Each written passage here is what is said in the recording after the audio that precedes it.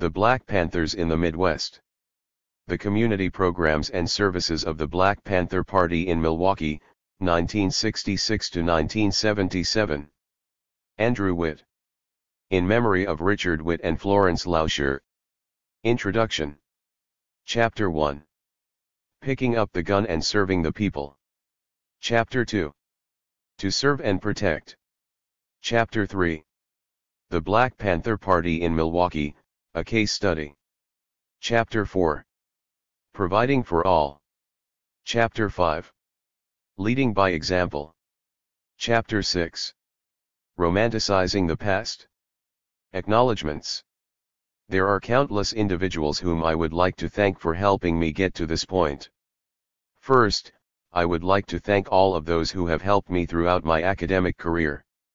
William Vandenberg introduced me, and thousands of other undergraduates, to African American studies. Tim Tyson showed me that it was acceptable to be passionate when teaching your subject material, and he also helped me to become a more concise writer. Walter Weir helped to mold me into a historian, and he also bore the brunt of answering my early questions surrounding the Black Panther Party. For that, as well as for editing countless drafts for my master's thesis, I am deeply indebted to him. During my first year of pursuing my doctorate at Loyola, I often thought of Tim Tyson's words in Radio Free Dixie, where he daily threatened to flee his graduate school, because of its demanding nature. Fortunately, I once again found excellent and personable professors who helped guide me through graduate school. Illustrating her devotion to her students, Cheryl Johnson Odom worked on my major exam and dissertation committees, even though she had moved on to another institution of higher learning. I cringed when Tim Guilfoyle gave me his reading list for my major exam, and now I thank him for it. Guilfoyle is also perhaps the most prompt and thorough scholar that I have ever encountered. And then there's Paula. Paula Pfeffer put up with my antics for close to 6 years, which could be why she is retiring this year. In all seriousness, I do not think I could have made it through my graduate studies without Paula's expert guidance and advice. Thank you, Paula. In addition to the numerous individuals who have helped me within academia, there have been countless others outside of academia to whom I owe a lot. Dan Gray served as my first editor while at the University of Wisconsin-Milwaukee, and that was a thankless and dreary task. I suppose that could explain why he moved back home to England shortly after finishing his degree. I also owe a lot of thanks to my brother Bill, and sisters Elizabeth and Katie, and my friends and in-laws, Pat and Mark Motto, who cheered me on during this very long journey. I am especially grateful to my mother, Jane, who made it possible for me to go to college in the first place. I will never forget the sacrifices she endured so that I could get an education. I would like to thank my baby, Sadie, for making me laugh, even after I missed various publishing deadlines. I hope you will read this someday, Sadie, and come to the conclusion that your father actually has an intelligent thought or two. Finally, I would like to thank Kristen Witt. She is my best friend, wife, and mother of our firstborn. No mere words of thanks can adequately express what she means to me, as she means everything to me. Introduction. In a 2003 interview, former Milwaukee Black Panther leader, and current commander of the Black Panther militia, Michael McGee, was asked what he considered the main objective of the Black Panther Party. McGee responded by stating that the central mission of the party was in providing community programs and services to the African American community. McGee added, the Black Panther Party, was about picking up the hammer. We used to pick up the hammer more than we did the gun. 1. Historian Arwin D. Smallwood confirms McGee's point when he states, the party was established with two major purposes. One was to protect blacks from abuse by the police and the other was to help feed and educate black children who were living in the inner city.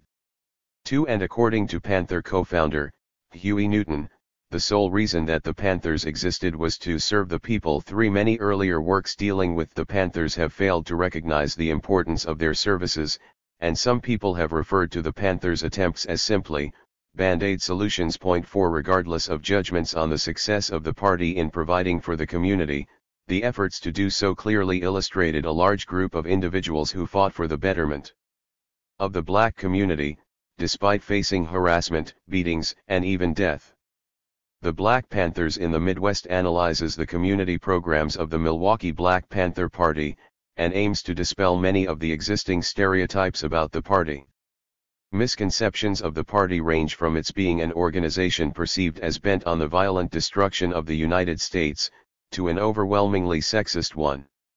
This work challenges such stereotypes by examining the community programs of the party, and the role of women in the party. The party was not an extremist group principally dedicated to overthrowing the government of the United States, but rather it was an organization committed to providing essential community services for lower-income and working-class African American communities around the nation. My argument substantially differs from most interpretations of the party that only conceptualize the Panthers in terms of guns, violence, court cases, and militant rhetoric. In addition, the Black Panthers in the Midwest examines the tradition of armed self-defense and community self-help present in many African American communities. By placing the Panthers in this historical framework, it becomes much more difficult to dismiss the Black Panthers as an aberration or minor phenomenon in the history of African American protest. The Panthers' stance on armed self-defense was representative of a large segment of the African American population that was willing to engage in armed self-defense. The Panthers, however, practiced self-defense on a much wider scale than previous black militants, as evidenced by the sheer number of armed Panther members. In large part, the Panthers' relative success can be attributed to the spirit of the 1960s, which witnessed the radicalization of many Americans. Previous African American militants never counted on substantial support from whites, but the Panthers could, as illustrated by the Free Huey, Free Angela Davis, Free the New York 21 and Free the Milwaukee 3 campaigns, to name a few. 5 The Panthers also had numerous coalitions with white organizations such as Students for a Democratic Society, SDS, the Peace and Freedom Party, PFP, the Youth International Party, Yippies, and the White Panther Party. 6 In the context of the 60s, radical whites were drawn to the militant Panthers, and their emphasis on an all-inclusive class struggle. 7. This book also seeks to partially address the silence in the current literature examining the community programs of the party. In addition to the lack of information dealing with the programs, what little has been written is plagued with inaccuracies and outright falsehoods. By offering readers well-documented information that counters the stereotypical image of the Panthers, the Black Panthers in the Midwest will challenge misconceptions about Black Power itself. Although this work only deals with one particular Black Power group, it is my hope that this work will serve as a gateway to a more complete understanding of the Black Power movement as a whole. Most Americans have been exposed to only one side of the Panthers, their militant, misunderstood, political side. The media and the Federal Bureau of Investigation, FBI, portrayed the Panthers as consumed with the idea of violently overthrowing the government of the United States. 8 The Black Panther Party offered much more than inflammatory rhetoric, evidenced by the variety and scope of the humanitarian programs and services they provided. The Black Panthers did employ a militant approach, but they did so in order to adequately defend themselves and their communities from rampant police brutality. Numerous other studies and reports about the Panthers were, and are still, inaccurate. Former Chief of Staff of the Panthers, David Hilliard, affirms this point of view when he states, "The story of the Black Panther Party has been distorted, forgotten, and repressed over the last 20 years." 9 Works by journalists such as Don A. Shanch's The Panther Paradox, A Liberal's Dilemma, 1970, and Norman Hill's Black Panther Menace, America's Neo-Nazis, 1971, are representative of the slanders that plagued the party in its early years.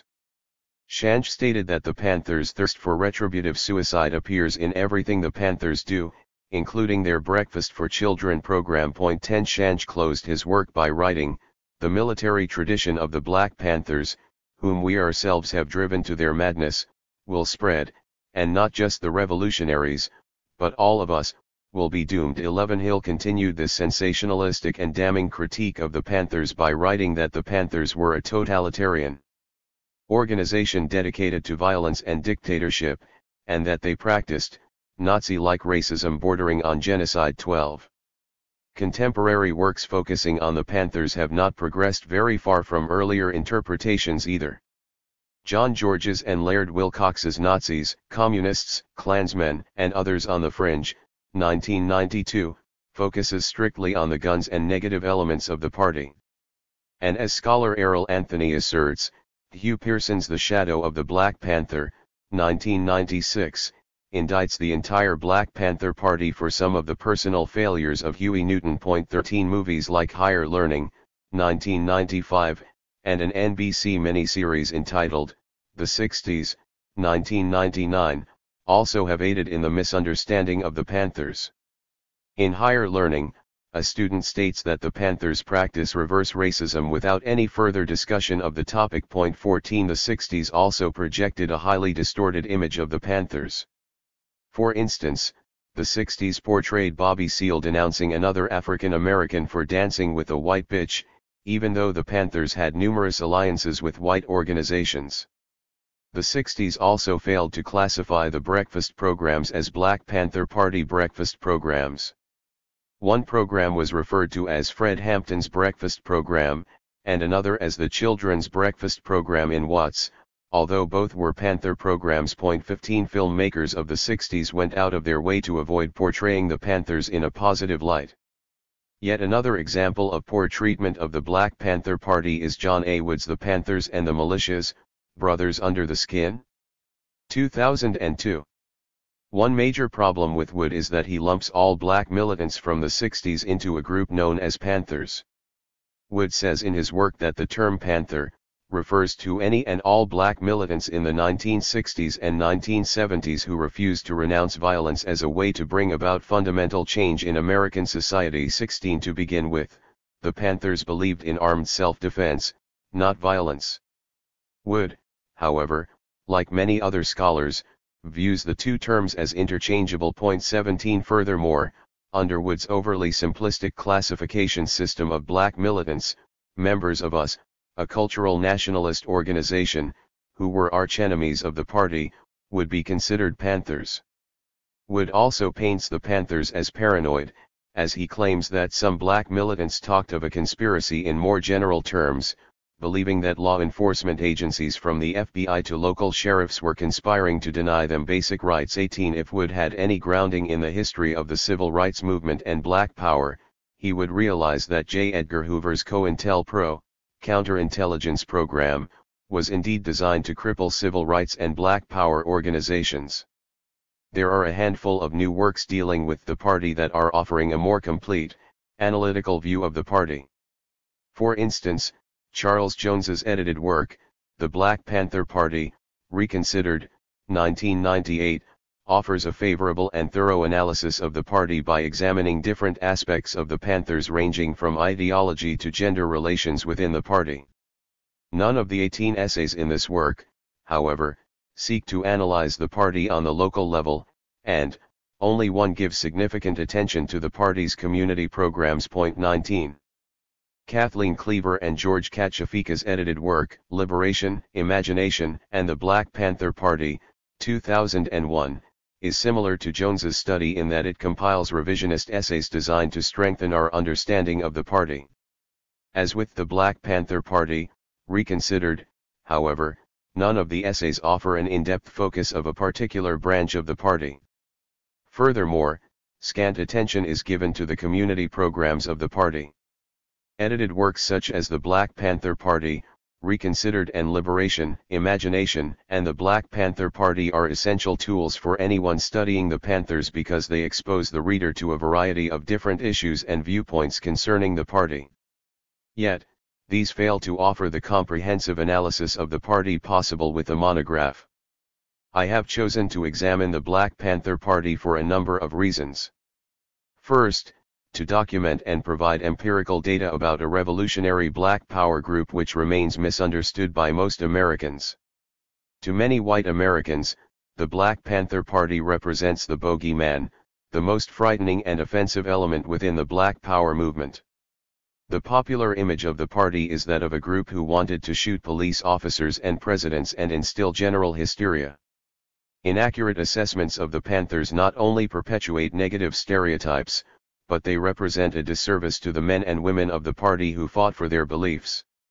While my work may not invalidate all the popular wrongful stereotypes that surround the Black Panthers, it will contribute to a more scholarly base from which a clearer understanding of the Black Panther Party may emerge.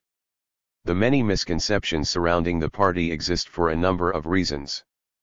First, the party openly armed themselves, and as a result, the Panthers became a mainstay of the media. 20 images of armed black men and women were routinely displayed on television and in the newspaper, with no explanations offered as to why the Panthers carried guns. In addition to arming themselves, the party employed militant rhetoric, such as the use of the phrase, "offing the pig." Statements such as this caused many people to believe that the Panthers wanted to kill all cops. The Panthers, however, made it clear that a pig was not just any police officer, but any police officer who brutalized the African American community. 21. Contributing to the shallow understanding of the party was their decision to bar whites from membership. Many liberal whites could not fathom why Black power groups chose to exclude whites, and as journalist Jonathan Coleman writes, the inherent problem with being a white liberal is this: if you don't feel appreciated, you feel resentful. 22. Consequently, numerous liberal whites tended to view Black power, and the party, through a lens clouded with their own personal biases, further contributing to the misunderstanding of the party. Stokely Carmichael solidifies this point when he writes, whenever black people have moved toward genuinely independent action, the society has distorted their intentions or damned their performance. 23.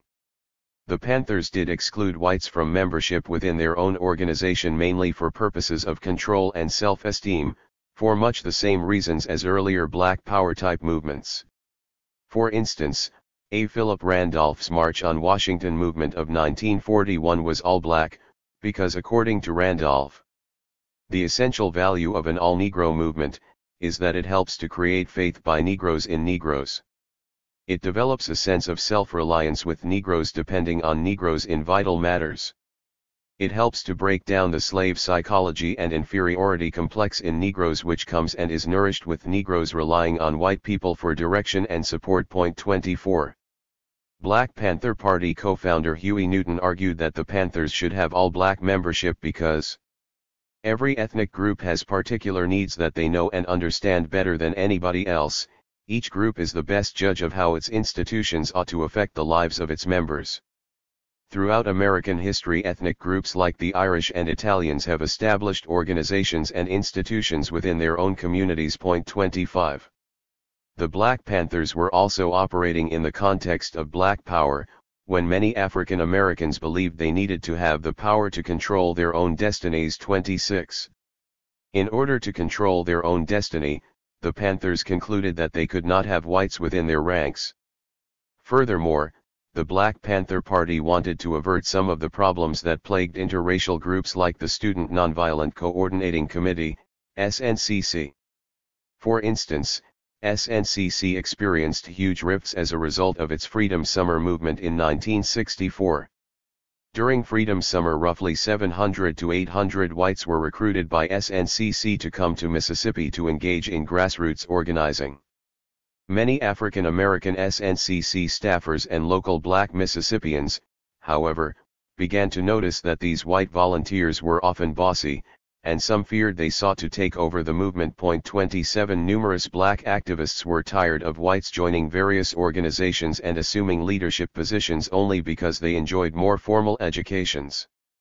And then a number of these same white liberals defected from the civil rights movement to join other movements or causes, such as the anti-war or free speech movements in 1964 to 1965, leaving a bitter taste in the mouths of numerous African American activists. 28. How committed and dependable were white liberals who could just abandon a movement for another movement at such short notice?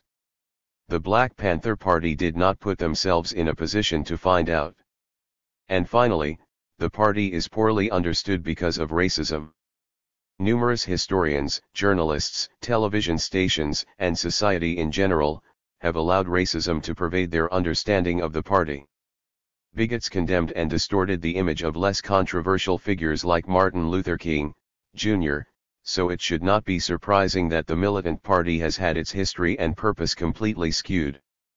The second reason why I chose to research the Panthers is that I respect the attention given by the Panthers to the previously neglected lower-income groups. Despite all of its great accomplishments, including the Civil Rights Act of 1964 and Voting Rights Act of 1965, the mainstream, middle-class, civil rights movement did not adequately deal with the pressing concerns of the working class and lower-income populace. The Panthers, on the other hand, were an action-based group that focused on providing services to meet the immediate needs of the masses. I also elected to write about the Panthers because I appreciate their stance on armed self-defense. Arguably, if Andrew Goodman, Michael Schwerner, and James Chaney had been armed, they may not have been dug out of an earthen dam in Mississippi. Charles R. Sims, founder of the Deacons for Defense, echoed a similar sentiment when he stated, "I believe that if the Deacons had been organized in 1964, the 3 civil rights workers that was murdered in Philadelphia, Mississippi might have been living today because we'd have been there to stop it." 29 I do realize, however, that the success of the civil rights movement also depended on martyrs to a degree. The police, dogs, fire hoses, enraged racists, and murder that greeted the nonviolent protesters had a pronounced and visceral effect on the American public that generated much-needed support for the movement. Another motivation for studying the Panthers is because I grew up in Racine, Wisconsin. As a youth, I was subjected to sound bites on the news from local Milwaukee activist, alderman, and founder of the Black Panther militia, Michael McGee. The local newscasts often aired McGee's most controversial comments on dealing with poverty, crime, and drugs. The news frequently focused on McGee's militant threats to clean up the problems in the city, as he vowed that the Black Panther militia would use guerrilla warfare tactics, if necessary. 30 I grew up with a negative image of McGee, and I also naively thought that McGee and his militia were the same as the Black Panther Party, but that was not the case. In 1993, I started to question the stereotypical view of the Panthers after watching an Eyes on the Prize documentary that portrayed the Panthers as a persecuted organization that provided breakfasts to hungry children. After I saw the film, I wanted to learn more about this militant group because of these conflicting images. The following semester I wrote a research paper on the community programs of the Black Panther Party. I then wrote a graduate paper and my master's thesis on the party as well. As trite as it may sound, by 1993, I knew I would write a book on the Black Panther Party. Finally, I, as a white male, chose to write on the Black Panthers because I honestly believe that they were one of the only organizations from the 60s that sincerely believed that all people needed to be free from oppression. As Dakin Gentry from the Milwaukee branch noted in 1969, the party was involved in a revolution for all oppressed people, regardless of race. 31. Other organizations and groups from the same era tended to restrict their focus to only one particular group of oppressed people, oftentimes, to the exclusion of other suppressed groups. For instance, the National Association for the Advancement of Colored People, NAACP, only seemed concerned with middle-class African Americans, while the Nation of Islam focused on lower-income and working-class blacks. The post-1966 SNCC concerned themselves with issues affecting African Americans, while the Students for a Democratic Society, SDS, targeted middle-class, white students. The National Organization for Women, now, almost exclusively catered to white, middle-class women. And the Brown Berets mainly dealt with issues affecting lower-income and working-class Chicanos, while the American Indian Movement, AIM, addressed the concerns of lower-income and working-class Native Americans. The Panthers realized that the struggle went beyond racial, ethnic, and gender lines.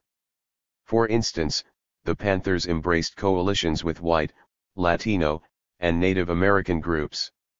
In fact, there was a sizable degree of friction between the Panthers and other black power groups like SNCC because, by 1967, SNCC preferred not to work with whites. 32 Todd Gitlin, from Students for a Democratic Society, SDS, noted the difference between the Panthers and other black power groups when he stated, at a time when most other black militants donned dashikis and glowered at whites, they, the Panthers, welcomed whites. 33. Further illustrating the Panthers' belief in the freedom of all people is that unlike many other black power groups, Panther women played crucial roles within the party. Some portray black power groups as sexist organizations that looked at black male liberation as separate and paramount to that of black female liberation. A prime example of a stereotypically sexist black power group is Maulana Karenga's Cultural Nationalist US organization, founded in Los Angeles in 1965. Black Panther scholar Tracy Matthews writes that US had unapologetic male supremacist policies. 34. Karenga himself stated, "We, us, say male supremacy is based on three things: tradition, acceptance, and reason." 35. A number of Panther women originally were members of Karenga's organization, only to leave after becoming dissatisfied with the discriminatory nature of the group. For example, future Panther Angela Davis noted that while she was a member of US, she was criticized very heavily, especially by male members of Karenga's organization, for doing a man's job. Women should not play leadership roles, they insisted. A woman was supposed to inspire her man and educate his children. 36. Panther leader Elaine Brown also was involved with US initially, until she realized how blatantly sexist it was. Brown stated that Karenga raised the name of Africa to justify the suppression of black women. 37. The party was vastly different from groups such as US, evidenced by the large number of women who rose to positions of power within the party. For instance, Elaine Brown headed the Black Panthers from 1974–1977.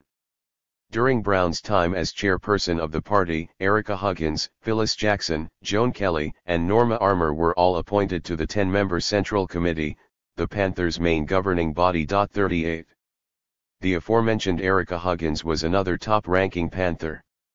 Huggins helped form the New Haven branch of the party in late 1969, and she served as the director of the Youth Communal Institute, a fully accredited Panther-operated elementary school, in the Oakland area in 1974. 39. Kathleen Cleaver and Angela Davis also played important roles in the Black Panther Party. Cleaver was a member of the party's Central Committee during its early years, and Davis helped to galvanize support for the Panthers as a result of her highly publicized flight for freedom. Connie Matthews, a highly respected Panther ambassador, represented the party abroad in such countries as Sweden, Finland, and Norway. 40. In addition to these relatively well-known Panther women, there were a number of other Panther women who held influential positions within the party. Yvonne King managed and directed over 500 members as Deputy Minister of Labor for the Illinois chapter. Jonina Abram was the last editor of the Panthers' main news source, the Black Panther. Irene Simmons was a leading member of the Chattanooga branch of the party, and Audrey Jones was the captain of the Boston branch. As Tracy Matthews noted, black women were critical players in the Black Panther Party. 41. The Black Panther also helps to show the party's inclusive nature in terms of gender, by showing countless images and articles about black women. The Black Panther clearly illustrates that women were just as integral to the struggle as men. The newspaper did not restrict its coverage of women to Black Panther members either, as there were numerous stories and pictures devoted to women in freedom struggles throughout the globe. For instance, articles in the Black Panther told of American Indian women who had been illegally sterilized in Oklahoma, and of women who demonstrated for better working conditions in Ethiopia. The party gave front-page attention to International Women's Day, and there was a whole series of articles that addressed the rampant sexism and racism faced by black women in the United States Armed Forces. 42. The Black Panthers, however, were by no means a gender-neutral group without sexist members or policies. Many stories have been told by Panthers about how male Black Panthers tried to use their rank to force female Panthers to have sex with them. A former Black Panther, Earl Anthony, reportedly told Elaine Brown that a true sister would be happy to sleep with a revolutionary brother. 43. Some Panther women also were relegated to stereotypical women's jobs, such as office work or cooking. Sexism within the party actually caused a number of Panther women, such as Regina Jennings of the Oakland branch, to leave the party. 44. Despite the shortcomings of the party in regard to gender issues, Panther leaders and members did make a serious effort to address sexism within its ranks. For example, a number of branches, such as Milwaukee, suspended or expelled a number of members for sexist behavior. 45. And as Tracy Matthews noted, despite their limitations, or perhaps because of them, and the generally dire circumstances in which they found themselves, the Black Panther Party was still often ahead of most other black nationalist organizations and many white leftist and mainstream organizations in their progress on addressing, at least rhetorically, the woman question. 46. In addition to the party's stance on women and whites, the Panthers also spoke out on behalf of gay organizations at a time when few did so. Furthermore, the party stood behind various labor unions, and the Panthers supported freedom movements worldwide, ranging from Vietnam to Angola to Ireland. 47. Since the community programs of the Black Panther Party are most neglected by previous works dealing with the party, I have specifically targeted this area for in-depth analysis. Other studies of the Panthers were too enamored with sensationalistic events. I have also chosen to focus on the party from 1966 to 1977, even though the party as a whole survived until 1982. I chose these years because, as former Black Panther Michael Fultz states, the party became non-functional by 1977. National membership sunk to roughly 100 because of years of political persecution and internal dissension, and the only active Black Panther chapters left were in California. 48. Furthermore, I decided to focus on Milwaukee because little has been written about the Milwaukee branch of the Black Panther Party. One plausible explanation for the neglect is that nearby Chicago had such a dynamic leader in Fred Hampton. Hampton was a magnetic visionary whose charisma and oratory easily drew members and attention to Chicago. Also, the Chicago branch received even greater national and local publicity when Hampton was tragically murdered, thus inadvertently helping overshadow the rich history of the Milwaukee branch of the party. The first chapter of this book attempts to place the Panthers in an historical context in order to illustrate that they were not a complete anomaly in the tradition of African American protest. It is imperative that any contemporary study of the Black Panthers, or any other Black Power group, conceptualizes the Panthers as part of the larger African American struggle for freedom and equality. By approaching the topic in this fashion, it will be easier to think of the Panthers as part of a rich African American tradition of armed resistance as well as practitioners of community service. If the Black Panther Party is not analyzed in such a fashion, it then becomes much easier for critics to dismiss the organization as a rogue band of extremists who were not representative of the needs of a large percentage of African Americans. The second chapter examines the specifics of the Black Panther Party, especially the community programs on a national scale, in order for the reader to better understand the party and its community programs were not isolated occurrences. Chapter 2 also includes other important information, such as how the Panthers specifically funded their programs. In addition, Chapter 2 explores how the Panther programs were received by the larger African American community, and where the programs tended to be located. The following chapters form a case study of the Milwaukee branch of the Black Panther Party. Chapter 3 addresses the conditions of lower-income and working-class Black Milwaukee, with the hope of illustrating how and why the Panthers came into existence in the city. Chapter 3 also analyzes the rich history of African American protest in Milwaukee in order to contextualize the Panthers. Furthermore, this chapter also provides background information about former Mayor Henry Mayer, and former Chief of Police Harold Breyer, because they played such powerful roles in Milwaukee in the 1960s and 1970s. Chapter 4 covers the many different community programs of the Milwaukee Black Panthers, in order to show their deep commitment to providing for the community. And Chapter 5 highlights the very successful Breakfast for Children program in Milwaukee, which ultimately paved the way for the Hunger Task Force, the largest food pantry in Milwaukee, and for the Milwaukee School District's breakfast program. Chapter 6 shows some of the flaws and problems that plagued the party. I believe this chapter is necessary because it demonstrates that the party had failings.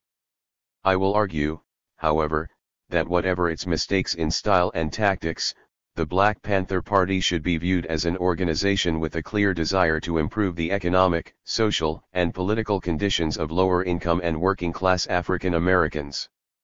The Panthers were not racists, crooks, or opportunists, although there were some such individuals in their ranks. The accomplishments and worth of an organization, however, cannot be judged by the actions of a handful of individuals. If this were the case, then members of the Democratic Party would be characterized as marital infidels, thanks to Bill Clinton, and the members of the Republican Party would be labeled as members of the White Citizens Council, thanks to Trent Lott. As laughable as these statements may seem, it has been with such caricatures and shallow analysis that the history of the Black Panther Party has been written by many scholars, journalists, and filmmakers. Any organization must be viewed by the words and actions of the majority of its members, and what the majority of Black Panthers wanted was, power to all people, not power over people. 49. My conclusion briefly compares and contrasts the Milwaukee branch with other Panther branches so that I can reassert that the Milwaukee branch was not an isolated phenomenon. I also include a number of appendices in my dissertation that will cover such items as the 10-point program of the Panthers, members of the Milwaukee Black Panther Party, and which Panther branches had various community programs. The bulk of the information for the Black Panthers in the Midwest comes from primary sources, such as the Milwaukee Courier, the Black Panther, the Social Action Vertical File at the Wisconsin State Historical Society, and the University of Wisconsin-Milwaukee Archives. I recognize that extensive use of newspapers can present various shortcomings, as oftentimes, the stories may be biased in one direction or another, and that could lead to incorrect assessments. For instance, the mainstream presses in Milwaukee, the Journal and the Sentinel, were fairly conservative, whereas the black newspapers in Milwaukee, the Courier and the Greater Milwaukee Star, were much more liberal. The use of oral testimonies presents additional difficulties in evaluating the information. Certain individuals may have an objective they want to accomplish in their interview, or maybe they have forgotten events or details from the past. In addition, I do wish that I had collected more oral histories from former Black Panthers as part of this work, but a handful of individuals would not talk to me about their past experiences for various reasons, and a number of others could not be located. Nevertheless, by corroborating material gathered from newspapers and interviews with data from countless other sources, I believe I offer as thorough and accurate of an assessment of the Black Panther Party as possible. In closing, I also wanted to include more FBI records in this work, but it took the FBI roughly 2 years to answer my Freedom of Information Act request. Furthermore, the FBI only sent me records from January through August of 1969, even though I requested information through 1977. The FBI stated that they sent me a partial shipment so as to avoid further delays. Good thing the FBI has a sense of humor. Chapter 1. Picking up the gun and serving the people. Any contemporary study of the Black Panthers, or any other Black Power group, must place them in the context of the larger African American struggle for freedom and equality, as well as evaluate their historical significance in terms of mainstream American history. So doing will make it easier to conceptualize the Panthers as part of a rich African American tradition of armed resistance and community service. The history of African American armed self-defense runs very deep, going back to the antebellum period, in fact. For instance, the legendary Harriet Tubman always carried a gun while spiriting ex-slaves to freedom on the Underground Railroad during the 1850s. Tubman was not going to suffer herself, or any of her passengers, to be harmed or returned to slavery. 1 Another early example is the infamous New York City draft riot in July of 1863. The riot occurred after President Lincoln had issued the Emancipation Proclamation, leading many whites to perceive that the war aims had changed, and that they were being drafted in order to free the slaves, as opposed to preserving the Union. Roughly a dozen blacks were killed in this atrocity as white rioters displaced their anger at the draft and the Emancipation Proclamation, onto the local African American population. Despite the grave risks, many African Americans in New York chose to defend their communities rather than flee.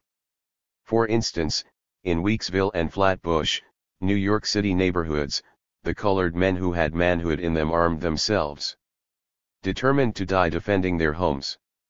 And, most of the colored men in Brooklyn who remained in the city were armed for self-defense too.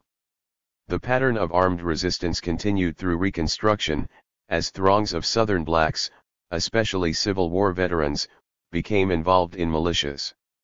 Towards the end of Reconstruction, states such as Mississippi and Louisiana witnessed the Ku Klux Klan and other racist groups systematically killing and terrorizing blacks in the name of white supremacy. African Americans knew they had to protect their own communities because the federal government became less and less concerned with the plight of blacks. Out of this climate, the militias were born with the purpose of defending African American communities and preserving the right to vote. Black militias conducted parades and drills similar to military regiments, taking a calculated risk to test the theory that a show of black militancy would serve as a deterrent to white violence. Militias fought numerous gun battles with white aggressors, and the outnumbered African Americans more than held their own in most instances. According to historian Robert Cruton, many militia companies fought stubbornly when attacked. Noted scholar Herbert Shapiro states that where offered the opportunity, blacks readily volunteered to join the militia and fought back when attacked by racists. For Shapiro goes on to write that in November of 1874, in Charleston, South Carolina, that whites began the violence but more than met their match from the local black militia. 5 The Black Panther Party of the 1960s and 1970s strongly resembled the militias of the 1860s and 1870s.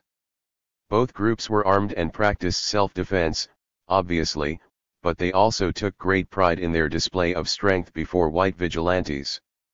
Many historians refer to 1880 to 1915 as the nadir, or lowest point, of race relations in this country.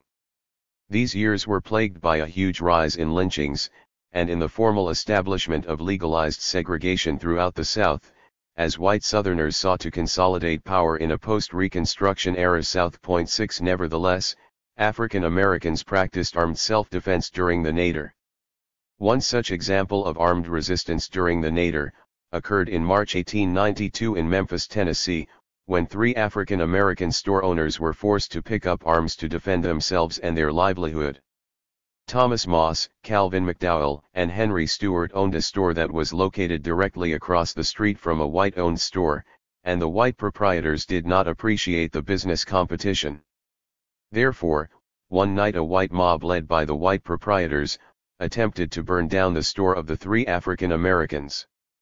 Moss, McDowell, and Stewart, armed with shotguns and rifles, temporarily held off a white mob, wounding 3 whites in the process. Despite the heroics of the 3 African Americans, they were eventually lynched for wounding the 3 whites. Nevertheless, the actions of Moss, McDowell, and Stewart are a testament to the presence of armed self-defense in African American communities. 7. The lynching of the aforementioned black entrepreneurs enraged Ida B. Wells, a Memphis resident, who was a friend of the 3 men. Wells became a famous anti-lynching spokesperson largely as a result of these lynchings. A lesser-known fact about Wells, however, is that she firmly believed in armed resistance as well. As scholar Paula Giddings writes, Ida B. Wells didn't believe in the ultimate efficacy of passive resistance, however. She purchased a pistol, determined to sell my life as dearly as possible, and suggested that other blacks do the same. A Winchester rifle should have a place of honor in every home, Wells told her community. When the white man knows he runs as great a risk of biting the dust every time his Afro-American victim does, he will have greater respect for Afro-American life. 8. The pattern of armed resistance on the part of African Americans continued through the early 1900s, evidenced by the Atlanta riot of 1906. Herbert Shapiro notes that, when police opened fire upon a group of blacks on the street, the blacks responded in kind, and one officer was killed and another wounded 9 while teaching at Atlanta University during this chaotic era. The renowned W.E.B. Du Bois also urged African Americans in Atlanta to use armed resistance to defend themselves and their communities. Du Bois proclaimed that effective guns in the hands of black people determined to sell their souls dearly would prevent whites from committing acts of violence on the black populace. 10 Du Bois, therefore, bought a shotgun and 2,000 rounds of ammunition to protect himself and his community. If any whites sought to inflict violence on Du Bois, he would spray their guts over the grass. 11. Elaine, Arkansas in 1919 provides yet another illustration of armed self-defense. In early October of that year, black farmers in the community founded the Organization of the Progressive Farmers and Household Union of America to protest the unfair settlements they were receiving from the white landowners. They held regularly scheduled meetings to discuss ways of creating a more equitable labor system. These meetings were protected by well-armed guards because of fear of reprisal from the hostile planters. Eventually the planters instigated a battle with the black union members, who fought back fiercely even though the odds were not in their favor. 12. Rosewood, Florida, an all-black town, made famous by a Hollywood film, also witnessed armed resistance by African Americans. In 1923, a black convict escaped from a chain gang near Sumner, Florida. A few days later, a white woman in Sumner claimed she was beaten by a black man, and the white townspeople immediately thought it was the escaped convict. Evidence later revealed that she was beaten by a white man with whom she was having an extramarital affair, but in order to conceal the affair she resorted to the all-too-common accusation that she was assaulted by a black male. As a result, the white community of Sumner went on a rampage against the neighboring black community of Rosewood, completely destroying the town and killing an estimated 40 to 150 African Americans. The white mob did meet staunch resistance during the killing spree. For instance, a local African American named Sylvester Carrier, temporarily held off the mob, killing at least 2 and wounding several more. 13. Dr. Ocean Sweet offers another example of African Americans practicing armed self-defense. In 1925, in Detroit, Sweet bought a home in a predominantly white section of town. Shortly thereafter, Sweet's home was stoned, but shots rang out from inside the home, killing one of the members of the white mob. Sweet was arrested for killing the white assailant, but he was later freed after a lengthy trial. What is especially illuminating about the Sweet incident is that it illustrates that middle-class African Americans from the urban North also practiced armed resistance. 14. The use of armed self-defense was also evident in the 1930s, once again with Southern sharecropping unions. Some members of the unions went on strike to protest their exploitation, provoking planters to respond by intimidating, beating, and killing African Americans who participated in these unions. One such example occurred near Camp Hill, Alabama in 1931. Black sharecroppers held a meeting near Camp Hill, but police raided the party and beat roughly 80 members. The very next day, 150 sharecroppers held another meeting southwest of Camp Hill, in a vacant house, but they posted sentries outside to warn them of possible raids. Once again, the meeting was raided by the local police, but the sharecroppers, led by Ralph Gray, shot at the attackers, killing Sheriff Kyle Young. The sharecroppers retreated to Gray's home, and barricaded themselves inside. The African American sharecroppers fought off the marauding whites long enough so that almost all of the sharecroppers could flee out the back of the house.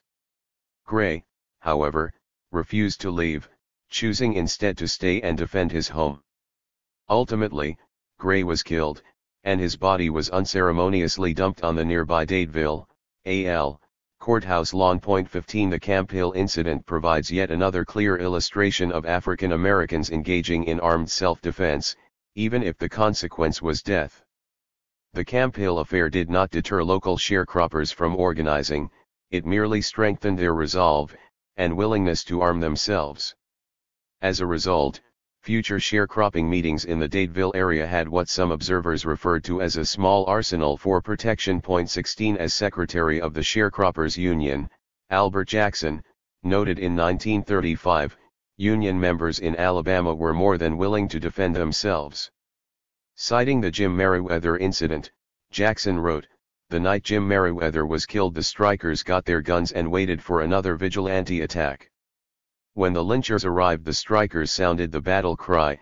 It was to be steel for steel on even terms. Because of the Union's militant actions, the whites left without a shot being fired." 17. Perhaps the most well-known member of the aforementioned Sharecroppers Union was Nate Shaw. Shaw grew up in Alabama at the turn of the 20th century, yet he routinely rebelled against the oppressive Southern society in a number of ways. He refused to pay debts he owed to whites who wronged him. Shaw never let whites raise their hand against him or steal property or possessions from other African Americans in the community without a confrontation.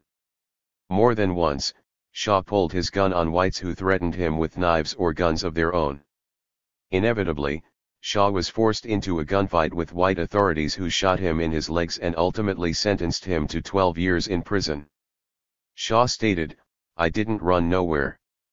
I stood just like I'm standing today when I know I'm right and I ain't harmin' nobody and nothin' else. I'll give you trouble if you try to move me." Nate Shaw also proclaimed that, "Somebody got to stand up. If we don't, we niggers in this country are easy prey." 18. Shaw recognized that African Americans in his situation could not afford to be nonviolent, something the Panthers would also grasp. Yet another illustration of armed resistance occurred on February 25, 1946 in Columbia, Tennessee. A white male store owner had an altercation with a local black woman named Gladys Stevenson, which prompted Gladys's son, James, to throw the store owner through a window. James was quickly arrested and then released that night on bail, causing some local whites to discuss the necessity of using lynch law to keep blacks in line. A white mob began to gather and they prepared to enter the black community of Columbia, known as Mink Slide. In turn, African Americans living in the Mink Slide district prepared for the white mob. 4 Columbia police officers were sent into Mink Slide supposedly to cool down the black community. It was reported that, the men, police, had not gone far when they heard shouted orders to halt, and when they didn't comply, shots rang out. All 4 were wounded, 1 seriously, and they retreated.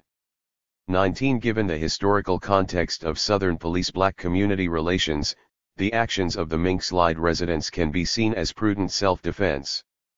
Proponents of armed resistance during the 1940s could be found in traditionally nonviolent organizations as well. Even Walter White, the conservative president of the National Association for the Advancement of Colored People, NAACP, during the 1940s, recognized the legitimacy of African Americans engaging in armed resistance. 20.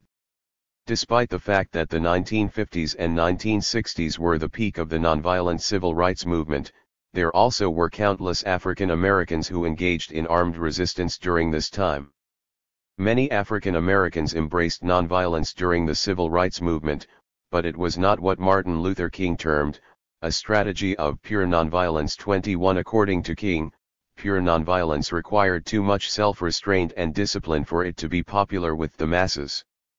Nonviolent leaders such as King realized that the principle of self-defense, even involving weapons and bloodshed, has never been condemned, even by Gandhi. 22. Therefore, the nonviolent movement needed to make certain allowances for self-defense, if it hoped to be successful. For example, Reverend William A. Bender, leader of the Tougaloo, Mississippi chapter of the NAACP, an organization that routinely espoused nonviolence, kept a .38 revolver on his person during the 1950s. 23. E.W.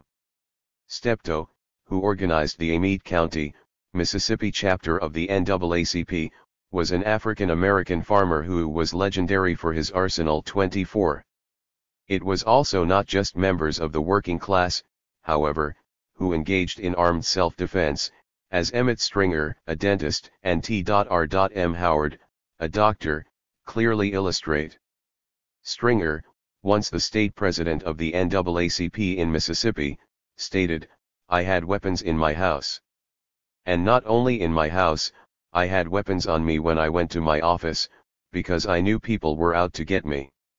25 and T.R.M. Howard, a prominent African-American physician in Mount Bayou, Mississippi, and high-ranking member of the Mississippi NAACP, employed armed bodyguards to guard his house 24 hours a day. 26.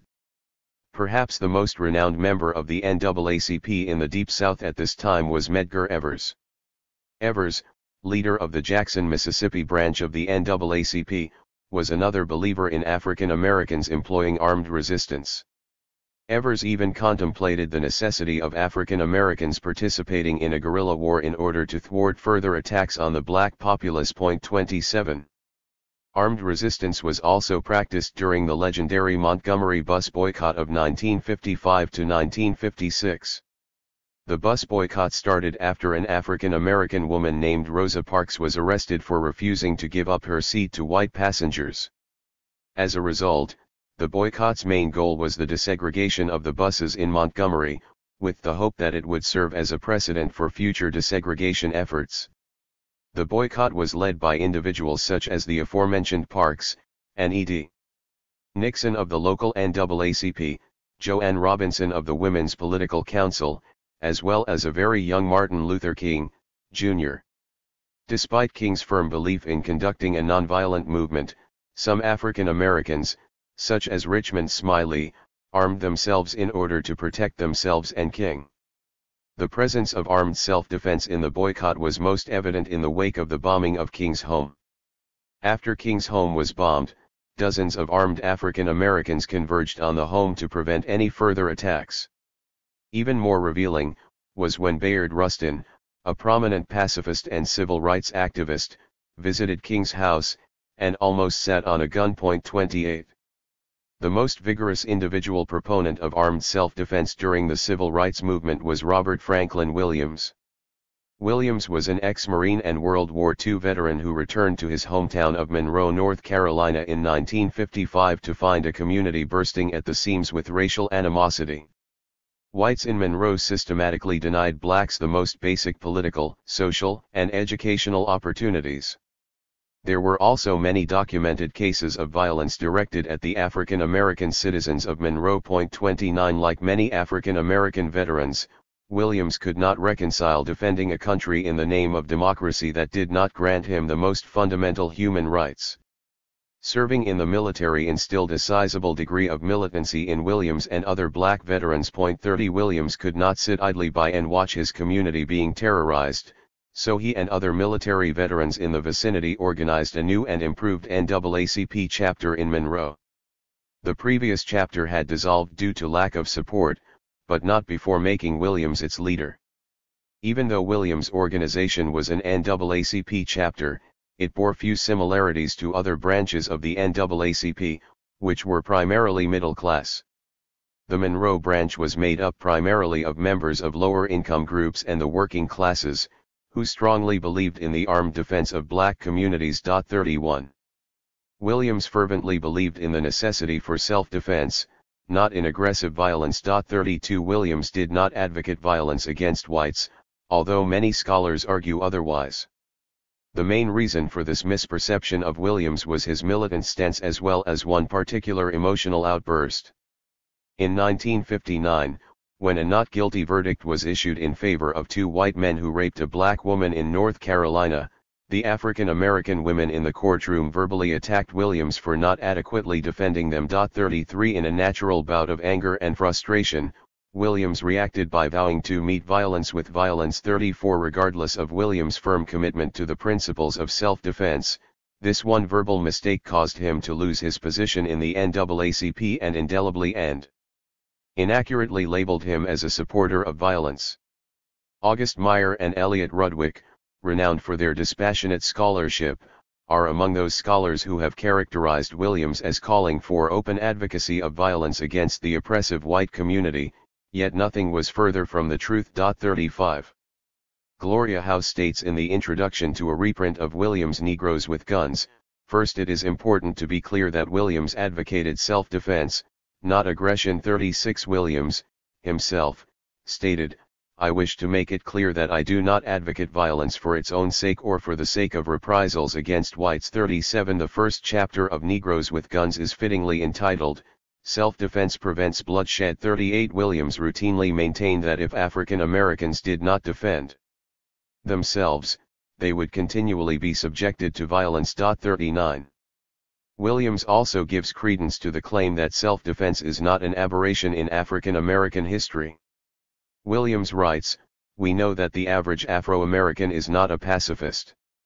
He is not a pacifist, and he has never been a pacifist, and he is not made of the type of material that would make a good pacifist." 40. Historian Tim Tyson makes the legitimate claim that, it might be argued that nonviolent interracialism rather than black power, is the anomaly in American history. Furthermore, Tyson states that, our vision of the African American freedom movement between 1945 and 1965 as characterized solely and inevitably by nonviolent civil rights protest obscures the full complexity of racial politics. 41. Tyson goes on to note that Williams's defiance and that of thousands of other black activists testifies to the fact that throughout the civil rights era, black Southerners stood prepared to defend home and family by force. 42. Further illustrating Tyson's point, Roy Wilkins, the head of the NAACP in the 1950s, and the individual responsible for ousting Williams from the NAACP, stated, "Like Williams the first believe in self-defense. While I admire Reverend King's theories of overwhelming enemies with love, I don't think I could have put those theories into practice myself." 43. Armed resistance on the part of African Americans continued throughout the 1960s. For instance, on May 14, 1961, Fred Shuttlesworth from the Southern Christian Leadership Conference, SCLC, led an armed 15-car caravan from Birmingham to Anniston, Alabama to safely transport Freedom Riders whose bus was set ablaze.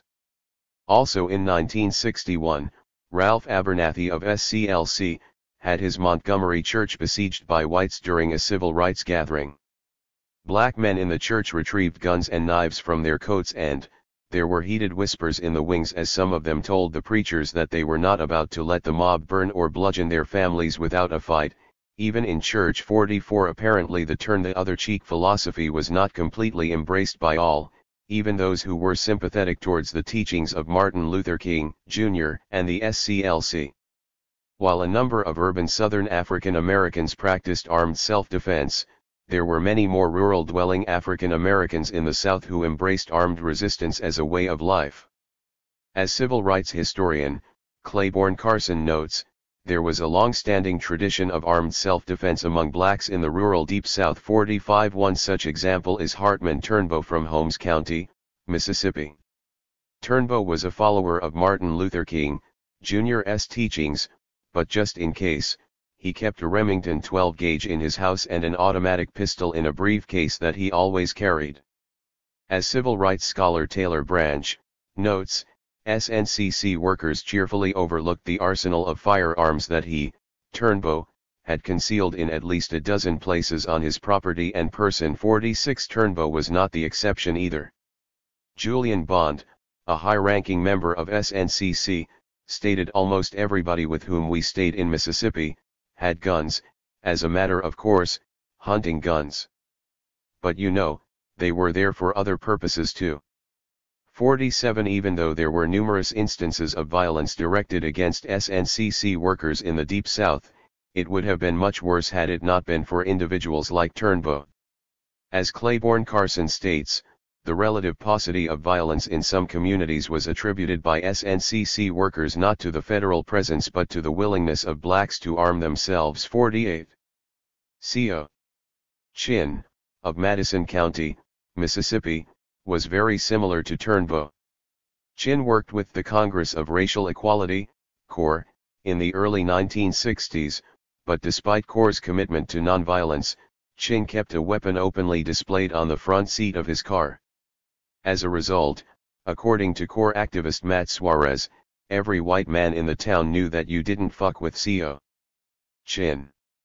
49. In addition, African American males were not the only ones willing to pick up arms in the name of self-defense. NAACP activists, C.C. Bryant and his wife Ora, of Macomb County, Mississippi, defended their home together from non-stop attacks by white night riders during the mid-1960s. When their home was bombed on one particular occasion in 1964, both CC and Aura fired upon the white criminals. Afterwards, CC and Aura took turns standing guard over their house every night, a pattern that became standard procedure in Black Macomb 50. Laura McGee, a local activist of Greenwood, Mississippi, also did not sit back idly when faced with threats of violence. After white hoodlums fired into her home in July of 1964, she called the sheriff and told him he needed to stop such attacks, because if he did not, he was going to be picking up bodies of the attackers. The next time she called 51 even Daisy Bates, who ridiculed the militant Robert F. Williams for being a proponent of armed self-defense, kept her gun, Old Betsy, well oiled in case of night rider attacks. In addition, Bates employed armed security guards to protect her house from attacks by whites. 52. Perhaps one of the most tragically ironic examples of armed self-defense was in the wake of the disappearance of civil rights workers Michael Schwerner, Andrew Goodman, and James Chaney in 1964 in Neshoba County, Mississippi. As soon as it became apparent that the three were missing, and probably dead, African Americans from Neshoba went looking for their bodies. While doing so, they were armed as they were determined not to suffer the same fate as Schwerner, Goodman, and Chaney. 53. African Americans practiced armed self-defense outside the Magnolia State as well. For instance, SNCC members noted that, like the rural areas of Mississippi, black farmers in Lowndes County, Alabama, owned weapons and were willing to defend themselves when attacked. 54. Illustrating how deeply embedded the concept of armed self-defense was in rural African American communities in the rural South at this time, civil rights activist Bernard Lafayette held a number of meetings simply to convince black farmers living near Selma, Alabama, to go into town without their rifles. 55. Armed resistance was found in black communities outside the traditional Deep South as well. For example, Robert Haling, the advisor to the St. Augustine, Florida chapter of the Youth Council of the NAACP, stated in 1963, that, "I and others have armed and we will shoot first and ask questions later. We are not going to die like Medgar Evers." 56. Therefore, after countless car raids by the Klan into the African American section of St. Augustine, during which Klan members fired shotguns into the homes of blacks, one white teenager was killed by return fire, and the car raid stopped. 57.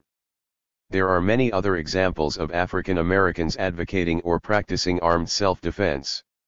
Malcolm X called for mobile rifle clubs to defend the lives and homes of black Americans. 58. Malcolm even told Martin Luther King, Jr. in 1964, that all King had to do was say the word and we will immediately dispatch some of our brothers there, in the South, to organize self-defense units among our people, and the Ku Klux Klan will then receive a taste of its own medicine. 59. As a result of Malcolm's militant ideology and status as a martyr, he would always occupy a place of reverence among the Black Panthers. Another clear example of African Americans engaging in armed self-defense was the parapolice organization known as the Deacons for Defense. The Deacons were initially formed in 1964 in Jonesboro, Louisiana in response to a locally powerful Ku Klux Klan. The Deacons began as a fairly low-key organization with only handfuls of members.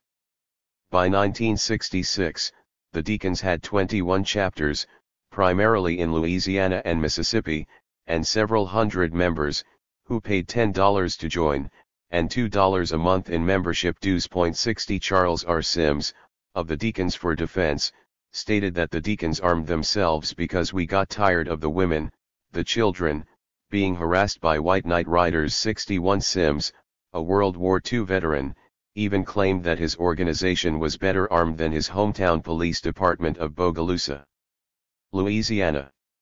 Cleveland Sellers from SNCC reported that everyone realized that without them, Deacons, our lives would have been much less secure. 62. Much like Robert Williams, the Deacons armed themselves to prevent violence, not to engage in it. 63. An internal memo from the FBI solidified this point, when it noted that the Deacons would not start any conflict, but would counter any violence directed at the black community. 64. Historian Lance Hill also notes that the Deacons were not the first, nor the only African Americans, to engage in armed resistance during the civil rights movement. 65 As Hill states, much of the popular history of the civil rights era rests on the myth of nonviolence, the perception that the movement achieved its goals through nonviolent direct action.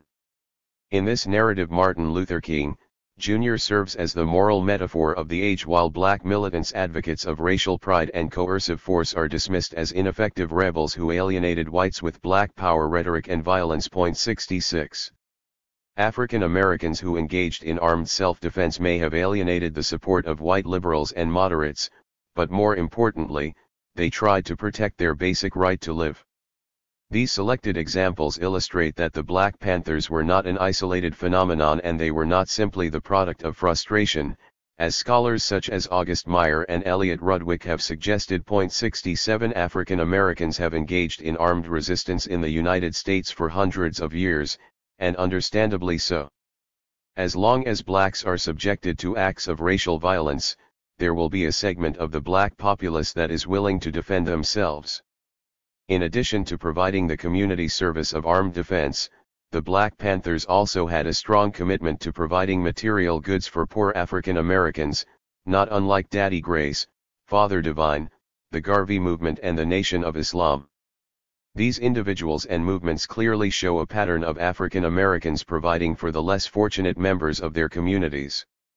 Marcus Garvey's Universal Negro Improvement Association, UNIA, of the early 1920s, is illustrative of the community help mentality that has been an important part of numerous black movements. One of the most pressing goals of the UNIA was to administer to and assist the needy. 68 Garvey proclaimed that there should be an equitable distribution and apportionment of all such things. Garveyites provided food, clothing, healthcare, and temporary sleeping quarters to indigent African Americans. 69 The social services of the UNIA greatly diminished after Garvey was deported to Jamaica in 1925 for committing mail fraud. Daddy Grace was one of many Harlem preachers during the Depression who sought to provide social services to the community. Grace established a pension fund for his old and poor members.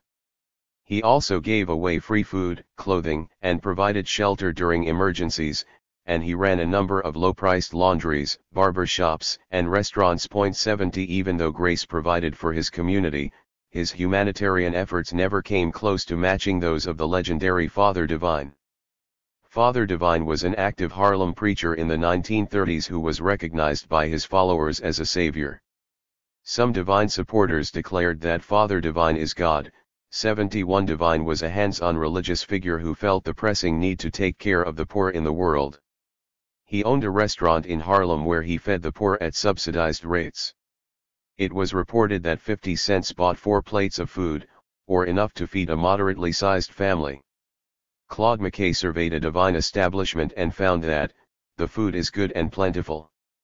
A good piece of meat and 2 vegetables cost 10 cents, a piece of cake or ice cream, 5 cents, coffee or soft drinks, 3 cents. 72 Divine meals consisted of fricasseed chicken, roast duck, spare ribs, ice cream, and chocolate cake. Robert Weisbrot writes, observers marveled at the opulence of the meals, which impressed even for prosperous times. 73 A reported 2,500 to 3,000 people were fed daily at Divine restaurants. 74 Father Divine also provided clothing, coal, jobs, and housing for the poor. The destitute were housed in Divine hotels for a minuscule charge. Sarah Harris claims that people could stay in the Divine Riviera in Newark or the Divine Tracy in Philadelphia for $2 a week. Divine also had 6 four-story houses on 126th and Lenox in Harlem that housed 300 people at $1 a week. 75 Author Jill Watts reports that Father Divine provided anyone who lived on a marginal income with much needed social assistance. 76 Watts also states that Divine donated food and shelter to impoverished blacks, and that he operated a free employment agency for those in need of work. 77 Reminiscent of Garvey's UNIA, the Nation of Islam, founded by W.D. Fard in Detroit in 1931, also had a measurable component of self-help in their organization. One of the most successful community services provided by the nation was their 6-stage drug rehabilitation program. Unlike expensive treatment centers, the nation's drug rehab system was free to its members. 78. The Panthers' community efforts also followed in a long pattern of self-help that was present in many African American communities. Viewing the Panthers in this historical light, it becomes impossible to cast them as either the product of frustration, or as a temporary media phenomenon, as anti-Panther journalist, Hugh Pearson, argues. 79. The Panthers attempted to meet the pressing needs of lower and working-class African Americans in a variety of ways, and it is time that historians look beyond the misunderstood political surface in assessing the legacy of the Panthers. Chapter 2. To serve and protect. During the 1960s and early 1970s, the United States witnessed massive social unrest throughout the nation. As a result of America's involvement in Vietnam, a strong anti-war movement emerged throughout the nation, primarily on college campuses. The counterculture movement also blossomed during this time, as throngs of Americans rejected what they perceived to be the failings of American society, evidenced by the war in Vietnam, and rampant racism and poverty in the United States. In addition, the women's movement, gay liberation movement, as well as Chicano, Asian American, and Native American movements all came of age during this time, as numerous oppressed groups stood up for their rights. The brunt of the dissension, however, largely stemmed from the centuries of oppression that African Americans were forced to endure. Many white and black Americans united in the nonviolent civil rights movement, struggling to guarantee African Americans their basic human rights. The mainstream movement was led by individuals such as Martin Luther King, Jr., and Roy Wilkins and their philosophies of nonviolence. Advocates of nonviolent tactics believed that this strategy was the best vehicle to expose the brutality of the oppressor. 1 Some blacks and whites realized that the philosophies of nonviolence were not realistic, given the society in which they were forced to live. George Jackson, who was drafted into the Panther Party, wrote, "The Martin Luther Kings, Roy Wilkinses, and Whitney Youngs exhort us in King's words to put away your knives, put away your arms and clothe yourselves in the breastplate of righteousness and turn the other cheek to prove our capacity to endure, to love." Well, that is good for them perhaps, but I most certainly need both sides of my head. 2. Another former Panther, Angela Davis, was attracted to the party because it stated that it would no longer tolerate police brutality in its neighborhoods, and that the Panthers would defend these communities. 3 Revolutionaries such as Davis did not turn to the teachings of Mahatma Gandhi for their ideology, as King had done. Instead, they focused on works like Frantz Fanon's Wretched of the Earth and Robert Williams' Negroes with Guns. Fanon's work documents the struggles of a colonized people in Algeria and how they eventually overthrew the oppressive French colonists. Some African Americans, such as Panther co-founders Huey Newton and Bobby Seale, easily saw the parallels between the French and American governments. Also, the Panthers grasped the importance of the lumpenproletariat, a Marxist term used to refer to the lower-class masses. According to Fanon, these masses should decide what is best for a nation because they represented the nation more accurately than other groups. 4. Bobby Seale acknowledged that the Panthers respected the philosophy of nonviolence, but he argued that it was more practical for people to defend themselves and their community than to engage in sit-ins and marches. 5 Similar sentiments were echoed by some newspapers, which ridiculed the countless civil rights marches that seemed not to have any tangible results for many African Americans. Headlines such as, "The march went on and got the black man nowhere" became a more frequent complaint among newspaper columnists. 6 Author Roy E. Finkenbein states, "The boycotts, marches, sit-ins, and freedom rides had raised black awareness and expectations but could do little to ameliorate the conditions of ghetto life." 7 Noted Black Panther Party scholars, Charles E. Jones and Judson L. Jeffries, strengthen this claim, when they write that the civil rights movement did little to change the life chances of African American people. 8 The traditional civil rights movement had come and gone, and in 1969, 32% of African Americans still made less than $3,000 a year, as compared to only 13% of whites earning the same amount or less. Median annual income for blacks was $4,481, while whites averaged $7,517 a year. 9. The dissatisfaction with the results of the conventional civil rights movement helped lead to the emergence of a strong Black Power movement in the mid-1960s. It was in this context that the Black Panther Party was formed in Oakland, California in October of 1966, by Huey Newton and Bobby Seale. Like other Black Power advocates, the party emphasized the need for African American political and economic empowerment, development of cultural pride, and the right to self-defense. 10 Newton and Seale recognized that large numbers of Black Americans were forced to live in intolerable conditions, and they needed immediate and tangible help. 11 Poverty, inadequate education and health care, and police brutality were all grave problems facing many Black communities. The Kerner Commission of 1968 concurred with the Panther co-founders when it noted that segregation and poverty had created a destructive environment for many African Americans. 12.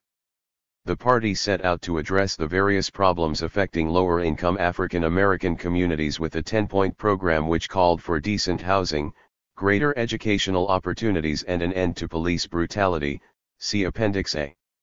The party also advocated that African Americans should arm themselves, so that whites, most specifically the police, would not be able to commit further atrocities upon blacks.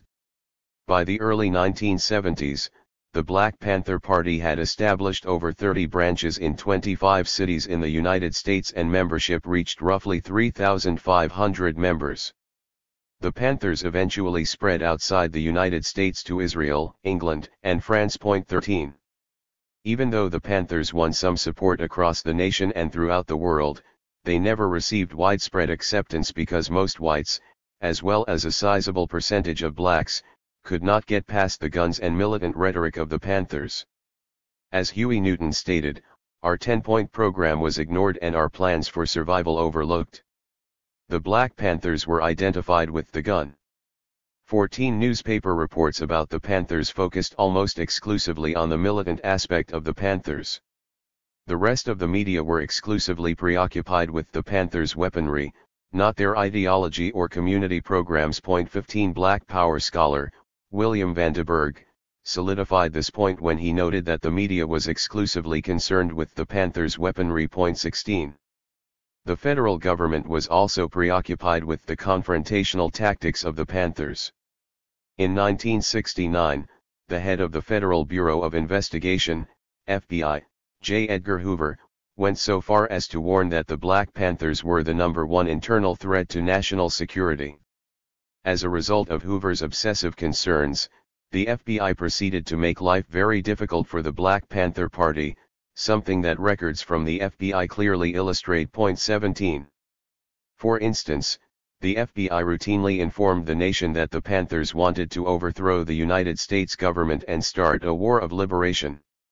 The federal government believed that if the Panthers were portrayed as authentic gangsters, no one would pay attention to their social programs or political demands. 18 The FBI also issued internal memos that demanded the implementation of imaginative and hard-hitting counterintelligence measures aimed at crippling the Black Panther Party. 19 In response to memos such as this, the FBI used their counterintelligence program, COINTELPRO, to greatly disrupt the activities of the Panthers. COINTELPRO was established in the late 1950s, at the height of the Cold War, and it initially targeted groups and individuals with supposed communist affiliations. By 1960, Hoover used COINTELPRO to investigate any group or individual, such as SDS or Martin Luther King, Jr., that demanded social change. Then, in 1968, COINTELPRO turned its attention towards the Black Panthers. COINTELPRO used many devious methods to sabotage the Black Panther Party. 20 For instance, by 1969, it was estimated that the federal government had 60 to 70 paid informers within the party. 21 And according to scholars Ward Churchill and Jim Vander Wal, there can be little doubt that political assassination was a weapon in the COINTELPRO arsenal. 22. In addition, the FBI exacerbated tensions between the political-oriented Black Panthers and other radical groups, such as Maulana Karenga's Los Angeles-based cultural nationalist organization, US, as opposed to them. The existing animosity between us and the Panthers largely stemmed from their differing ideological stances. The Panthers emphasized political and economic change, whereas US wanted African Americans to exclusively focus on becoming proud of their heritage and culture. As a result of the differing belief systems, numerous newspaper articles in the Black Panther ridiculed cultural nationalists. For instance, an article in the February 2, 1969 edition of the Black Panther, stated, "Cultural nationalism manifests itself in many ways, but all of these manifestations are essentially grounded in one fact, a universal denial and ignoring of the present political, social, and economic realities and a concentration on the past as a frame of reference." Point 23. The FBI took advantage of the precarious situation and mailed derogatory letters to the Panthers that were supposedly from us, but were actually from FBI agents. Law enforcement agent, Louis E. Tackwood, told Karenga to stop the growth of the Panthers regardless of the consequences. Tackwood informed Karenga that no orangutan, that's what we called those people, will ever be convicted of murder. Agent Tackwood reported that Karenga was given money and guns from law enforcement officials in order to neutralize the Panthers. Some authors, such as Churchill and Vander Wal, maintain that the FBI congratulated itself for coercing us to kill two Black Panthers, John Huggins and Alphonse Bunchy Carter. Huey Newton stated, "There is no doubt that the Bureau desired violence to occur between the two organizations." 24. The FBI also mailed fake assassination letters to the leader of Chicago's Blackstone Rangers, a local and powerful gang, Jeff Ford, and signed them with the Panther logo. The Rangers had an estimated 3,000 members, and if they had joined forces with the Chicago branch of the Panthers, the party would have had a sizable political presence in the Chicago area. The FBI also severely disrupted the already tenuous alliance between the Panthers and the Student Nonviolent Coordinating Committee, SNCC, for example, by calling Stokely Carmichael's mother to inform her that the Panthers were going to kill her son. 25. Local police also helped to destroy the Black Panther Party through harassment, infiltration, entrapment, imprisonment on trumped-up charges, and provoking shootouts with the Panthers. Some observers of the period contend that a genocidal war was waged on the Black Panther Party, evidenced by the myriad Panther police shootouts. 26. Charles Jones also argues that police-Panther gun battles became a defining feature of the early Panther experience, evidenced by the 6 Panthers who were killed by police in 1969. 27. Others claim that the police throughout the nation initiated a wave of actual violence against the Panthers, the vehemence of which has not been seen in this country since the attacks on labor at the turn of the century. 28. Panther offices in Los Angeles, Oakland, Sacramento, Chicago, and Des Moines were either riddled with bullets or bombed by the police during this era of Panther persecution. To disrupt the activities of Panthers even further, law enforcement officials allegedly stole food and donations from the Breakfast for Children programs in Chicago, Los Angeles, and New York. 29. Huey Newton remarked, "Since its inception, the party has been subject to a variety of actions by agencies and officers of the federal government intended to destroy it politically and financially." 30. Despite the almost constant harassment by various law enforcement agencies, the party implemented a number of social welfare programs and community services, called survival programs by the party, that illustrated a deep commitment to working-class African American communities. One of the first issues the Panthers believed they had to address was police brutality. In fact, some scholars have argued that the foremost reason for the existence of the party was to put an end to the incessant police brutality faced by African Americans. 31. Police brutality was, and still is, a very real threat to many Black Americans. One explanation is that the worst police officers are put in crime-infested areas, as a form of punishment. Since these impoverished high-crime areas tend to have a disproportionately high number of African Americans, the dynamic between police and Black communities is highly explosive. 32.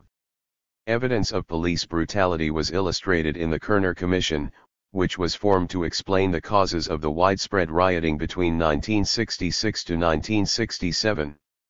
In its final analysis, the Commission directed a large portion of the blame at police officers. The Kerner Commission stated, "To some Negroes, police have come to symbolize white power, white racism, and white repression."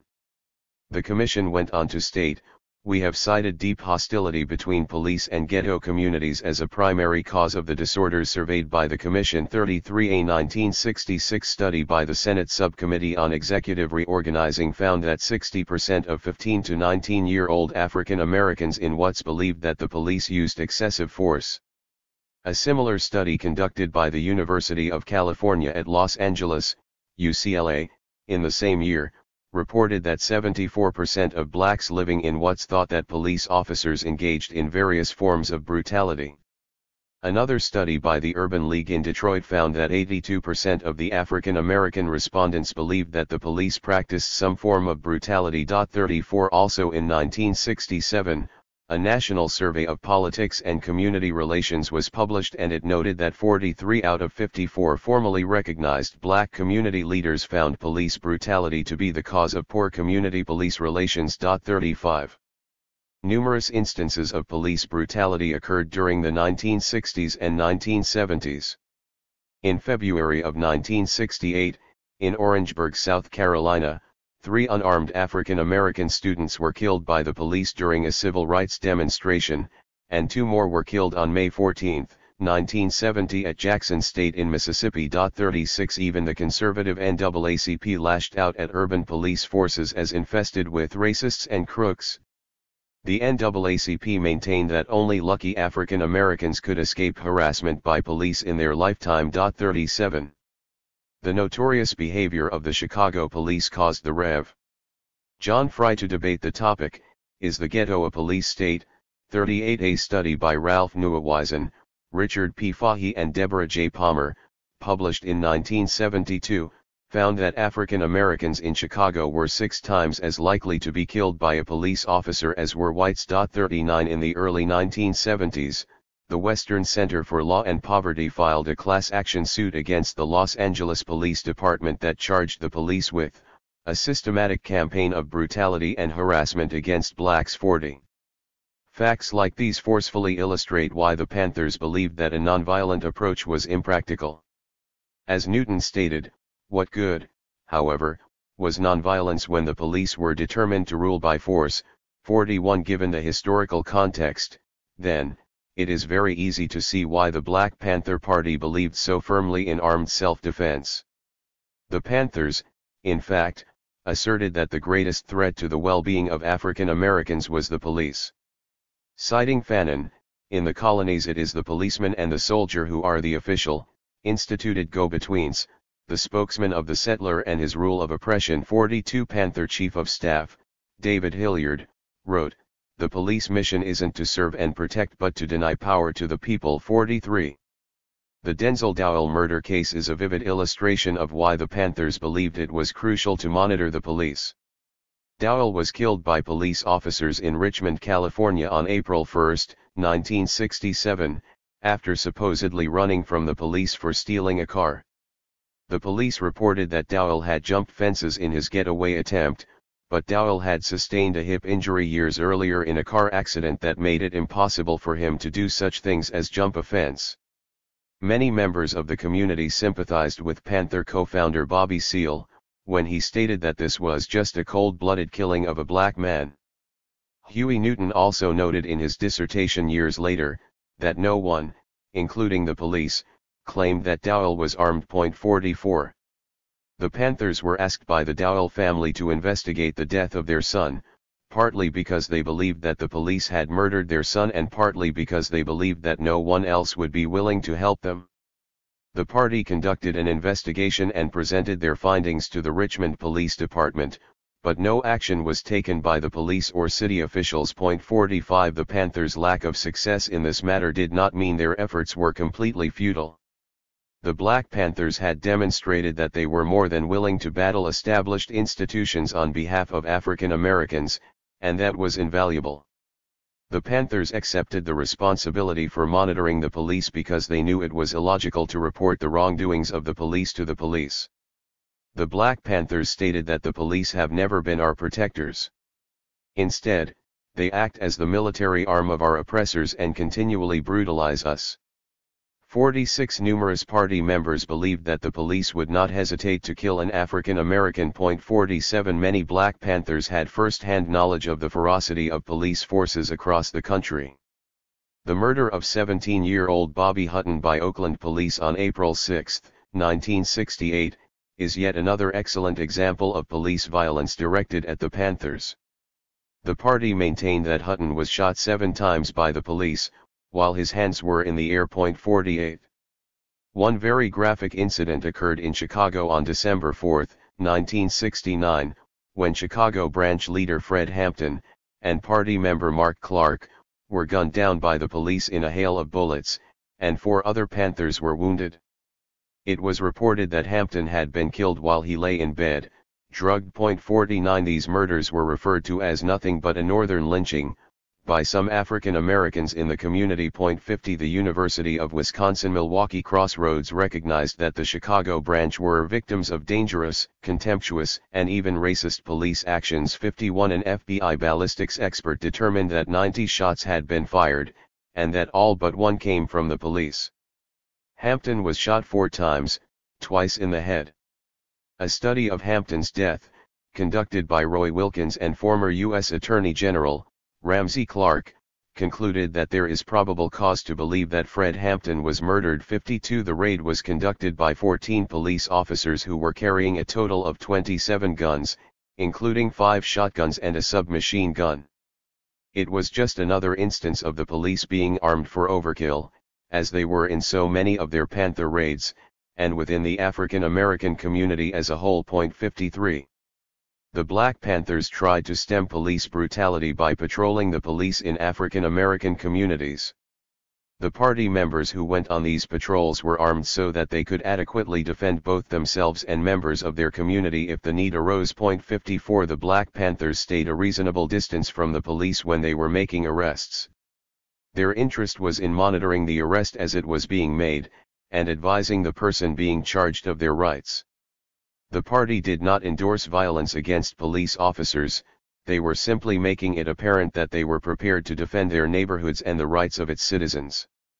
This community service reinforced the popular misconception that the Panthers distrusted and hated all police officers. The Panthers only detested those police officers, black or white, who abused African Americans. 55. The Black Panther Party realized, however, that countless other grave problems besides police brutality faced black communities. One major crisis the party felt it had to address was the rampant hunger that existed among many poor, young African Americans. George McGovern illustrated the severity of the situation when he wrote, John Spargo shocked the nation with the publication of his book, The Bitter Cry of the Children, in 1906. Many questioned his statistics that in New York City alone, thousands of children went to school hungry every day. Unfortunately, John Spargo's accusations applied on a national basis, still ring true in January of 1972. 56. In response to this situation, the Panthers initiated their Breakfast for Children program in January of 1969. 57. The Panthers asked, why a Breakfast for Children program? The answers to this question need to be answered only for those who belong to the upper or so-called middle class. 58. The Panthers knew they had to provide this service to their communities, because the government was not adequately addressing the problem. For instance, in 1967 only a meager $600,000 was spent nationally on breakfast programs by all levels of government. This figure increased to $2 million in 1968 and to $5.5 million in 1969.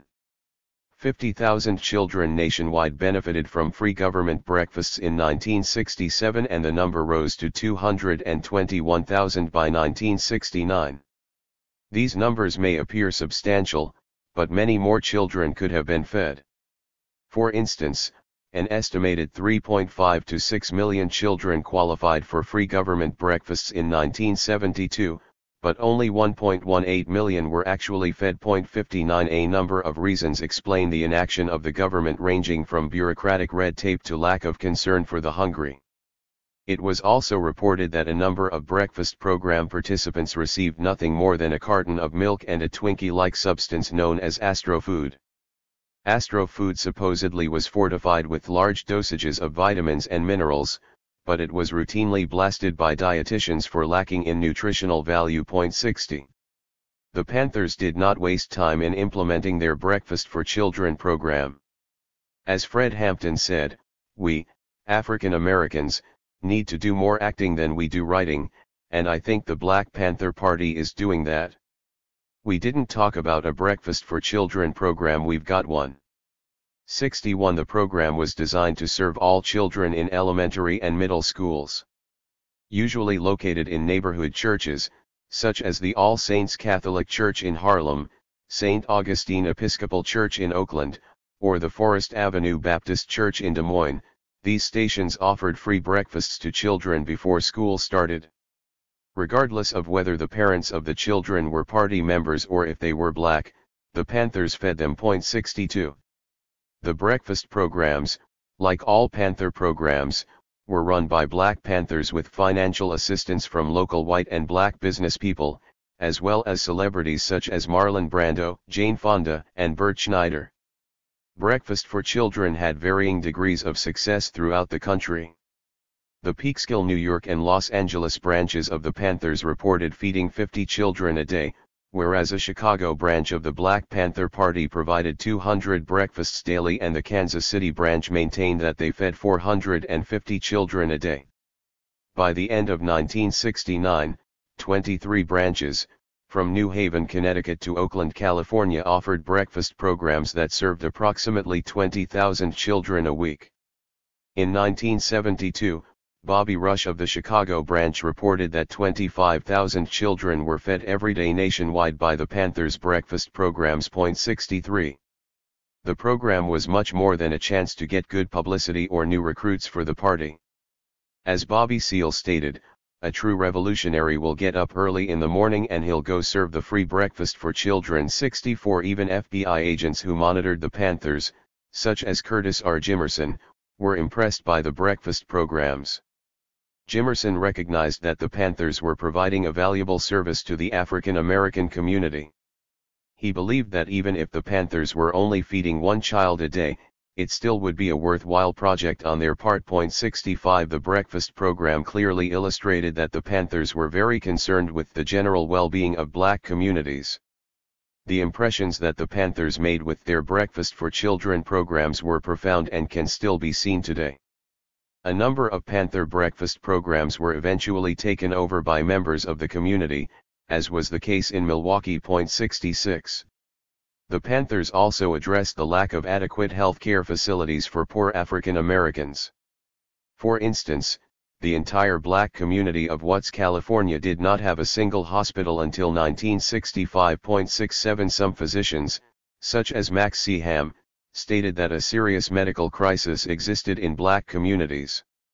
In 1973, author Pierre Device noted that America's black ghettos have but 1/10 of the physicians they need. 68. Clearly, many African Americans needed better health care, and the Panthers attempted to fill that need. Ronald Satchel from the Chicago branch provided the party's analysis.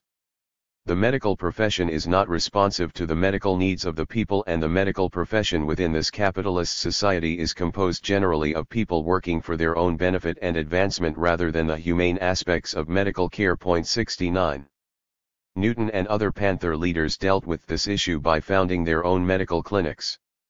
Free health clinics were established in 1969 in cities such as Kansas City, Philadelphia, and Brooklyn. The clinics relied mainly on monetary donations, as well as medical professionals from the surrounding community who volunteered their services. The Staten Island and Chicago branches of the Black Panther Party also had a free medical program that centered on making house calls. Most house calls treated such ailments as sickle cell anemia, malnutrition, hearing and vision diseases, and tooth and gum diseases. 70. A vital component of the Panthers' medical clinics was testing for sickle cell anemia. The Black Panther Party believed they had to address the problem of sickle cell anemia because it disproportionately affected African Americans. Historically, the sickle cell trait was beneficial to people from Africa and the Mediterranean, because this blood mutation helped to fight off malaria. In the United States, however, malaria is obviously not a threat, so over time, individuals with the sickle cell became medically compromised. The New York Times reported in 1969, for example, that roughly 600,000 blacks in the U.S. were infected with this disease. The NAACP's publication, The Crisis, stated in 1971 that sickle cell anemia affected 10% of African Americans. The Bugle American, an alternative Milwaukee newspaper, reported in 1972, that in the Milwaukee area alone, 12,000 blacks had sickle cell anemia. 71 The Panthers had to provide this service to black Americans because no one else really seemed to be concerned. As former Panther, Akua Njeri, said, "Nobody else cared about things that affected us, African Americans, that were killing us, and that we were dying from." 72. Another major problem facing African American communities at this time was the highly Eurocentric curricula of the public schools. Many Americans, black and white, could agree with Huey Newton that the public schools were sorely lacking in their efforts to meet the educational needs of African Americans. For example, in 1970, renowned sociologist, Kenneth Clark, and other scholars demanded a revision of teacher training curricula in order to make the teacher more aware of issues of diversity. 73 In 1973, the Milwaukee Courier wrote, "All the elements of the educational experience, staff, curriculum, materials, facilities should be organized to contribute to the child's feeling that he is somebody valuable." 74 Out of these concerns, the Panthers decided to create their own schools. These schools would stress African American culture and history as well as the standard curriculum. 75 At these liberation schools, as the Black Panthers called them, African American children were taught the accomplishments of their ancestors. Besides enhancing the self-esteem of the students, the schools taught both discipline and responsibility.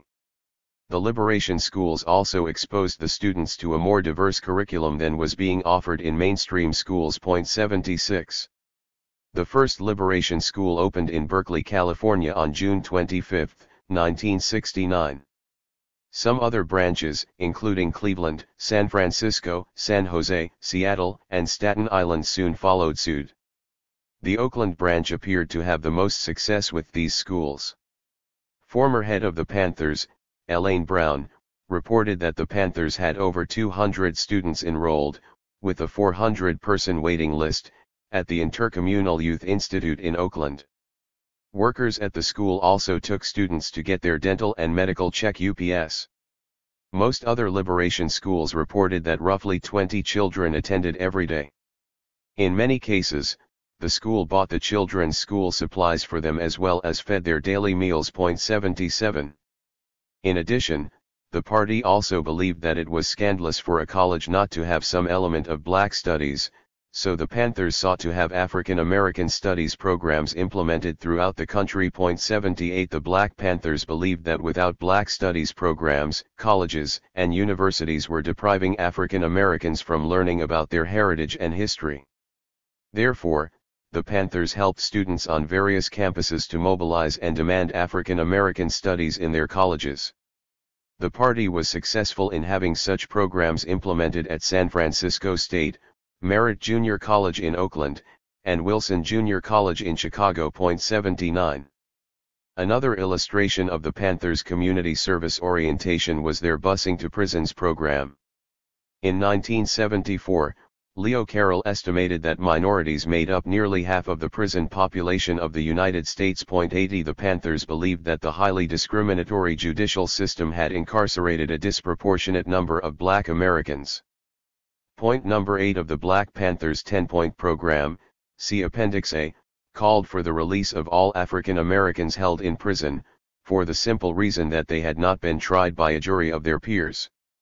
Realizing the unlikelihood of their demand being met, the Panthers had to deal with the situation as it stood. Panther chapters, such as those in Chicago and Boston, implemented a busing program for the relatives of prison inmates that provided poor families with the opportunity to visit their loved ones. 81. The Panthers provided other valuable humanitarian services, such as the distribution of free groceries. The Black Panthers gave away 10,000 bags of food in the spring of 1972 in Oakland. Later that year they ran a nationwide Angela Davis People's Free Food Program which distributed another 20,000 bags of groceries. In some instances the Panthers conducted small-scale food drives where they gave out baskets of food to those who came to the party's office. 82 This distribution of free food is a clear representation of the Panthers providing practical, essential services for Black Americans throughout the United States. Still another service the party provided to Black communities was the advice offered in the party's newspaper, the Black Panther. First published in April, 1967, in Oakland, California, the Black Panther reached a circulation of nearly 100,000 a week in its effort to educate and inform, and to present a Black perspective on a variety of issues. The Black Panther contained legal first aid tips that were designed to familiarize the African American population with their constitutional rights. In some instances, the Panther employed kids, high school dropouts, and the local poor to sell the paper, which gave the salesperson as well as the party a much-needed source of income. 83. The Black Panther Party also held a number of clothing drives to help those who could not afford clothes. Branches in Philadelphia, Seattle, New Jersey, and Oakland participated in these altruistic ventures. The New York chapter of the Panther Party stated that they had given away 3 tons of clothes to approximately 600 people. 84. As an instrument of community organization, the Black Panthers attempted to negotiate gang truces to reduce the killings of African Americans. 85 Party members also tried to ensure the safety of blacks when they urged African Americans not to riot following the assassination of Martin Luther King, Jr. The Panthers realized that rioting accomplished nothing tangible, and that it only succeeded in having black people beaten and killed by the police and/or National Guard. Furthermore, the Panthers made a substantial effort to persuade party members not to retaliate against Maulana Karenga's US, even though US was responsible for a number of deaths of party members. 86 Black Panther leaders believed that retribution would only lead to further needless bloodshed among African Americans. A housing protest by the Memphis branch caused the Memphis Housing Authority to immediately grant low-cost housing to 10 impoverished black families who were living in condemned buildings. The Oakland branch provided employment for some people by manufacturing shoes at a shoe factory that the Panthers rented. Black Panthers offered voter registration assistance, posted bail for citizens from the black community, protested evictions of African American tenants, provided an escort and transportation service for senior citizens, offered a free plumbing program, and they even offered free rat control. This multitude of services cost the Panthers roughly $100,000 a year by the spring of 1973, which illustrates that these services were no small part of the Panthers' program. 87. All told, the Black Panther Party offered a total of over 30 services and programs to African Americans. There were at least 29 branches that offered breakfast programs, 12 that had health clinics, and 9 with liberation schools. See Appendix E. The sheer number of programs offered by the party clearly demonstrates that the Black Panthers were the oxen to be ridden by the people. 88. This chapter has informed the reader of the party's origins and goals, as well as the problems that the Panthers faced on the national level, thus providing a better understanding of the party as a whole. In addition, by furnishing the reader with information about the party on the national level, it becomes easier to see that the Milwaukee branch was not an aberration from the party's overall mission of serving and protecting African American communities. Chapter 3. The Black Panther Party in Milwaukee, a case study. Situated along the southwestern shores of Lake Michigan, Milwaukee was initially home to a variety of Native American groups, most notably the Potawatomi. In the mid-1650s, French traders and explorers began making inroads into the area now known as Wisconsin. Despite the encroachment of growing numbers of white settlers, Native Americans' villages could still be found in the Milwaukee area by the early 1800s. 1 Upon completion of the Erie Canal in 1825, however, streams of settlers from New England poured into the Midwest to take advantage of the seemingly limitless availability of land as well as enhanced trading opportunities. 2 As more and more Europeans settled in the Milwaukee area, and throughout the Midwest, Native Americans were displaced to the West. Finally, in 1838, the Potawatomi were forced to cede their land in the Milwaukee area to the United States government through a series of treaties. Shortly thereafter, the village of Milwaukee was established in 1839, primarily as a trading post. 3. Milwaukee was a sparsely populated community from the outset, evidenced by its 1,712 inhabitants in 1840. Over the next 10 years, the Milwaukee population blossomed to 20,061 and the village became a city and also an industrial center, thanks to its close proximity to Lake Michigan and its shipping lanes. Milwaukee continued to witness tremendous growth in its population throughout the late 1800s, as numerous immigrants came in search of land for farming or low-skill industrial jobs. By 1910, Milwaukee's population had increased to 373,857.4. Prior to the 1920s, African Americans were a tiny population in the city of Milwaukee.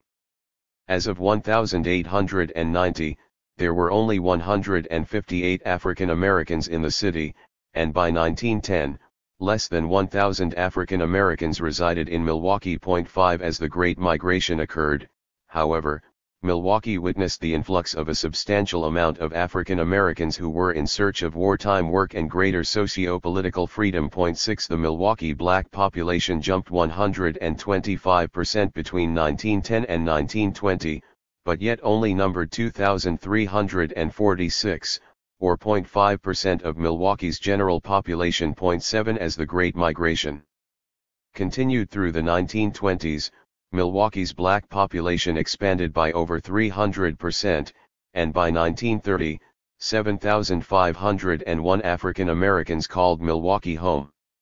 Black migration to Milwaukee slowed down during the Great Depression, and by 1940, Milwaukee's black population was still only 8,700 out of 587,472 total residents. 8.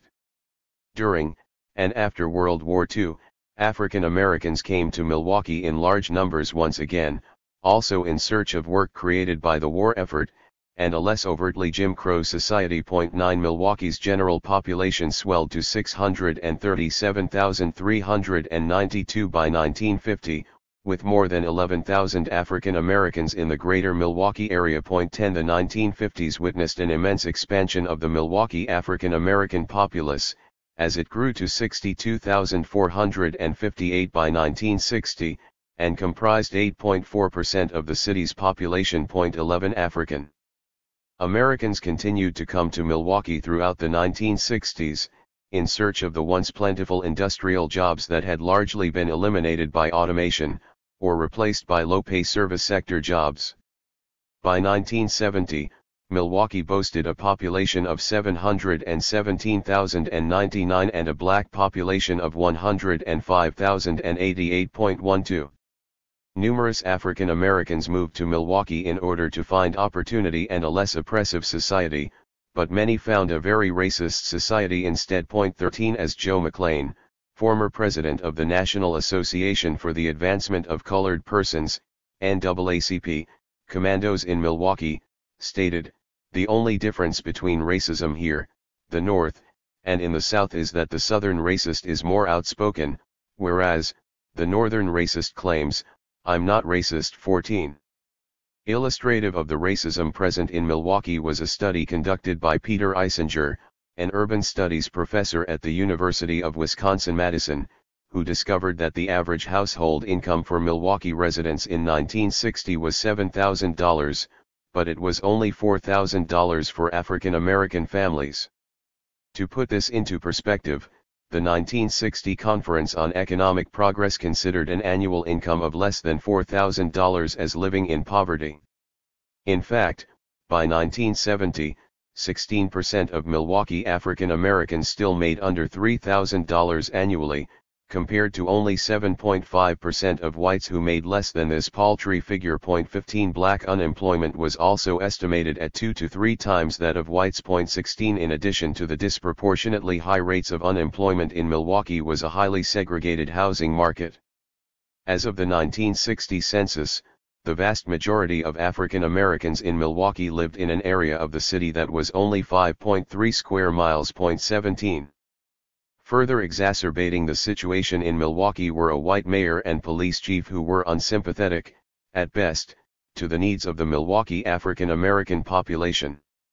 Henry Mayer served as mayor of Milwaukee from 1960 to 1986, and during his long tenure, it was clear that he cared little for Milwaukee blacks, or any other minorities for that matter.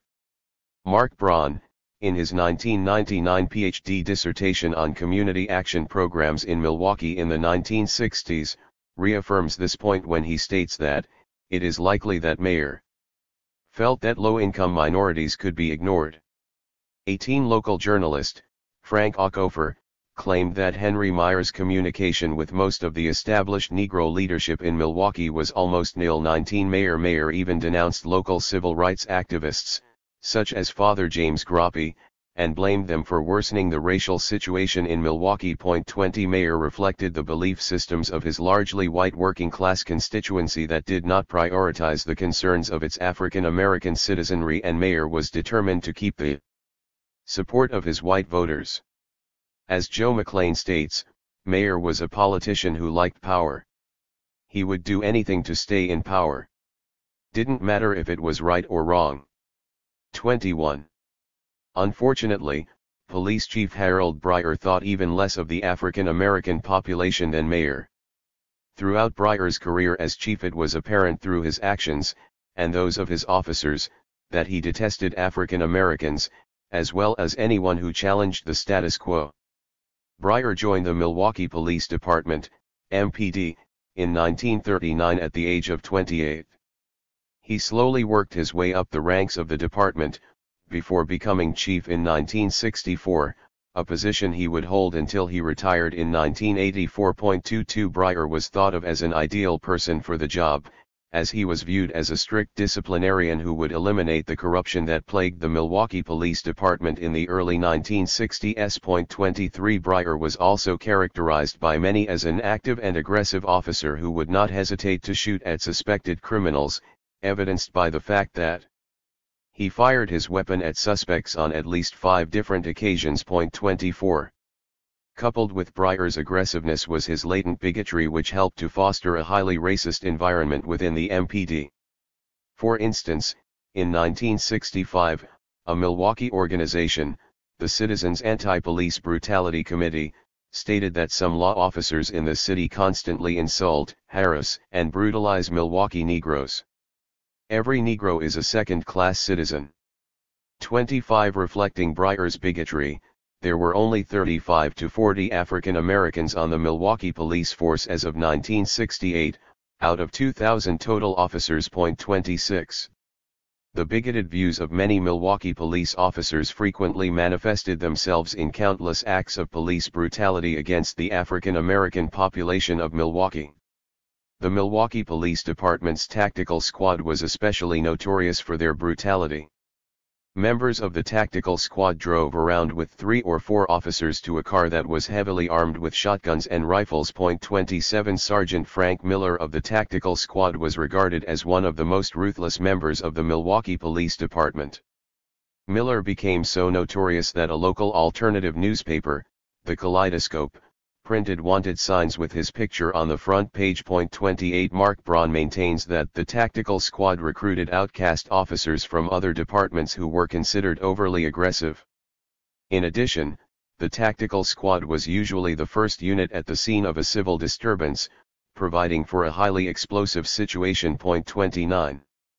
The tactical squad was not the only unit responsible for police brutality and misconduct in Milwaukee, as the countless allegations made by the African American community clearly illustrate. For example, 14-year-old Tyrone Dumas was allegedly beaten by Milwaukee police in May of 1967.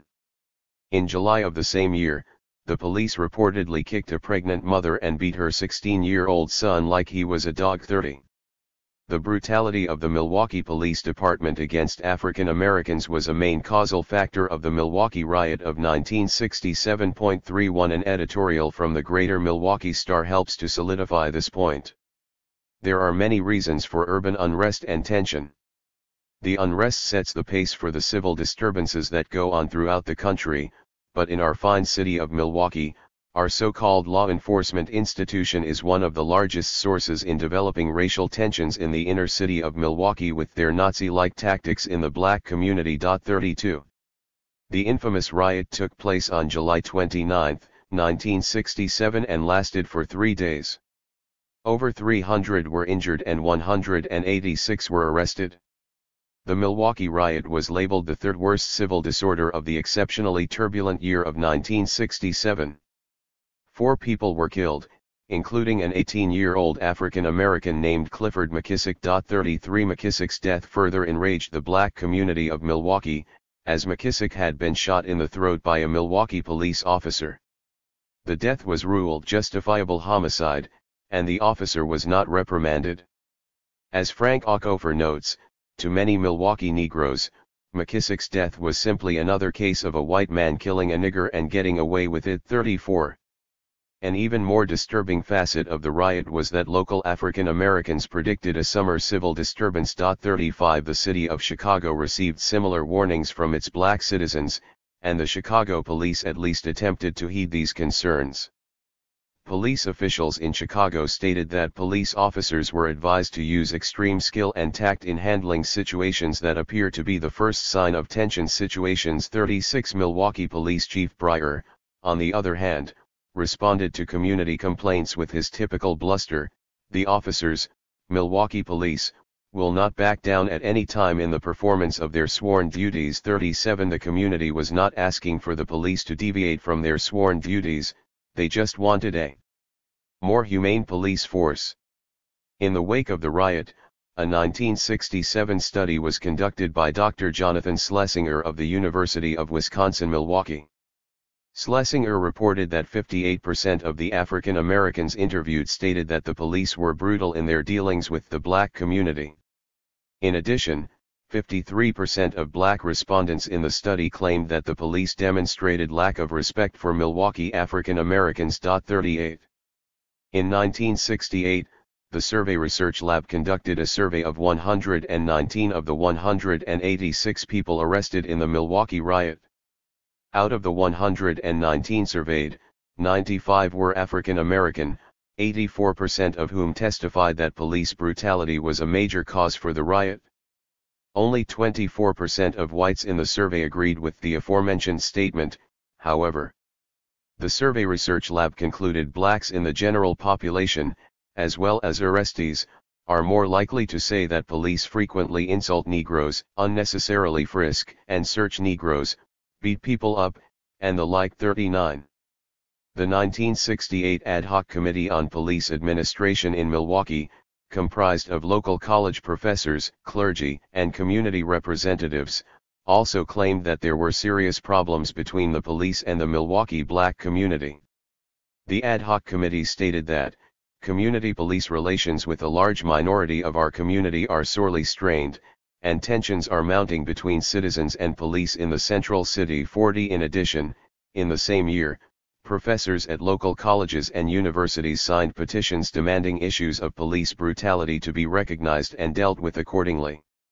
One such petition was signed by roughly 90 professors and instructors from the University of Wisconsin-Milwaukee, UWM, Alverno College, and Marquette University School of Medicine. 41. Years later, the outspoken Michael McGee, a radical black military veteran and future Milwaukee alderman, noted that the Milwaukee police were merely the KKK in blue. 42 McGee is regarded by many local whites and blacks as a radical whose viewpoints usually fall outside the norm, but numerous others in the 1960s and 1970s echoed variations of McGee's acerbic assessment. For example, the UWM student chapter of the American Civil Liberties Union, ACLU, stated in 1970 that, they, the police, are a tool of the repressive elements in society. 43. A 1970 study in Milwaukee, conducted by Urban Observatories, revealed that 53% of African Americans surveyed were dissatisfied with the local government of Milwaukee, while only 11% of whites were. Another study, done by the University of Wisconsin Survey Research Lab in the same year, indicated that 44% of blacks in Milwaukee were dissatisfied with law enforcement practices, but only 9% of whites expressed the same sentiment.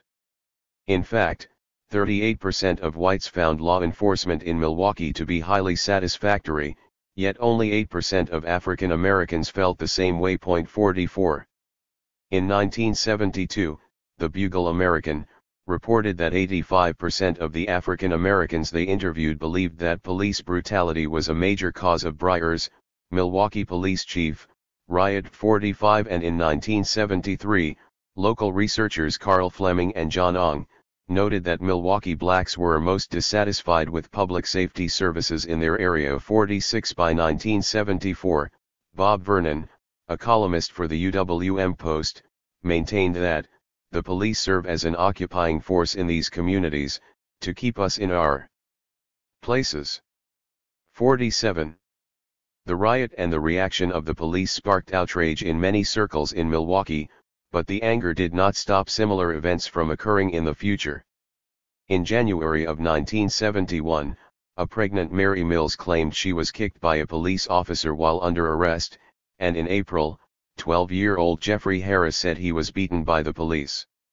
In October, 13-year-old Gaynor Morrison accused the Milwaukee Police Department of abuse, and in the winter of 1973, Clarence Ewing, a disabled military veteran, stated that he was beaten by the police. 48. In February of 1973, one African American was beaten so badly by the police, that public officials were sickened by his appearance 4 days later. 49. Harvey Martin reported that he was beaten by police on March 2, 1975, and David Butler was supposedly kicked by police while handcuffed inside a police van on October 23, 1976. Actions like these by the police caused headlines to read, "Black men are being beaten to a pulp by Milwaukee's finest every day," and "Police clubs tenderize black heads." 50. As these examples also illustrate, the police did not restrict their brutality and misconduct to adult males.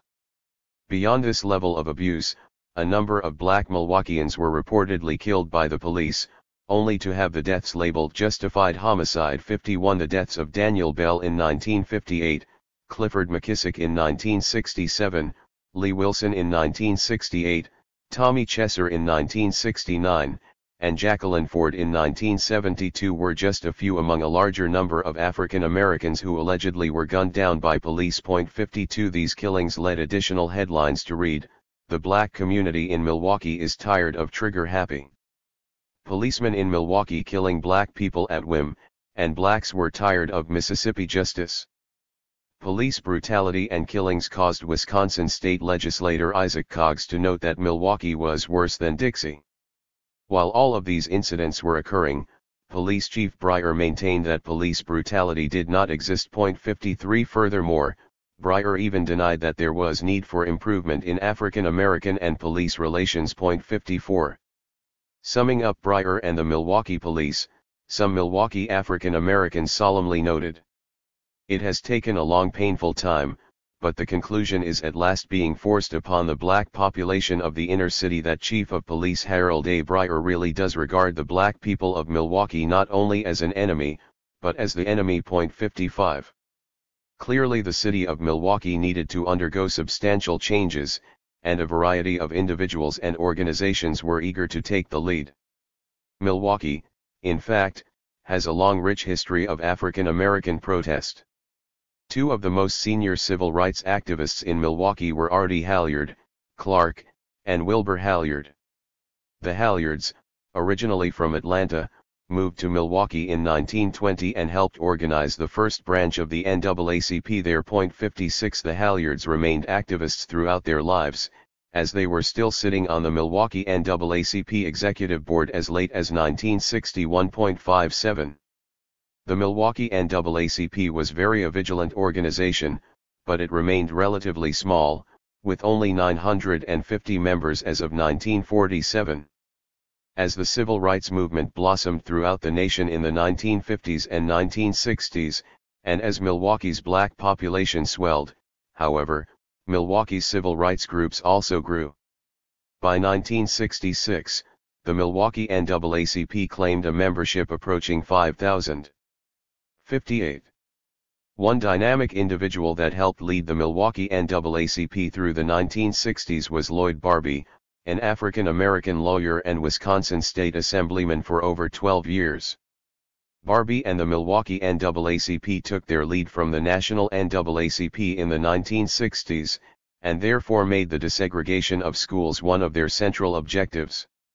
The Milwaukee NAACP was not alone in their struggle to end school segregation, however, as they were soon joined in their efforts by the Milwaukee chapter of the Congress of Racial Equality, CORE. 59. CORE emerged in Milwaukee in the fall of 1963, and initially launched a series of sit-ins and marches protesting comments made by Fred Lins, a member of the Community Social Development Commission. The commission was created by local officials in 1962, and one of its main objectives was to improve the conditions affecting the black populace in Milwaukee. Lins, however, was quoted as making statements such as, "An awful mess of them, African Americans, have an IQ of nothing, and Negroes look so much alike that you can't identify the ones that committed the crime." 60 CORE's protest efforts against Lins were successful, as Lins resigned from the commission in December of 1963.61. After the Lins situation, CORE turned its attention towards the NAACP school desegregation campaign. In March of 1964, the Milwaukee chapter of CORE and the NAACP created an umbrella organization, the Milwaukee United School Integration Committee, MUSIC, to coordinate their school desegregation efforts, with Lloyd Barbie as the chair of MUSIC. 62 MUSIC staged massive picketing and leafleting campaigns in order to draw attention to the segregated school systems in Milwaukee. MUSIC also conducted a boycott of Milwaukee public schools, on May 18, 1964, in which 18,000 students stayed home from school in protest of the segregated system. 63 Barbie ultimately filed a lawsuit in federal court, on June 17, 1965, challenging the school segregation in Milwaukee. 11 long years later, the court ruled that Milwaukee public school system was guilty of practicing de facto segregation. 64. The Milwaukee NAACP not only had an energetic senior membership, they also had an incredibly active youth council. The council was formed in Milwaukee in 1947 and it took part in many civil rights demonstrations throughout the city. 65 It was under the leadership of Father James Groppe in the mid-1960s, however, that the youth council became a major participant in the Milwaukee civil rights struggle. Arguably the most well-known civil rights activist in Milwaukee during the 1960s and 1970s, and possibly ever, is the aforementioned Father James Groppe. Groppe was born in 1930 on Milwaukee's south side to first-generation Italian Americans. James Groppe's early childhood experiences prepared him for a life of social activism. He routinely defended himself against ethnic slurs and assault because he was an Italian American who lived in a predominantly Irish American neighborhood. Groppe and his family were even prevented from worshiping at the local Catholic Church because of their ethnicity. 66. Owing to his childhood experiences, as well as the influence of the Catholic Church, Groppe chose to attend St. Francis Catholic Seminary School in Milwaukee in 1952. He finished his schooling in 1959, and was assigned to St. Veronica's, an all-white Catholic church on Milwaukee's south side. From the pulpit, Groppe denounced all forms of social wrongs, especially racial and ethnic discrimination. His sermons on racial tolerance irked many in his Lily-White parish, and in 1963 Groppe was transferred to St. Boniface on Milwaukee's predominantly black north side. 67. At St. Boniface, Groppe found an environment conducive to speaking out against racism. Groppe's rhetoric and his willingness to take on all issues of social justice, appealed to most churchgoers at St. Boniface, especially younger African Americans. A number of the young African American parishioners at St. Boniface were also members of the NAACP Youth Council, and Groppe quickly emerged as the advisor to the council in July of 1965.68. Almost immediately, Groppe wanted the council to tackle highly visible issues so that they could draw greater attention and support to their cause. Therefore, in 1966, the council conducted widely publicized marches into Wauwatosa, a middle-class, overwhelmingly white suburb of Milwaukee, to protest the prestigious all-white Eagles Club. Many bigoted whites in the Wauwatosa area did not appreciate the presence of Groppe and the Youth Council marchers. As a result, a number of Youth Council members were roughed up during their Wauwatosa march, and the Youth Council Freedom House was bombed by local members of the Ku Klux Klan on August 9, 1966.69. Amid the violence facing Groppe and the Nonviolent Youth Council, the Milwaukee NAACP Youth Commandos were formed in October of 1966. The Commandos, a select, interracial group, of roughly 150 members, played a pivotal role in protecting Groppe and the Youth Council, especially during the open housing marches. The Commandos were a paramilitary organization, largely because many of the leaders of the Commandos were in the United States military at one time or another, and had adopted that method of organizing and mobilizing. 70 The Commandos did not carry weapons, but they still functioned as bodyguards for Groppe and the council, and as organizers for the marches themselves. 71 As Joe McLean claims, the Commandos were trained never to instigate any fight or disturbance until they, racists, put their hands on you. 72 If the Commandos or other marchers were attacked, the Commandos fought back. In fact, the Commandos learned to fight pretty well in a crowd as a result of routinely being surrounded by large groups of violent racists during the open housing marches. 73. On August 28, 1967, Groppe and the Youth Council and Commandos began the open housing marches, which continued for a number of months. The open housing marches were in response to a highly segregated housing market in Milwaukee.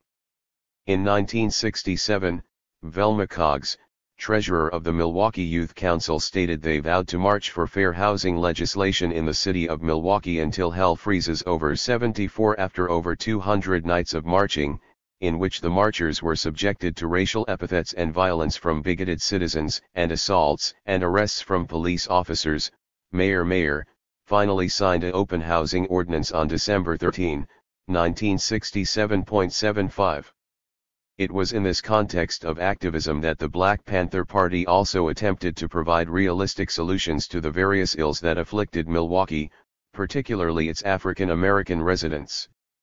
The party emerged in Milwaukee in 1969, coinciding with the peak period of the Black Panther Party nationally. 76 The Panthers believed that marches, like those of Groppe and the Youth Council, would not bring sufficient and timely changes to the many grave problems gripping the African American community of Milwaukee. 77 In addition, a number of Milwaukee Black Panthers, such as Booker Collins, Donald Young, and Ronald Starks, also were Vietnam veterans who possessed a sense of militancy that could not be placated by marching and sit-ins. 78 The Panthers believed in direct action programs that provided immediate and tangible results for the people.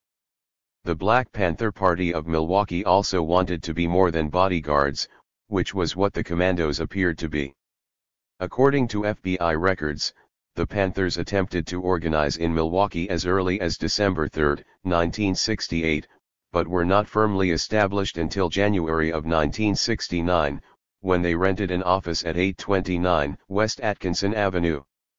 By June of 1969, the Panthers were forced out of their West Atkinson address, as the landlord of the property on West Atkinson had finally realized that his tenants were the radical Black Panthers. 79 Subsequently, the Milwaukee branch moved their base of operations to 2121 North 1st Street. The Panther office was open 7 days a week, from noon until 8 p.m., attempting to serve the black people of Milwaukee. 80. The Milwaukee Panthers emphasized that the primary objective of the Black Panther Party was to bring the entire black community together to work on common problems. 81 In addition, the Milwaukee branch also stressed the importance of engaging in self-defense. For instance, Panther member John Trenton stated that the party will take no acts of aggression but we're going to defend ourselves. 82. The Panthers also placed emphasis on recruiting women into the Panther Party. The Milwaukee branch, however, appeared to have some initial difficulty in persuading women to join the party. Reflective of the desire to get more women involved in the party, in June of 1969, branch member Lovetta X made a spirited plea that urged black women to get involved in the party. Lovetta X did caution potential female recruits though, when she stated, "Sisters, you got to be ready. If you're scared, then you better stay where you are. We don't need you." 83. The Black Panther Party in Milwaukee, similar to the party at the national level, believed in working coalitions with all ethnic groups as long as it's for humanity. 84. As branch captain, Dakin Gentry stated, "We're not advocating racism in any form." 85. Gentry also said, "We will work with anyone that shows a sincere interest in trying to help the black man overcome his problems, be they black or white." 86. Unlike the Black Panther Party at the national level, however, the Milwaukee Panthers also had working coalitions with black cultural nationalist organizations. Milwaukee's decision to work with cultural nationalist organizations is rather surprising, given that the national leadership of the Black Panther Party detested cultural nationalists. The Milwaukee branch, however, worked with cultural nationalist groups such as the Black Arts Theater, which sought to advance black pride and cultural awareness through the performance arts. The party also worked with the Go for Soul Committee, which stressed the need for a more Afrocentric curricula in Milwaukee schools.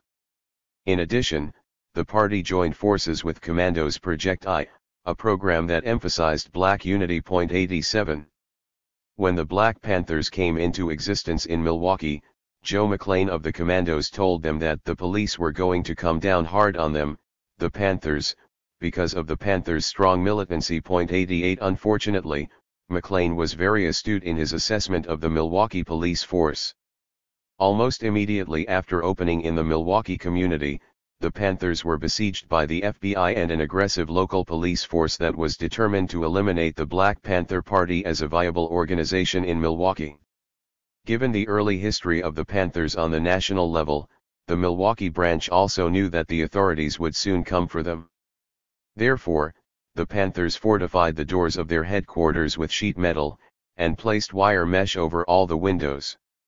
In addition, the party reserved most of their important conversations for in the car, where the chance of wiretaps was minimal. 89. All of these defensive measures would little avail the Milwaukee party, however.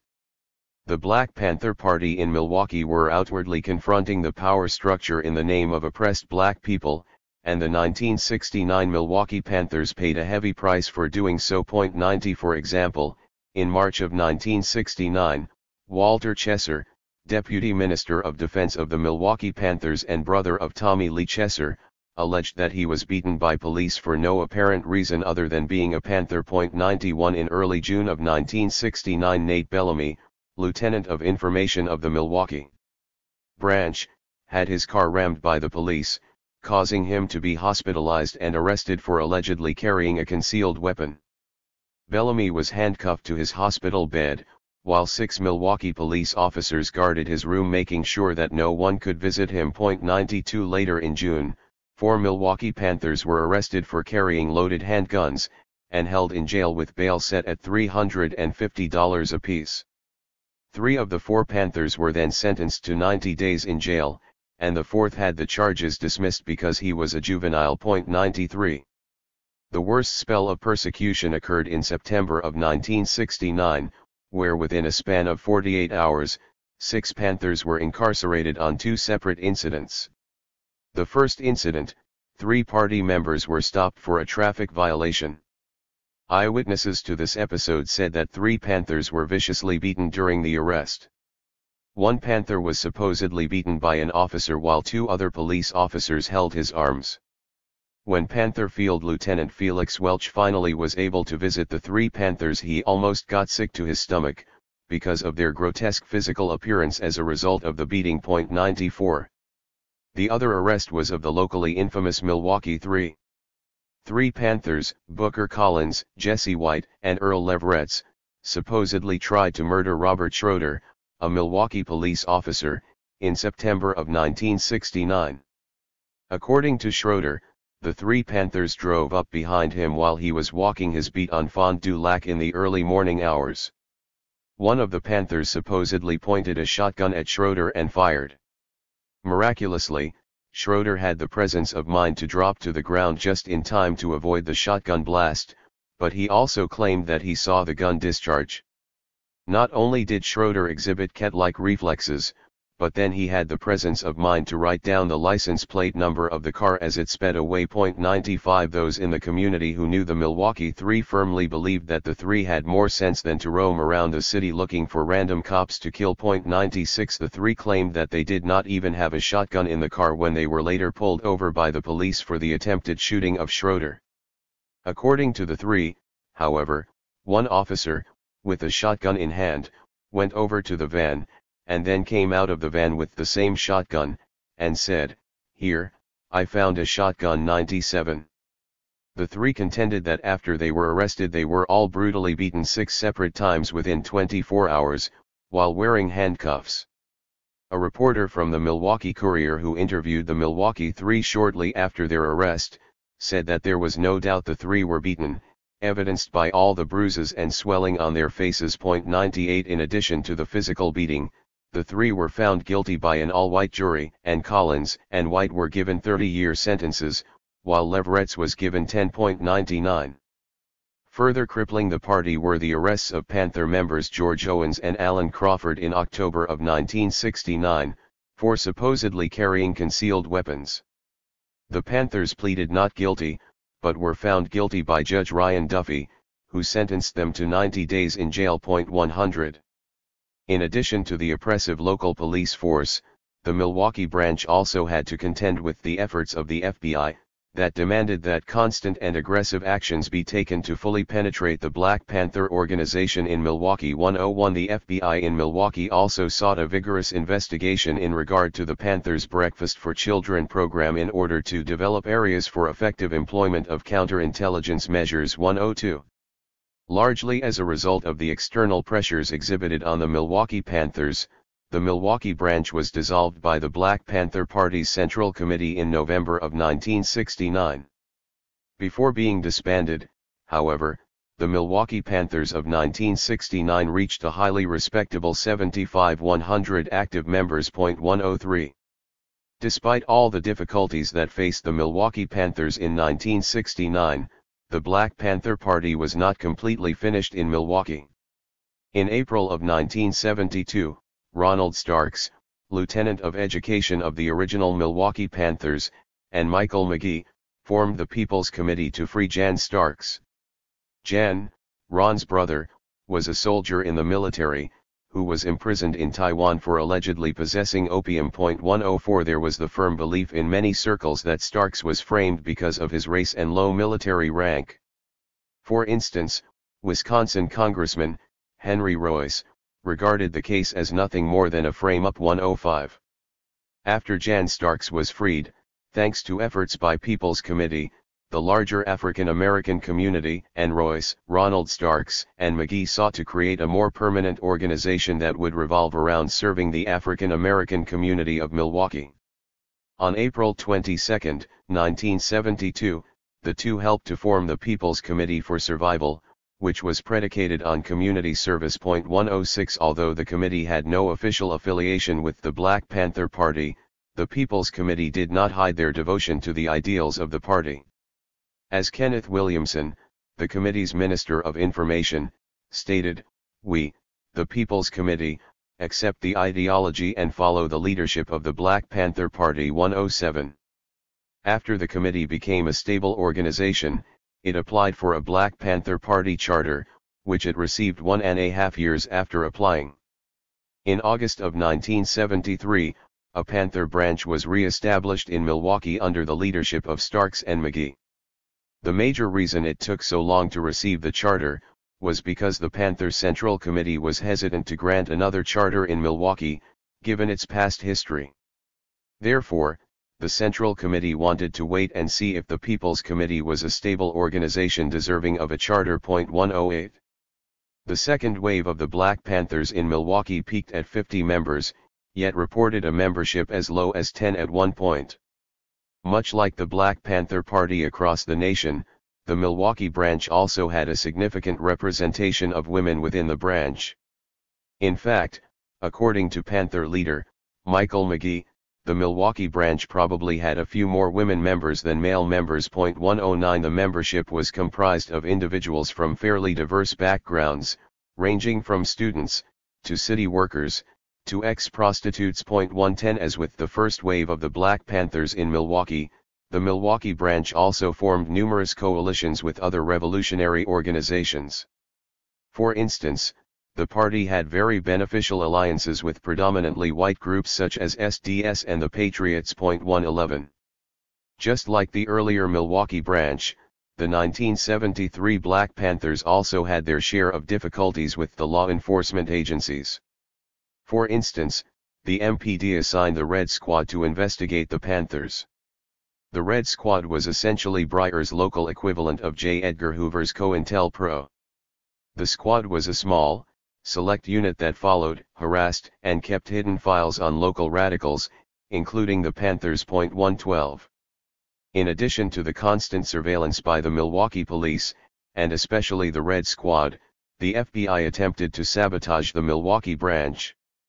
For instance, much like at the national level, the FBI spread negative rumors among possible allies of the Black Panther Party, such as various black churches as well as the Nation of Islam.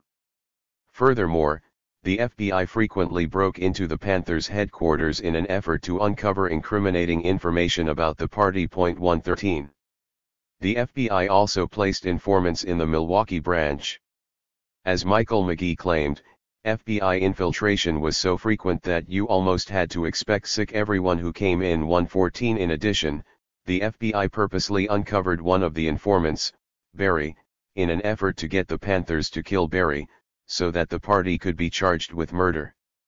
Unfortunately for the FBI, the Panthers did not kill Barry, but they did expel him. 115. The Black Panthers in Milwaukee began to wither away by 1976, largely due to police repression. And in 1977, Huey Newton shut down all branches outside of California in an attempt to limit infiltration by law enforcement agencies. As a result, many members of the Milwaukee Panthers merged into a local umbrella organization, the United Black Community Council, UBCC. The UBCC was a fairly diverse Black Power organization, as it incorporated ex-Panthers as well members of the Republic of New Africa and the National of Islam. The UBCC existed for roughly 10 years until it collapsed, largely due to an ideological struggle among the members, as many tried to make the UBCC adhere to only one ideology. 116. Even though the history of the Milwaukee Black Panther Party is a very torrid one because of police harassment, as well as internal dissension, the party did clearly illustrate that their main concern was to serve the people. 117 The party provided a wide variety of services to the lower-income African American population of Milwaukee, and those programs will be the subject of the next two chapters. Chapter 4. Providing for All. The Black Panther Party is routinely portrayed as an ultra-militant group that was fixated on armed warfare with the police and the government. Yet, an examination of the Black Panther Party in Milwaukee yields a much different perspective of this controversial organization. The Black Panther Party in Milwaukee was a community-oriented organization dedicated to providing a variety of formal and informal programs and services to lower-income African American residents. For instance, the party placed great emphasis on community control of the police as part of their larger efforts to improve police-African American relations. The Panthers also initiated a very successful busing to prisons program, and they operated their own health center, known as the People's Free Health Clinic. In addition, the Milwaukee branch of the Black Panther Party provided an array of miscellaneous services and programs to the community, illustrating that serving the black community of Milwaukee was of primary concern. Following the National Black Panther Party line, see point number 2 in Appendix A, the Milwaukee Black Panthers attempted to address the problems of police brutality in a number of different ways, without resorting to violent means. Milwaukee Panther Walter Chesser noted that the Panthers have the gun as merely a defensive tool. Michael Walker, an assistant to Mayor Henry Mayer, also wrote, "The party has no wish to create any civil disorder in the community, but such problems as police brutality, or any problems of this nature, the party will intervene and try to rectify the problem with the best means possible." 1. In October of 1969, reflecting the party's desire to stem police brutality without using violence, the Black Panther Party of Milwaukee began their push for the decentralization of the Milwaukee Police Department with the ultimate aim of greater community control. The Panthers noted that the trend in law enforcement by the Milwaukee Police Department has been toward arbitrary and unequal enforcement of the law to the detriment of the poor, the propertyless, minority groups, and especially black persons too. The party and many Milwaukee citizens believed that Police King Breyer exercised too much power and this power needed to be given back to the people. 3. The Milwaukee Panthers, according to Nate Bellamy, sought to remove all these fascist, racist, stormtroopers, Milwaukee police, and, in turn, replace them with some respectable new police officers. For the party knew, however, that there were dedicated police officers in the Milwaukee Police Department. As Nate Bellamy noted, the Panthers realize that there are some people on the police force, unfortunately, who are actually dedicated to the people's needs, but these officers could not adequately serve the people for fear of losing their jobs under Breyer's racist administration. 5. The Panthers' proposal called for the creation of separate police departments for the white, black, and brown communities. The party firmly believed that under their new system, the police would be more representative of the areas which they lived in, and therefore more in tune to the needs of the community under the party's plan. 6. Each department would be administered by a commissioner who was selected by a 15-member neighborhood police control council. 7. Ronald Starks noted that these 15 would select regional police commissioners, as opposed to the single administrator model. 8. Members of the neighborhood police control councils would be elected by their own communities. In addition, police officers, commissioners, and council members would be subject to recall if they did not perform their duties sufficiently for the community. 9. As Dakin Gentry claimed, the people should control everything, not racist and dictatorial police chiefs such as Harold Breyer. 10. Not only did the Panthers call for greater community involvement in the selection and oversight of the police, the Panthers also wanted police officers patrolling the area in which they lived.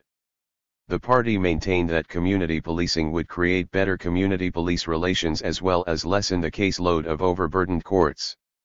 The Panthers claimed that many cases resulted from police officers abusing their authority and arresting people on petty or trumped-up charges.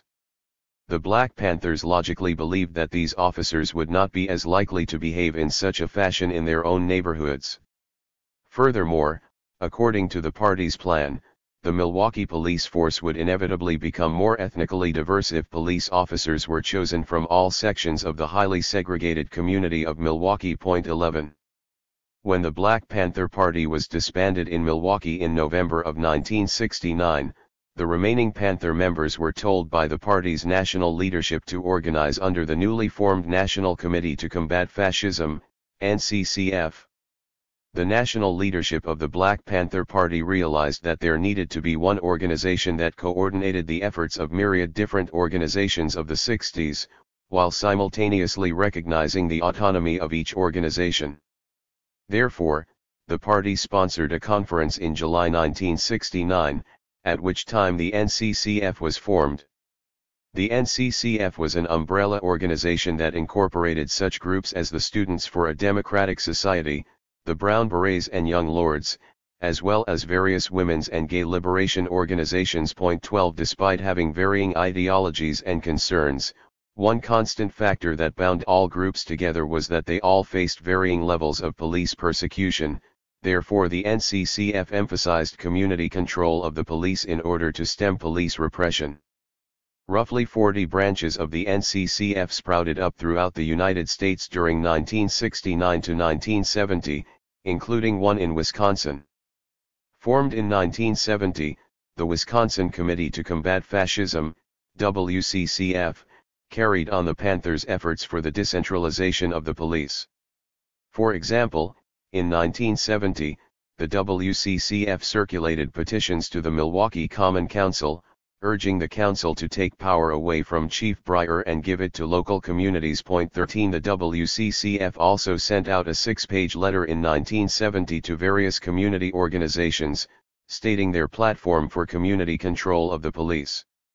Among the demands of the WCCF, was the call for the establishment of neighborhood police districts throughout the city. The districts shall be divided to reflect the economic, cultural, ethnic, and racial makeup of the various neighborhoods of the city. Each district shall have neighborhood police control councils which will select the police commissioner from the district and will have the power to review police policy as it affects the neighborhood district, including the power to discipline police officers for breach of department policy. 14. According to the WCCF, their proposal would remove the one-man dictatorship of Chief Breyer and give the power where it belongs, in the hands of the people. 15. The WCCF's efforts were largely futile, as the WCCF struggled to gain notoriety during an era of immense organizational activity. Therefore, the party once again took the lead in the decentralization campaign after they were officially re-established in Milwaukee in August of 1973. The Black Panther Party may have led the struggle for community control of the police, but they also sought to incorporate as many different people and groups into their struggle as possible. For instance, the Panthers worked in concert with West Side and East Side whites, as well as South Side Latinos. 16. In May of 1974, the Panthers publicly announced a plan, see Appendix D, that would allow citizens to elect a multiracial governing council of 15 people, known as the Citywide Police Commission. The elections would be low-budget elections, so that rich candidates could not buy an election. 17 The city government would allot every candidate a small amount of funds for his or her campaign. Those elected would have to be 18, not hold any other public office, and not be on the Milwaukee police force at that particular time. Ronald Starks also stated that these district citizen boards will have control over hiring and firing, promotions, citizen complaints, grievances, and internal investigations of the police department. 18 The records and meetings of the Citywide Police Commission would be easily accessible to the public and citizens could petition for special meetings to take place. 19 Starks went on to state, community control of the police will make the policeman a community protector instead of an oppressive force used against the people. 20.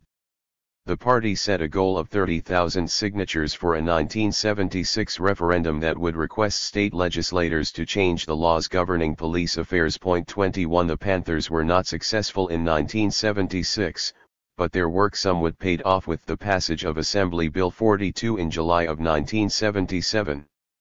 Assembly Bill 42, which limited the terms of police and fire chiefs to 10 years, passed the State Assembly and Senate in April of 1977, and acting Governor Martin Schreiber signed the bill into law in July of that year. 22 The Black Panther Party was not directly credited with the passage of Bill 42, but it is arguable that without the community organizing and the attention that the Panthers brought to the issue, Bill 42 would never have passed.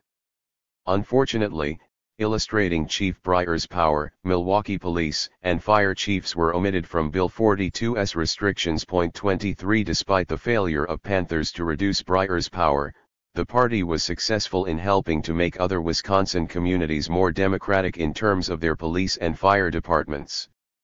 Furthermore, the party should not be judged in terms of their success, but in terms of their commitment to helping working-class African American communities. As the prolonged battle for the decentralization of the Milwaukee Police Department illustrated, the party was devoted to helping the lower-income populace of Milwaukee. The Milwaukee Common Council finally stripped Breyer of much of his power in 1984, however, including lifetime tenure, after the heavily publicized killing of Ernest Lacey in 1981.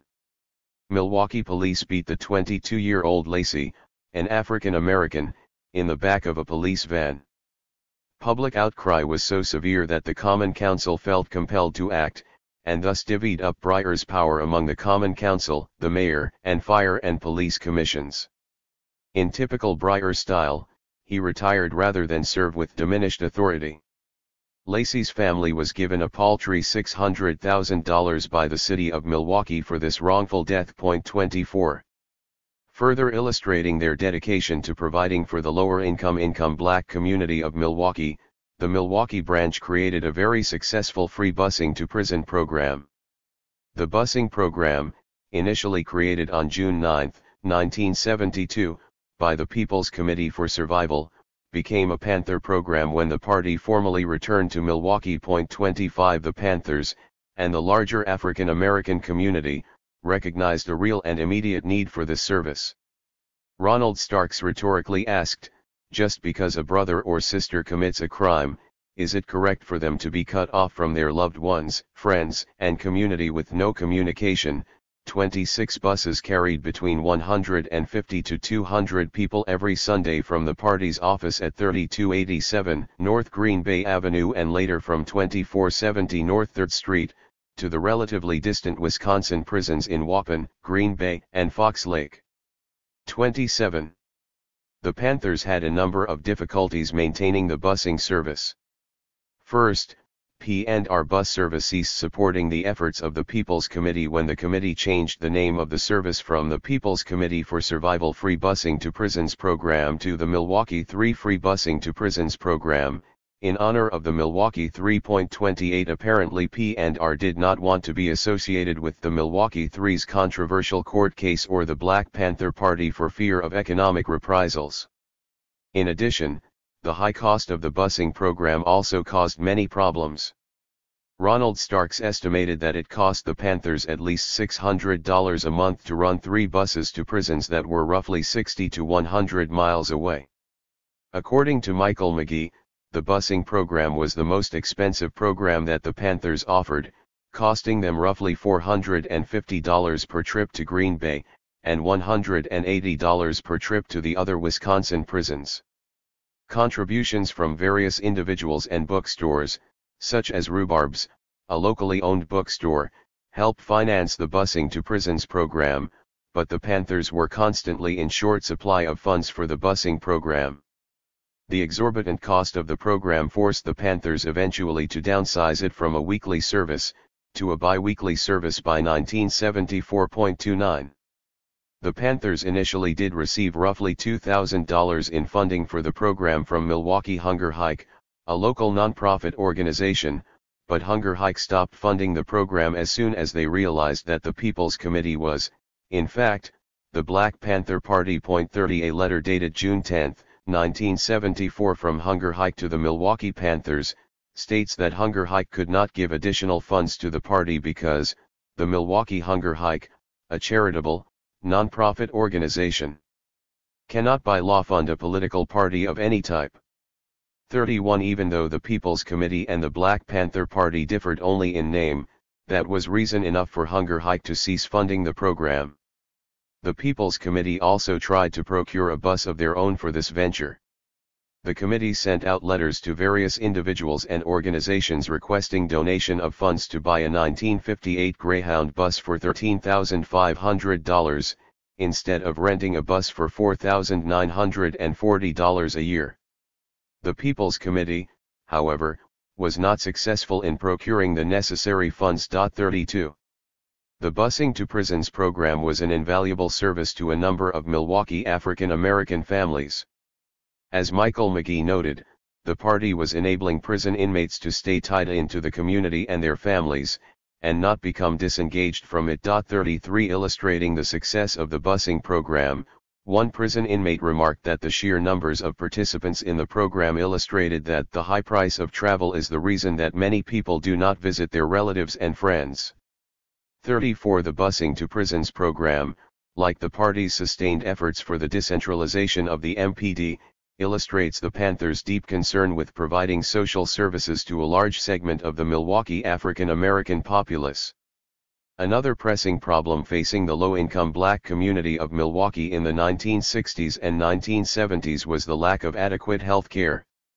The north side of Milwaukee, home to many of the city's African Americans, lost its emergency hospital facilities in May of 1970. The loss of emergency facilities forced local newspaper headlines to read, "Community needs emergency hospital facilities immediately," and "Emergency hospital facility vitally needed." 35 various stopgap solutions were implemented, but the north side had to wait until August of 1972 before substantial emergency facilities were at their disposal. Even after the facilities were built, many people did not have the financial resources to use the services at an estimated $13.75 per visit. In addition to not being able to afford the health services, many still found the health care on the north side atrocious. 36 For example, in 1975, columnist Cal Patterson from the Milwaukee Courier remarked that helpful doctors in the African American community were viewed as a luxury. 37. It was in this context that ex-Panthers attempted to meet the medical needs of the lower-income populace of Milwaukee. In late 1969, the Black Panthers claimed that they were trying to set up a medical clinic in the black community. The Black Panthers, however, were dissolved less than 2 months after making this statement. 38 Despite lacking ties to the official organization, ex-Panthers established the People's Free Health Center in late 1970, at 1348 North 27th Street. The Free Health Center proved to be a much-needed social service, as it reported serving roughly 2,000 people by 1972. The demand of the People's Health Center also stretched across racial and ethnic lines, as the People's Center reported that 60% of its clientele were white, 30% were African American, and the remaining 10% were Chicanos. Unfortunately, the building that housed the health center was heavily damaged by a fire in November of 1972, thus putting a temporary end to the Free Health Center. 39. Ex-Panthers and members of the People's Committee for Survival realized that the community still needed affordable health care, and therefore started up the new People's Free Health Center in early 1973 at 2636 North 3rd Street. 40 Coordinator of the Health Center, Geneva McGee, stated that all medical care at the clinic will be provided to the patient free. "We believe that good health care is the right of all people and not a privilege of the wealthy." 41. The health center was ran by 2 paid staffers, McGee and Charlotte Nash, as well as roughly 20 volunteers. Most of the volunteers were white doctors and dentists, who donated their time free of charge. For instance, a medical resident at Milwaukee Children's Hospital allotted his Monday evenings, free of charge, for children referred to him by the center. 42.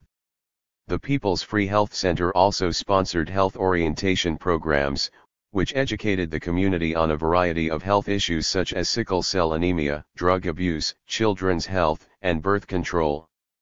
Furthermore, the center served as a place for general social issues to be discussed as well, such as relationships between black men and women, and the need for unity among black youth. 43 The Panthers did not expect the center to be a fully functional hospital, they merely hoped that the clinic would serve as entry point into the medical system. 44 In other words, the Panthers provided preventative health care.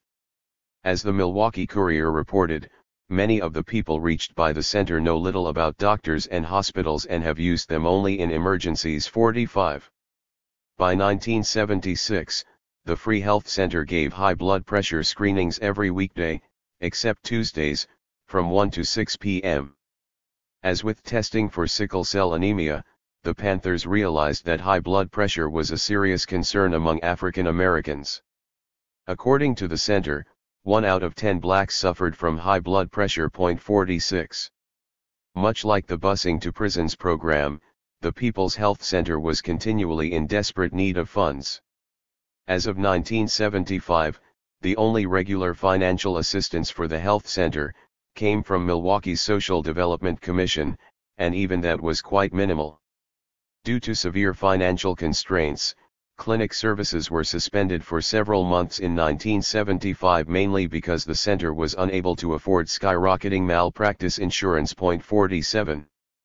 In 1975, the People's Health Center, in conjunction with representatives from nearby St. Mary's Hospital, applied for funds from the University of Wisconsin-Madison's physician residency program, in order to establish a more permanent People's Health Center with greater resources.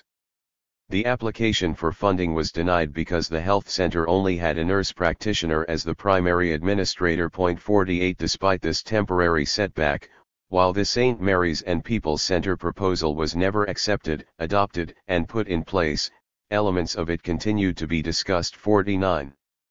The proposal by the People's Health Center served as the impetus for the creation of the Harambee Health Task Force, with Geneva McGee as a representative.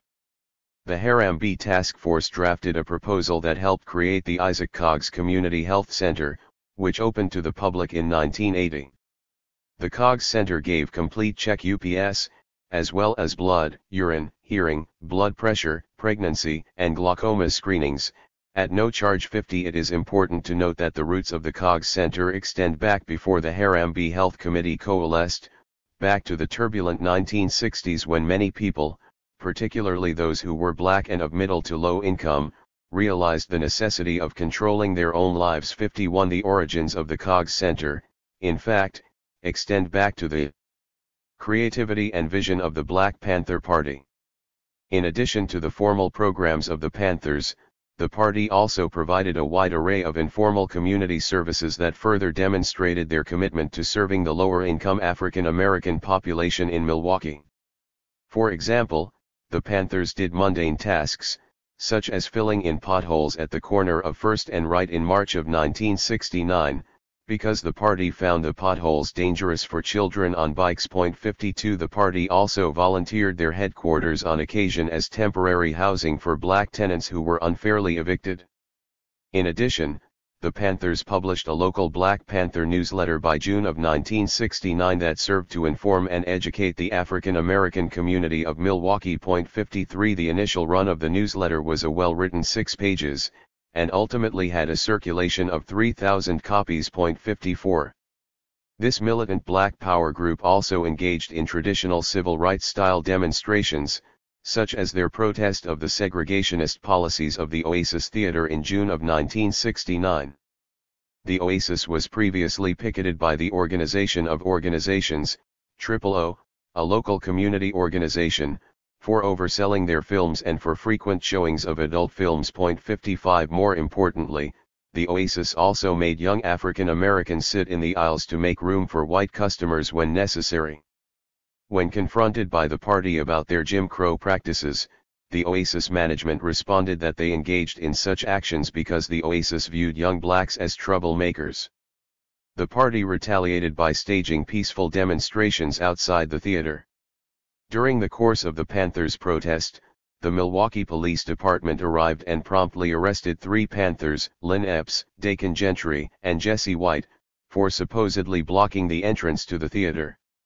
Despite the setback, the party did achieve a satisfactory agreement with the theater owner that stated that the Panthers would speak with the kids about behaving, and, in turn, the owner would allow the children to sit in seats. 56. The Panthers also picketed I&L food stores in late June of 1969. A number of people from the community complained that the store set prices too high, because the store knew that people in the community had no other nearby option for grocery shopping. I&L, located at 2636 North 3rd Street, catered to a predominantly poor, black community that lacked the resources to travel elsewhere to shop. 57 While protesting outside of I&L, 4 Black Panthers were arrested and charged with disorderly conduct and violating the city's panhandling laws. The Panthers' protest did not cause I&L to lower their prices, but the protest did persuade I&L to contribute to the party's breakfast program. 58. Ex-Panthers carried on their community improvement efforts in the People's Committee for Survival, evidenced by the giveaway of 1,000 bags of food at Malcolm X Park in late 1972. The food distribution was a conscious emulation of the national Black Panther Party's giveaway of 10,000 bags of food in Oakland that same year. 59 After the People's Committee became the Black Panthers, the food distribution efforts continued, but on a much lesser scale, as the party gave out a bag of groceries to a small group of needy families on a weekly basis. 60. By September of 1973, the Milwaukee Black Panthers ran a small child care facility at their headquarters, as well as an egg co-op, where they sold eggs at wholesale out of their office. The Panthers also unsuccessfully attempted to set up a community blood bank to sell pints of blood to the community at a fraction of what it was sold for at hospitals. 61 Apparently, a pint of blood cost $35 at area hospitals. Therefore, the Panthers suggested that people could donate blood at the party's headquarters, and then individuals could buy the blood for $15 per pint. 62. Furthermore, the Panthers wanted to provide a preschool for African American children, but they lacked the resources. The rationale behind the preschool program, as Ron Starks claimed, was that black children get such a bad education in the system. But if you get them in those younger years and show them their true identity and the true role of society, they will understand better. 63 The Panthers believed that black children needed to be provided with knowledge of their history and culture so that they would have a greater knowledge of self. Besides the decentralization plan, the party also continually served as a watchdog of the Milwaukee Police Department. One illustration of this was their participation in the Committee of 21, a community organization that developed out of the slayings of 3 African Americans, John Starks, Mary Pendleton, and Jerry Brookshire. As a part of this committee, the Panthers demanded an investigation and an indictment of Milwaukee police officers for the killings of John Starks and Mary Pendleton in the winter of 1974. Starks was killed by a bullet from the police and Pendleton died from smoke inhalation from tear gas that officers shot into the apartment that the two shared. The police stated that they were looking for a murderer and they mistook Starks as the killer. Despite the efforts of the Panthers and the committee, a jury once again ruled that the killings were justifiable homicide. 64.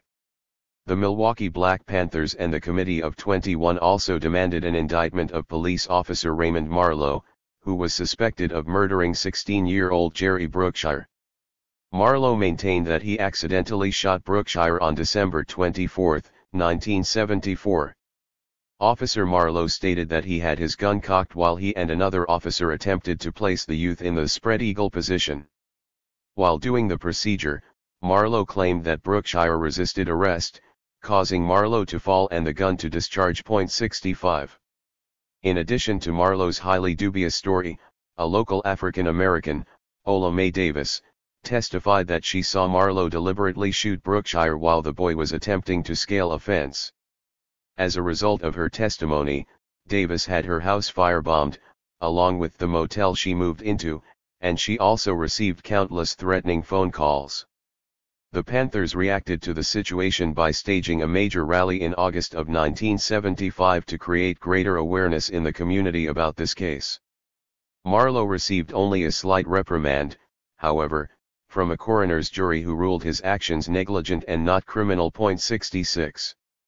The Milwaukee branch of the Black Panther Party took part in almost every worthwhile community project they could. For instance, in April of 1975, the Milwaukee Black Panthers joined in a coalition of Milwaukee organizations, including Project Involve, a senior citizens group, Women United for Action, and U.S. Steel Workers, in their denunciation of a proposed hike in bus fares. As of April of 1975, bus fares in Milwaukee were already at a national high of 60 cents. The proposal was slated to raise fares to 75 cents, which would have been one of the highest bus fares in the world. The Black Panthers assisted in drafting a proposal that called for free bus service, with banks and large corporations paying the cost to run the buses. The party rationalized that the wealthy businesses should pay for the service because they needed those workers who rode the bus. Furthermore, the Panthers were also active in June of 1975 during the Milwaukee meat cutters strike, where the predominantly black Local 248 protested their wages of $1.39 an hour. 67. In addition, the Panthers mounted active opposition to U.S. Senate Bill No. 1 in April of 1975. This proposed piece of legislation was known as the Criminal Justice Reform Act of 1975, which would have severely curtailed the rights of many United States citizens. The bill was labeled by its critics as the most repressive piece of legislation since the days of the Alien and Sedition Laws 68. Among some of its measures, Senate Bill 1 would have made executions mandatory for certain criminal offenses, and the bill also called for 15 years imprisonment, or a $100,000 fine, for membership in an organization that called for revolutionary change. 69 According to the Milwaukee Star-Times, Senate Bill 1 sought to extend government's power over individuals. This extension can take the form of wiretapping and other secret surveillance, of giving broad discretion to officials in decision about punishment, of authorizing exceptionally severe sentences, or restricting access to critical info about government operations. 70. The Panthers exerted considerable political pressure on Wisconsin Senators William Proxmire and Gaylord Nelson, as well as Representative Henry Royce, which helped to draw much-needed attention towards defeating the bill. The party did not play a pivotal role in the destruction of Senate Bill 1, which died on the floor of the United States Senate in 1976, but they played a part nonetheless. 71. The Panthers also spent a great deal of effort combating the use of the death chambers at Waupun State Prison in Wisconsin. The death chambers were soundproof isolation cells, described as screamers, located in the basement of Waupun Prison. The inmates knew these cells would be used to break prison inmates who were deemed unruly. 72 In June of 1976, the Panthers started their campaign against the death chambers by collecting over 3,000 signatures protesting their use. The Milwaukee Panthers also staged a rally on July 27 in Milwaukee, where the editor-in-chief of the Black Panther David Dubois was the keynote speaker. By late July of 1976, the Panthers had collected 10,000 signatures from the community. 73 Because the Panthers had mobilized public opinion on the subject, Wisconsin Governor Pat Lucey was forced to order that the cells closed until proven necessary and humane. 74. As of March of 1974, the community programs of the Milwaukee branch served roughly 500 people a week. The Panthers supported these programs through a variety of ways. Obtaining financial backing for their programs was not an easy task, and a number of scholars allege that the Black Panther Party, including the Milwaukee branch, used strong-arm tactics to obtain money. 75 The Milwaukee Panthers, like Panthers nationwide, claimed they did nothing of the sort. 76 In fact, the Milwaukee Courier noted that the Panthers dig into their own pockets to support the survival community programs. 77 Michael McGee also claimed that many employed Panther members contributed roughly 40 to 50% of their salaries to the party so that the community programs could function adequately. 78 Not only did individual party members donate large sums of their salary to the party, the Panthers also attempted to save money by renting poorly maintained, low-rent properties for their headquarters, which frequently doubled as their living quarters. For instance, the Panthers' March 1974 headquarters, on 2470 North 3rd Street, was essentially a collapsing storefront. 79 Also, Panthers oftentimes lived 8 or 9 to a house so that they could pool their resources and reduce the amount of money spent on rent. 80. Michael McGee stated that as a Panther, you had to humble yourself a lot, because not only did Panthers have to go without basic comforts, many Milwaukee Panthers had to beg to raise money for their community programs. 81 McGee estimated that some Panthers raised $300 a day begging, or canning, as it was called. Canning was an essential element to the party's survival, therefore, roughly 5 to 6 Panthers canned every day. 82. In addition to canning in Milwaukee, the Milwaukee Panthers also went to Madison on occasion, to solicit donations from sympathetic students at the University of Wisconsin-Madison, after the students had received their financial aid for the semester. The party found the trips to Madison quite lucrative and reportedly raised as much as $2,000 per trip. 83. The Milwaukee Panthers also picketed large merchants, like Kohl's and I&L grocery stores, for money and food donations for their programs. 84 In addition, the Panthers participated in rallies, such as one sponsored by Students for a Democratic Society in September of 1969, in order to raise funds for their programs in addition to bail money. 85 Furthermore, each Panther member reportedly needed to sell roughly 100 papers weekly in order to keep the Milwaukee branch afloat financially. 86 The party also held benefits, such as the showing of The Cage, a play about oppressive prison life, in July of 1976. 87 The multitude of programs and services provided by the Milwaukee Panthers clearly illustrate the party's commitment to helping Milwaukee's lower-income and working-class African American community. Regardless of the need for, and notoriety of these other community services, however, no program could match the impact and legacy of the Breakfast for Children program. Chapter 5. Leading by Example. Hunger was, and unfortunately remains, a very real threat for many citizens of Milwaukee, including thousands of children. Therefore, during the late 1960s and early 1970s, the Milwaukee Black Panthers attempted to meet the needs of the lower-income populace of Milwaukee by establishing a Breakfast for Children program.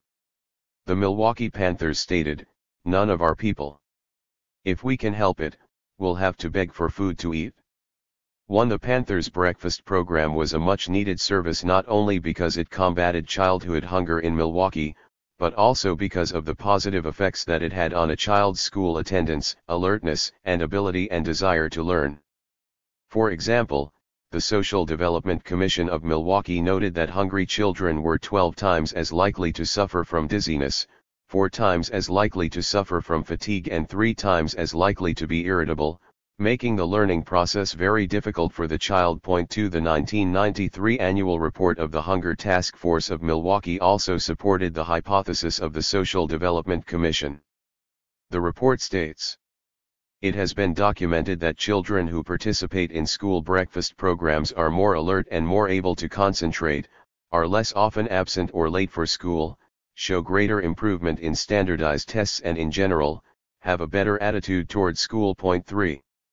Given widespread knowledge of the detrimental effects of hunger on a child's ability to function, the Panthers could not fathom why the Milwaukee Public School (MPS) system did not have a breakfast program. The federal government, in fact, created a nationwide breakfast program in 1966, that offered substantial federal funding for local communities offering breakfast programs. As of 1969, however, the Milwaukee school system had refused to take part in the federally financed free breakfast program. As a result, the Panthers were highly critical of the Milwaukee school system for not providing a breakfast program. 5 Dakin Gentry, of the Milwaukee branch, stated that the schools and the Board of Education should have had this program instituted a long time ago. "It is very difficult for our children to learn anything when they have empty stomachs." 6. Nevertheless, the Milwaukee School Board seemed uninterested in the plight of inner-city, predominantly black children, and bristled at the thought of giving handouts. Moreover, the Milwaukee School Board refused to implement a free breakfast program because the city of Milwaukee would have to fund a small portion of the program. 7 Therefore, the Milwaukee Panthers believed they had to set the example for the Milwaukee School Board and the city of Milwaukee by establishing a breakfast program of their own. In May of 1969, the Milwaukee Panthers began publicizing their proposed breakfast program in order to generate community awareness as well as to obtain funding for it. In a 1969 newsletter from the Milwaukee Black Panthers, the party stated, "The Black Panther Party is the People's Party. We will respond to the needs of the people. We are requesting churches, stores, businesses, and individuals for space, food and money donations to feed some hungry children. We do not ask that you believe in our philosophy just to help feed hungry children." 8. Following the distribution of the newsletter, the party held a rally at St. Boniface in May of 1969 as part of their efforts to draw attention to the breakfast program. 9 At the rally, the Panthers announced that their breakfast program would be a free program for school children, both black and white. 10 In addition, the Panthers participated in a panel discussion on the party, at the UWM Student Union in May, in order to draw further attention to the breakfast program, as well as to the party as a whole. At the UWM Student Union, the party pleaded for volunteers to help run the breakfast program. 11 The Panthers asked for help from the community not only because the party needed the extra help and resources, but also because the party wanted the larger community to play an active role in providing for its citizens as well. In addition to the rally and panel discussion, the Panthers also brought David Hilliard, National Chief of Staff of the Panthers, to Milwaukee to speak at another rally in order to create additional support and funding for the breakfast program. 12. The Panthers held one last rally on June 7 at Cross Lutheran Church's Youth Center, also known as the Soul Hole, to further advertise their breakfast program. 13 At the Soul Hole rally, Paul Creighton, Lieutenant of Religion of the Milwaukee Panthers and former intern pastor at Cross Lutheran, remarked, "It will be a free breakfast program for children, but if a few of you older people get hungry, just drop in too. We'll feed you too." 14 Creighton also solidified the previously mentioned concerns of the Social Development Commission when he stated, "The main purpose of the breakfast program is to feed kids in the community that are hungry. Many times kids go to school hungry and they can't function like they want to." 15. Shortly after the fundraiser at the Soul Hole, the Panthers met with the Rev. Joseph Ellwanger from Cross Lutheran, a church with 400 members, roughly 40% of whom were black, to ask permission to run the breakfast program out of the Soul Hole. Ellwanger tentatively approved the idea, but said he would have to consult with Cross Lutheran's church council. In the meantime, the Panthers thought they had an agreement with Cross Lutheran, and they distributed flyers stating the program would be held at the church. However, the Church Council of Cross Lutheran, an interracial body of the church's leaders, ruled that it would not allow this controversial black militant group to use its facilities regardless of their good intentions. 16 Ellwanger issued a press release stating that the church could not work with an organization openly encouraging the violent overthrow of the government and thus violence against people. 17 Furthermore, Ellwanger claimed that the church did not want to give the impression that Cross Lutheran agreed with the militant teachings of the party. 18 Ellwanger, however, also stated that the church recognized they, Panthers, were attempting to fill a need. 19 In addition, Ellwanger said the council did not feel the Panthers' breakfast program was bad but that the children's needs could be better met by the federally financed program. 20. As a result of the untimely falling out with Cross Lutheran, the Panthers were forced to operate the breakfast program out of the home of Paul Creighton, at 1728 North 16th Street. 21 Creighton recognized the poor situation and even called the Panthers' facilities inadequate. 22 Despite the lack of physical space for the breakfast program, it was still well attended by the black community, as roughly 100 children attended on a daily basis. Initially, the children were served between 7 and 9 a.m. in rotating shifts of 30. Those who took advantage of the breakfast program ranged in age from infants to teenagers, and were predominantly African American. 23 participants in the breakfast program found plentiful helpings of pancakes, sausages, oranges, and milk. 24 Unfortunately, the Panthers' breakfast program, at least initially, appeared to adhere to prevailing gender norms of the era, as wives of 3 Panthers did the cooking, and a handful of teenaged girls served the food. 25. The breakfast program functioned throughout the summer of 1969, but by mid-July, the Panthers reported only feeding 50 to 75 children daily, as opposed to the 100 that they served only a month earlier. The Panthers rationalized that the end of summer school caused the decrease in attendance. The Panthers' breakfast program normally ran Monday through Friday, from 7 to 9 a.m. during school and summer school sessions, but the Panthers changed the hours of operation to 9 to 11 a.m., and later to 12 to 2 p.m., to try and accommodate the summertime schedules of children. The breakfast program, therefore, functioned more as a lunch program during the summer months. 26 Many in the African American community applauded the Panthers' efforts. For instance, the Milwaukee Courier stated that the Black Panther Party is to be commended for taking the initiative in setting up such a program. 27. The Panthers sustain the breakfast program primarily through previously mentioned fundraising efforts, as well as from contributions from area grocers. 28 For instance, larger grocery chains such as Kohl's and National contributed unspecified amounts to the party, and locally owned I&L Foods donated $25 worth of food weekly to the breakfast program. 29 Altogether, the Panthers reportedly received approximately $500 per week from various Milwaukee grocery stores. 30 As stated in Chapter 4. However, the Panthers themselves donated their time and money to programs like the breakfast program, which accounted for its success. The breakfast program of the Milwaukee Panthers, like all of their other programs, ceased operations when the Milwaukee branch was shut down in November of 1969, but the breakfast program lived on in other organizations thanks to the Panthers initiative. Prior to the Panthers breakfast program, many Milwaukee community organizations seemed to be dumbfounded that widespread hunger existed in Milwaukee. For example, immediately following the disagreement between the Panthers and Cross Lutheran, the Rev. Joseph L. Wanger of Cross Lutheran called for a report from Cross Lutheran's Church Council to determine issues of childhood hunger in Milwaukee. 31 The Church Council deliberated and presented their findings to L. Wanger, who then promptly wrote a letter to countless Milwaukee organizations and churches.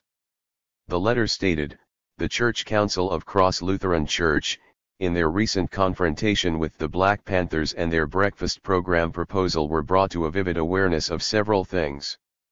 That there is a hunger need among Milwaukee children and youth." 32.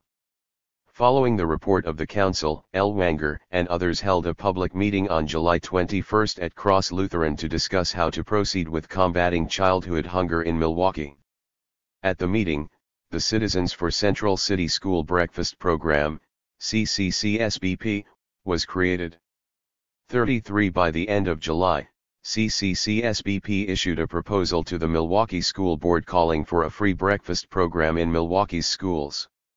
The proposal called for breakfast programs in the inner city, on both the north and south sides, where there are large numbers of children from poor families. 34 The CCCSBP's plan appeared very sound and feasible, thus it was backed by over 30 community groups and churches. 35 In acknowledging the impetus for the creation of the CCCSBP and its proposed breakfast program, L. Wanger freely admitted that the idea for his program came from the Black Panther Party. 36 Randy Marchese of the CCCSBP supported L. Wanger when he stated, "We are fully willing to endorse the fact that the free breakfast program was initiated by the Panthers."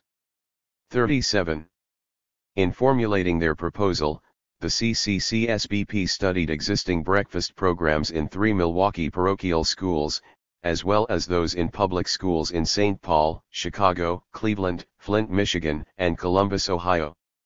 The CCCSBP studies concluded that there is a real need for such a nutritional supplement, as provided by a breakfasts program, to the diets of many school children, and that such a program has a very positive effect on the behavior patterns, achievement level, and attendance records of nearly all the students involved. 38 The CCCSBP proposed 12 potential central city schools to house experimental breakfast programs, of which the school board would choose 6 for the program. 39 The committee's initial plan stated that it would cost $42,750 to run the breakfast program, and the federal government would cover $25,600 of those expenses.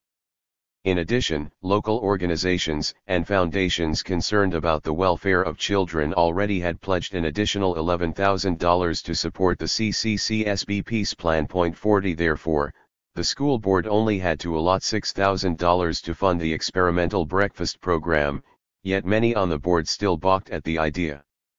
Apparently the Milwaukee School Board had misplaced priorities, as an editorial in the Greater Milwaukee Star noted. The editorial lamented, "Spending thousands of dollars on expensive audiovisual aids and special programs will not help if a child can't attend to the lesson because he is hungry." 41 The CCCSBP waged a long battle against the intransigent Milwaukee School Board, who was committed to not using any tax money for breakfast programs. Those against the breakfast program stated that it's the parents' responsibility to provide sustenance for their children, and other board members stated that the main problem was that some of those welfare mothers are too lazy. 42 Yet others stated, the purpose of the Milwaukee public schools is primarily, one of education, not, as, school board, Representative Russell Darrow put it, charity. 43. Constant pressure by the CCSBP ultimately coerced the Milwaukee School Board to create experimental breakfast programs in 3 Milwaukee schools in 1970. Approval for the experimental breakfast program was a positive step, although the CCCSBP called for the program to be implemented in 14 schools as of 1970.44. Funding concerns continued to be the main impediment to the implementation of a wide-scale breakfast program in Milwaukee. 45 Thomas Farley, Food Services Director for Milwaukee Public Schools, stated that such financial concerns were unsubstantiated, as breakfasts would not exceed 29.3 cents per meal, of which the federal government would pay 15 cents. 46 In 1972, the CCCSBP convinced the school board to expand the breakfast program to 12 schools. In addition to the locally and federally funded 12 schools, the CCCSBP ran an additional 11 breakfast programs with additional federal funds they had received. All told, these breakfast programs fed over 2,000 children daily. 47. Also in 1972, the People's Committee for Survival, the forerunner to the second wave of the Milwaukee Panthers, emerged as a community self-help organization in Milwaukee. As part of their community service efforts, the People's Committee launched their breakfast program on September 27, 1972, at Elite Church of God and Christ. Less than 1 year later, the People's Committee became the Black Panther Party of Milwaukee, and the party formally took over supervision of the program, now located at a building on 2470 North 3rd Street. The Panthers were forced to move out of Elite Church of God and Christ because the church raised the rent on the Panthers' use of their facilities. The church mistakenly believed that the Panthers made money on their breakfast program, and the church wanted their share. 48. At the Panthers' breakfast program, breakfasts were served between 8 o'clock and 9 a.m., and consisted of eggs, toast, sausage or ham, and orange juice. Like the Panther breakfast program of 1969, children did not have to be signed in or registered in order to participate, they simply showed up and were fed. 49. As with the Panthers breakfast program of 1969, the Panthers breakfast program of the early 1970s was largely supported by donations from local businesses and individuals. As the UWM Post magazine noted, however, the Black Panthers receive moral support from the neighborhood, but most of the people cannot afford to give financial support. 50. The financial burden of the breakfast program was hard for the Panthers to bear, as the program cost the party roughly $300 a day to feed the children nutritious breakfasts.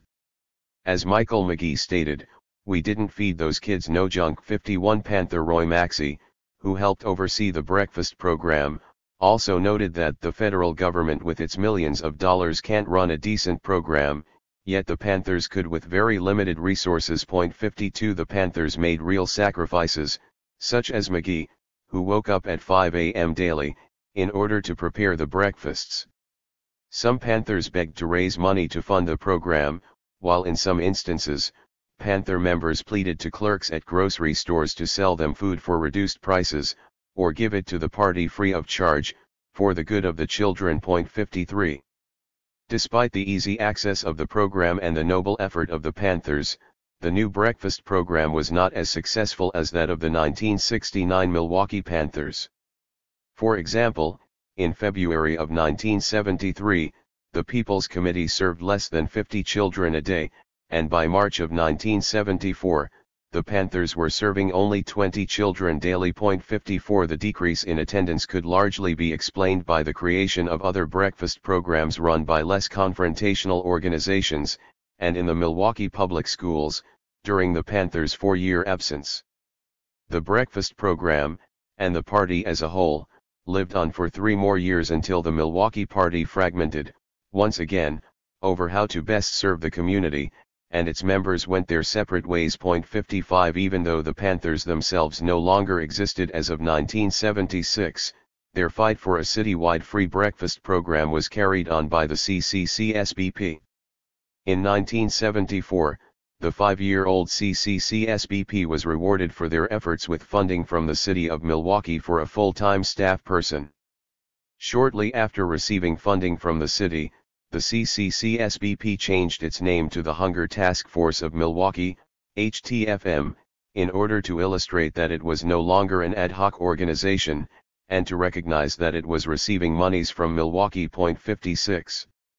In 1975, the Hunger Task Force continued the fight against the lethargic school board, which persisted in its lack of concern with childhood hunger.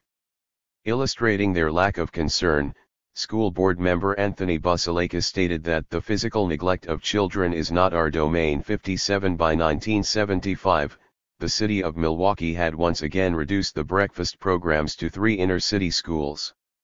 When proponents of a federally funded breakfast program proposed expanding the program to 14 schools, the Milwaukee School Board went into an uproar. The school board refused to implement such a program because they thought it would cost more than the federal government was willing to reimburse under the Child and Nutrition Act, and the board would not ask local taxpayers to pay the bill. 58 As the Rev. L. Wanger claimed, the breakfast program would be a reality if the board's priorities were less cost-oriented and more people-oriented, particularly poor-oriented. 59 Supporters of the free breakfast program also asked, if a free breakfast program cannot be worked into a total public school budget of some $245 million, they asked, where are the board's priorities? 60. In addition to the board's unwillingness to help poor and hungry children, were the now inflated numbers for the breakfast program in 1975, as presented by Tom Farley, Director of Food Services for Milwaukee Public Schools. Farley, who as of 1970, claimed that the program was economically feasible, now estimated that the program would cost 67 cents per meal, or 22 cents over the federal government's limit for reimbursement. The Hunger Task Force, however, estimated that it would only cost 52 cents per meal. 61 Many individuals in the community were skeptical of Farley's figures, because most cities, including Washington, D.C. and Chicago, had no problem staying beneath the government's financial ceiling. Nevertheless, citing Farley's figures, in November of 1975, the school board voted 10-5 against expansion of the breakfast program. Opponents of breakfast expansion stated it would cost too much, that children waste much of the food, and that parents should feed their own kids anyway. 62 Finally, in 1976, Milwaukee Public Schools cut free breakfast programs altogether, and Milwaukee would not see another free school breakfast program until 1980.63. As of 1979, Milwaukee remained the only city of the nation's 25 largest cities that did not have a breakfast program. Regardless of the setbacks that the Hunger Task Force endured, they relentlessly pushed for a free school breakfast program. In 1979, the Hunger Task Force was rewarded for their efforts with a federal grant that was designed to help them run an experimental breakfast program. As a result of the HTFM's successful program and enormous community pressure, the HTFM convinced the school board to implement a free breakfast program in 16 elementary schools in the city of Milwaukee in 1980. 64 In 1981, the breakfast program spread to 49 Milwaukee public schools, and by 1987, 9,000 children were being fed at free school breakfast programs. 65. Besides the much-needed breakfast program, the Hunger Task Force of Milwaukee provided many other services to the city. For instance, in 1982 the HTFM began operating the Emergency Food Pantry Network in Milwaukee. By 1987, the Food Pantry Network reached 30,000 people every month, and by 1990, the pantry served 19,000 children every month. In 1993, HTFM provided the 125 food pantries in Milwaukee with 70 tons of food, which was enough to feed 38,000 people a month, 25,000 of whom were children. By 1997, the Hunger Task Force fed 44,000 people monthly, roughly half being children. 66 As of 2003, the task force fed 45,000 people monthly at its various pantries, and yet another 60,000 at its homeless shelters. 67 Granted, the Milwaukee Black Panthers never worked directly with the Hunger Task Force, but the history of HTFM, especially its origins, cannot be separated from the history of the Panthers.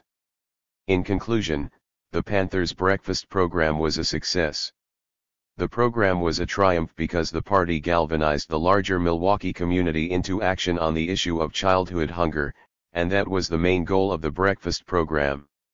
As Panther Walter Chesser stated in May of 1969, the community will hopefully take it, the program, over. 68 Later in June of 1969, the Panthers also noted that they hoped to turn the program over to private groups after first showing how it could be done. 69 The party knew they did not have the widespread appeal or the resources to adequately serve the Milwaukee community on a prolonged basis, nor was that their purpose.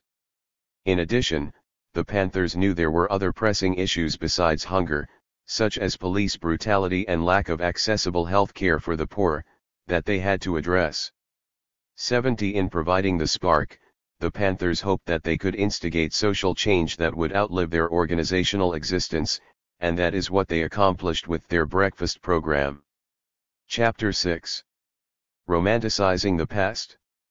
Countless works dealing with the Black Panther Party have solely focused on the party's flaws, or at the very least, have distorted its failings. 1 In contrast, the Black Panthers in the Midwest has offered a reassessment of the Black Panther Party through an extensive examination of the numerous social services and programs that the party provided. The party, and specifically, the Milwaukee branch, did have its share of faults and problems, however. Therefore, Chapter 6 analyzes the shortcomings of the Milwaukee branch in order to present a more well-rounded analysis of the Black Panther Party so that the Milwaukee Panthers are not romanticized.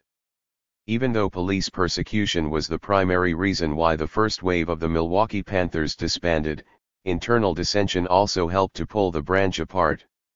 For example, in November of 1969, shortly after the trial of the Milwaukee Three concluded, Dakin Gentry requested that the Central Committee, the party's national decision-making committee, disband the local branch for what Gentry perceived as lack of success in the community. Too many Panthers, such as Lovetta X and the Milwaukee Three, were outraged because Gentry never showed the letter to the Panther rank-and-file, nor consulted with them before making such an important, yet arbitrary, decision. 3.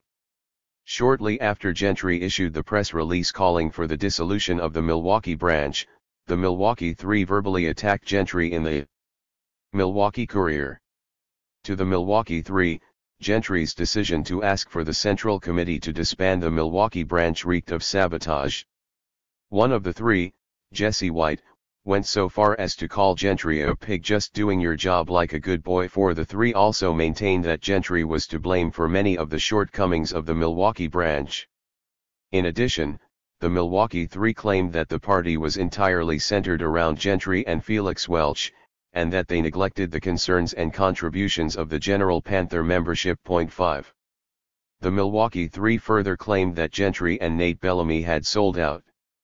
To substantiate their claim, the three pointed to the jobs that Gentry and Bellamy had within the city's concentrated employment office less than a month after resigning from the party. 6 Joe McLean, formerly of the NAACP Commandos, supported this assertion by stating that the local government in Milwaukee frequently offered various social service jobs to black militants of the era. For instance, a number of youth commandos took jobs working for the city, where they served the people in drug or prison rehab projects. The problem, according to McLean, however, was that the former commandos now had their militancy stifled because they now had to work within the confines of a bureaucracy. 7. The Milwaukee Three also maintained that Gentry took the job with the city to avoid going to jail, as was the inevitable course for many Panther leaders throughout the country. 8 Furthermore, the three alleged that Gentry stepped down from his position within the party simply because he was beaten by the police. 9 As Jesse White, One of the Milwaukee Three, said, "When the struggle really gets tough you'll find out who's just there to find out what was going down, and who was actually committed to the cause." 10. Lovetta X supported the claims of the Milwaukee Three in a separate interview in the Milwaukee Courier. In January of 1970, Lovetta stated that those in leadership positions within the Milwaukee branch, such as Bellamy and Gentry, contained and controlled the rest of the members of the party under their bullshit methods, like psyching people through the forceful manner that they had. 11. Lovetta also claimed that Dakin Gentry hurt the party, and the black community of Milwaukee as a whole, when he stated on local television that the people in Milwaukee were forming guerrilla bands to counteract what the police are doing in the community. 12. Lovetta X maintained that it was highly destructive to say something as inflammatory and incorrect as what Gentry said. She also said his statement could potentially cause the Milwaukee police to become even more repressive towards the black community in an effort to sift out these fictitious guerrilla bands. 13. Furthermore, it is arguable that Gentry further alienated the rank and file by not attempting to bail out 4 Panthers who had been jailed for carrying concealed weapons in June of 1969.14. Gentry eventually retaliated to the aforementioned criticisms in another interview in the Milwaukee Courier. Gentry reasserted that he resigned from the party, and asked that the branch be dissolved because he did not think that he, nor the Panthers, were serving the people properly. 15. Gentry's short rebuttal ended by labeling the critiques on his character and decisions as nothing more than bullshit. 16. Not only did Gentry apparently cause fissures within the party, he also hindered the Panthers' ability to serve the people by preventing alliances with some other progressive organizations. For instance, Joe McLean stated that when the Panthers became established in Milwaukee in 1969, that Dakin Gentry visited the commandos to inform them that the Panthers were taking over the movement. 17. McLean, on the other hand, did not see why there was not enough room for both groups, as well as others, in the struggle. McLean and other commandos were not very enthusiastic about working with the Panthers after Gentry's brash statement, however. 18. In addition, according to FBI documents, the Panthers invaded a commando meeting on May 10, 1969 at St. Boniface to further reiterate that the Panthers were now in charge. 19. The Milwaukee Three, Lovetta X and Joe McLean were not the only ones to place blame on the party itself for its dissolution either. Ronald Starks, member of both waves of the Black Panther Party in Milwaukee, called Walter Chesser, former Deputy Minister of Defense of the 1969 Panthers, an opportunist who was highly detrimental to the Milwaukee branch. Following Starks' comments, Chesser demanded an apology from Starks and challenged him to a debate, which Starks declined. 20. FBI records also reveal other internal problems in Milwaukee by May of 1969. For instance, an unnamed individual who handled publication and distribution of the Black Panther newsletter for the Milwaukee branch, was purged by local leadership. 21. In addition, it appears as if the Milwaukee branch overdisciplined some of their troublemakers on occasion. According to FBI documents, the Milwaukee branch had a people's jail located in the basement of their headquarters on 2121 North 1st Street where they placed those who violated various party rules, see Appendix B. The jail had no toilet, and inmates were not provided any food. One unnamed Panther was imprisoned in the jail for disappearing for 9 days, then reappearing in a tavern proclaiming that he was the leader of the Black Panther Party. When representatives of the Milwaukee branch informed the national leadership of their situation, the national leadership told them to release their prisoner, and purge him from the party. 22. In addition to the previously mentioned internal conflicts with the Milwaukee branch, the Black Panther Party's militant image also attracted the wrong people to the party. According to Gentry, some individuals wanted to join the party because they viewed the Panthers as a gun club or some sort of guerrilla outfit. 23. Gentry stated that when the uniformed prospective members learned that the party required discipline, see Appendix B, study and hard work in political action, some changed their minds about joining. 24. Lovetta X substantiated Gentry's point when she claimed that some people joined the Milwaukee branch simply because it was a power trip and trendy, not because they seriously cared about the community. 25 Non-committed Panthers, as described by Lovetta X, did not want to work in the community programs, or help with the day-to-day operations of the Black Panther Party. Therefore, tensions arose between those Panthers devoted to helping the community, and those who only cared about being chic. 26. Furthermore, the party had to deal with problems resulting largely from espousing atheist, communistic ideas, during the Cold War years, to a religious, politically unaware, lower-income African American community. 27 The Milwaukee Panthers realized, however, that many in the black community of Milwaukee did not want to have anything to do with an organization that hinted of communism. 28 Joe McLean supported the Panthers' views of the African American community, as he claimed that the Panthers' revolutionary and communistic rhetoric could not reach the relatively uniformed working-class black masses. 29 As a result of the aversion of many Milwaukee African Americans to communist teachings, some Panthers, such as Abdullah Salahaddin, went out of their way to assure the community that the party was not a communist organization. Despite Salahaddin's claims, however, the Black Panther Party, including the Milwaukee branch, frequently taught from the Red Book, as well as other communist writings, thus hurting their efforts to reach the black community in Milwaukee. 30. The 1969 Panthers also had serious difficulties working with other community organizations and churches, as illustrated by the disagreement with Cross Lutheran Church over the Panthers' breakfast program. 31 After the Panthers and Cross Lutheran had their falling out, the Panthers claimed that Cross Lutheran had no interest in serving hungry children. 32 Furthermore, the information staff of the Milwaukee branch submitted an article to the party's national newsletter, the Black Panther, which called the Rev. Joseph L. Wanger a punk racist, fascist pig preacher. 33 First, if Cross Lutheran and L. Wanger had no interest in stopping hunger, they would not have helped create the Citizens for Central City School Breakfast Program, CCCSBP, nor the Hunger Task Force of Milwaukee, HTFM. Second, L. Wanger would not have preached at Cross Lutheran, with a membership that was 40% African American, if he was racist. Finally, L. Wanger would not have created CCCSBP or HTFM, organizations that predominantly served poor blacks, if he was bigoted. In addition to the spat with Cross Lutheran, the Panthers also had an issue with Milwaukee's St. Mark's AME Church. At a Sunday church service in early August of 1969, Lovetta X and Will Crittenden, director of the Black Arts Theater in Milwaukee, interrupted a church service at St. Mark's AME Church to demand that the church allow its facilities to be used for black arts performances. 34 Based on their run-ins with the Commandos and St. Mark's, it appears that the party wanted to dictate their agenda to other, more established institutions, in the community.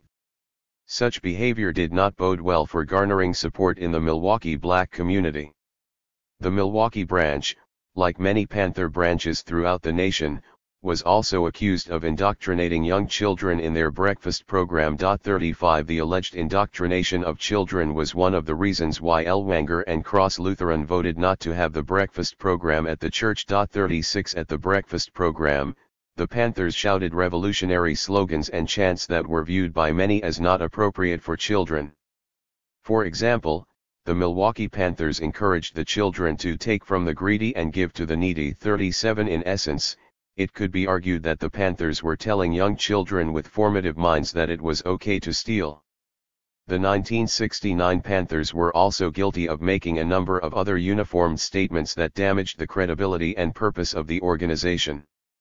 For example, Panther John Trenton made the widespread generalization that middle-class blacks were house niggers, or subservient to whites, while the Panthers were field niggers, or in other words, militants. 38 An African American organization dedicated to positive social change does not need to refer to itself in such pejorative terms. In addition, Trenton's statement possibly alienated potential allies in the middle-class African American community. Furthermore, Trenton's comment illustrated his general lack of knowledge of the party, as the Panthers had numerous middle-class members and supporters. 39 Lovetta X also made a fatal mistake, a la the Beatles, when she likened the persecution of the Black Panther Party to that of Jesus Christ. 40 As Lovetta said, Jesus was a threat to the government in those days and was arrested just like revolutionaries are today, just like Huey P. Newton. 41 The religious, lower-income Milwaukee black populace probably did not appreciate having Newton compared to Christ in any fashion. The 1973 Black Panthers also had their share of flaws, or at least actions that could be perceived as flaws, as well. For example, members of the Milwaukee branch frequently liberated items for use in their community programs, especially the Breakfast for Children program. 42 As Mike McGee stated, that despite the fundraising efforts, the party couldn't raise enough money for the breakfast program. Therefore the Panthers believed they had to steal to provide for the breakfast program. 43 McGee claimed, understandably, that he and other Panthers would much rather steal, than tell hungry children that there was not any food for them. McGee also maintained that the party did not steal from any small, independently owned grocery stores, but only from the larger chain stores. 44. In addition, the 1973 Panthers had to contend with internal problems as well. For instance, Michael McGee, an individual who had helped re-establish the party in Milwaukee, was expelled from the Panthers in 1974. Apparently, McGee had acted alone and without the party's authorization, when he filed a suit against the Milwaukee Police Department requesting the Red Squad secret files. 45 As a result of this seemingly minor action on the part of McGee, he was denounced by others within the Milwaukee branch for very questionable and devious activities, and forced to leave the Panthers by 1974. 46. A factor that possibly contributed to McGee's dismissal, as well as a further illustration of internal problems with the party, was his decision to place women within positions of leadership in the party. According to Michael McGee, women carried 60% of the load of the Black Panther Party in Milwaukee. 47 Despite the fact that Panther women, such as Doris Brown, played a pivotal role in the Milwaukee branch, numerous party males refused to acknowledge their contributions or role within the party. McGee reported that he had to suspend certain males, as well as expel males on occasion, for their blatantly sexist behavior. McGee was called a wimp or a fag by sexist males who resented his ideas about gender equality. 48 It is very likely that McGee's gender-neutral policies hastened his removal from the party. Chapter 6 addressed the handfuls of failings, or perceived failings, of the Black Panther Party in Milwaukee, in order to present a more complete story about the party. As Chapter 6 illustrates, the party did have its share of flaws, but as Lovetta X stated, a majority of the Panthers were for real. They wanted to work and they did work. 49 To exclusively focus on the shortcomings of a select minority of the party would be a detriment to the Milwaukee branch, and to our overall understanding of this Black Power organization. Conclusion. The Black Panther Party of Milwaukee shared many characteristics with other Panther branches throughout the nation, but it did have some unique qualities of its own. In order to illustrate that the Milwaukee Panthers were not a complete aberration from other Panther branches throughout the nation, the conclusion will briefly examine similarities, as well as the differences that the Black Panther Party had with other Panther branches. Like other Panther branches around the country, the Milwaukee Panthers armed themselves. Yet, the Milwaukee branch did not place much emphasis on guns, but rather on carrying out community programs. Countless newspaper articles can be found in the Milwaukee Courier, Greater Milwaukee Star, Milwaukee Journal, and Milwaukee Sentinel, that address the Panthers' community programs in some fashion, yet hardly any articles ever mention the Panthers' weaponry.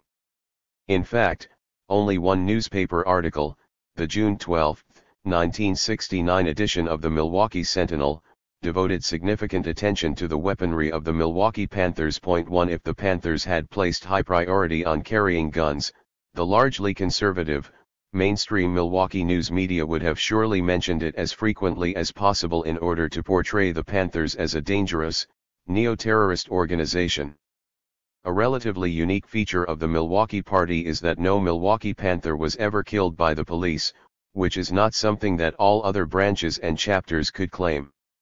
The lack of death among the Milwaukee branch is fairly remarkable considering the brutality of the Milwaukee Police Department.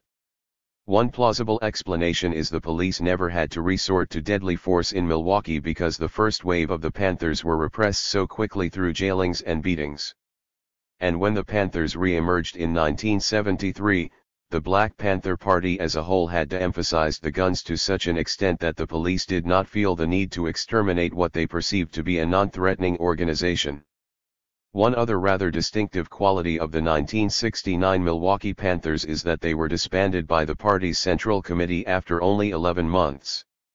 Other Panther branches dealt with significant purges, but very few were completely disbanded. The Milwaukee Panthers were also unique in that they were re-established, which to this author's knowledge, happened only to the Los Angeles branch. As already noted in chapters 2 and 6, conflict within the Milwaukee branch, and within Panther ranks as a whole, was fairly commonplace. The amount of dissension and purging that occurred throughout Panther chapters and branches may raise some doubts about the commitment and dependability of Fanon's lumpen proletariat. 2 Some scholars, such as Chris Booker, claim that the Panthers' emphasis on the lumpen was a decisive factor in the Black Panther Party's eventual decline. 3 Before a broad generalization such as Booker's can be made, it is important to remember that predominantly middle-class organizations, such as SNCC and the NAACP, experienced great rifts. In addition to SNCC's highly publicized dismissal of whites from the organization in 1966, there also were day-to-day problems among the leaders of the organization. The NAACP also had trouble with branches and individuals, such as Robert F. Williams, who differed with their tactics. In addition, the NAACP routinely had problems between the older members and the youth councils, something that was especially visible in Milwaukee. 4 When it is further noted that the Panthers were prime targets of federal and local enforcement agencies that instilled general suspicion and paranoia among many Panthers, it becomes somewhat understandable why the Panthers expelled countless members throughout its existence. There also is the general question of how prevalent the lumpen were within the party. Charles Jones notes that although Seal and Newton placed great emphasis on recruiting the lumpen, the socio-economic profile of the rank-and-file Panthers contradicts the lumpen perception of the organization. 5. Finally, one of the clearest similarities between the Milwaukee branch and other Panther branches, was the priority they placed on serving lower-income African American communities. The Milwaukee Panthers provided a host of community programs and services, and as Appendix E illustrates, the Milwaukee branch was not alone in providing various self-help programs. Panther branches across the nation dedicated themselves to serving segments of the black community. As Miriam White noted in her master's thesis from the University of Wisconsin-Madison, while it was the gun-toting militant black man and woman that was their, Panthers, most publicized image, in reality, the Black Panthers devoted nearly all their energies to constructing and carrying out social programs. 6 As a result of the Panthers' commitment to the community, the party received quite a bit of support from the lower-income African American community, who, though they did not actively or financially support the BPP, went home to sit on the corner, where manhood is not so costly, and applaud those little angry niggers who weren't gonna take it no more. 7. In closing, the community programs define the Black Panther Party as an organization. Any examination of the Black Panthers that does not adequately address the importance of the community programs is neglecting one of the most tangible and enduring legacies of this controversial Black Power organization. Epilogue. It would be nice to think that issues such as police brutality and hunger are not as prevalent in Milwaukee as they were in the 1960s and 1970s. Some progress has been made, as Harold Breyer's racist administration is long gone. In addition, Arthur Jones, an African American, was police chief during the late 1990s and early 2000s, and David Clark, also an African American, is currently the sheriff of Milwaukee County. Furthermore, Nanette, Nan, Hejirti, a white woman, is now the chief of police. Regardless of the diversity in the leadership within the city's and county's police forces, it does not appear, however, that the Milwaukee Police Department of the 1990s and 2000s is vastly different than that of the police department of the 1960s and 1970s. For instance, there have been numerous instances of police brutality against the African American and Latino communities of Milwaukee over the past few years. One such example of police violence was the killing of Antonio Davis.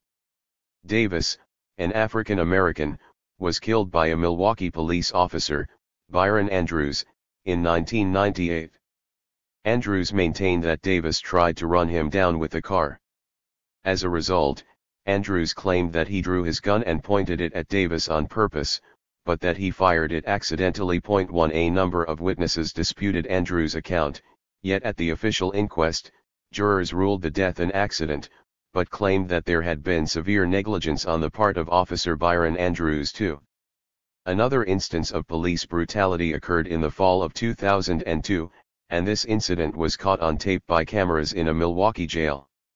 The local news showed the footage of an African American male being accosted by a brutish white male police officer, Robert Henry, in the jail. After the incident was over, Henry gloated over his accomplishment by flexing his massive arms. Soon after the incident was over, Arthur Jones fired Henry, but then Henry filed a $300,000 reverse discrimination suit against the city. In the suit, Henry claimed that 2 African American officers should have been disciplined as well, but were not because they were black. As a result, Milwaukee's Police and Fire Commission overturned Henry's firing. Worse yet, Henry applied for disability in 2003, as he claimed that he suffered severe mental stress from the whole ordeal. In June of 2003, Henry was granted lifetime disability, and allotted roughly $40,000 a year for the next 29 years. Henry now lives in Florida. 3. Also in the fall of 2002, Larry Jenkins, an African American, was shot by Milwaukee police officer John Bartlett. 4. Jenkins was not carrying a weapon when he was shot. The shooting was ruled justifiable, and Bartlett was not disciplined. 5. In addition, Samuel Rodriguez, a Latino, was also shot and killed by Milwaukee police, and once again, the suspect was unarmed when shot. 6. Another case of police brutality occurred in the fall of 2004, when Frank Jude, Jr., an African American male, was severely beaten by off-duty police officers. Jude had accompanied 2 white women to a party at one of the officers' homes, and was accused of stealing an officer's badge, and then beaten. Jude maintained that he did not steal anything, and that numerous racial epithets were hurled at him before he was beaten. 7. Especially disturbing is that Officer John Bartlett was also involved in this incident. 8. Bartlett, along with 12 others, were eventually fired, or at least disciplined. 9. In the spring of 2005, Wilbert Prado, a Latino, was shot and killed by Alfonso Glover, an off-duty police officer. According to Glover, he had allegedly been followed by Prado in his van. Glover got out of his car to confront Prado, who supposedly hit Glover with the van. Glover fired at Prado as a result, hitting the van 10 times. Apparently, a foot chase ensued, which resulted in Glover shooting Prado 8 times. No weapon was found on Prado. 10. Eugene Kane, a columnist for the Milwaukee Journal-Sentinel, wrote, "When you consider that Prado was apparently killed while fleeing the scene, it's hard to figure out exactly why this cop felt his life was in such danger he had to rain down a storm of gunfire on an unarmed suspect." 11. In addition to the issue of police brutality, hunger remains a severe problem for many lower-income Milwaukee residents. In 1999, on the first day of Summerfest, a yearly music, food, and beer festival held in Milwaukee, I ventured down to the festival and I saw firsthand the legacy of the Milwaukee Black Panther Party, as well as the depressing situation that still exists in the city. Over 100 Hunger Task Force volunteers collected more than 30,000 pounds of food from 14,000 Summerfest goers on this day alone as a part of the HTFM's continual battle with hunger. 12. The HTFM is also still engaging in a constant battle with local and state politicians to improve the breakfast programs in our Wisconsin schools. As of 2003, however, Wisconsin ranked last in the nation in terms of school participation in free breakfast programs. Point 13.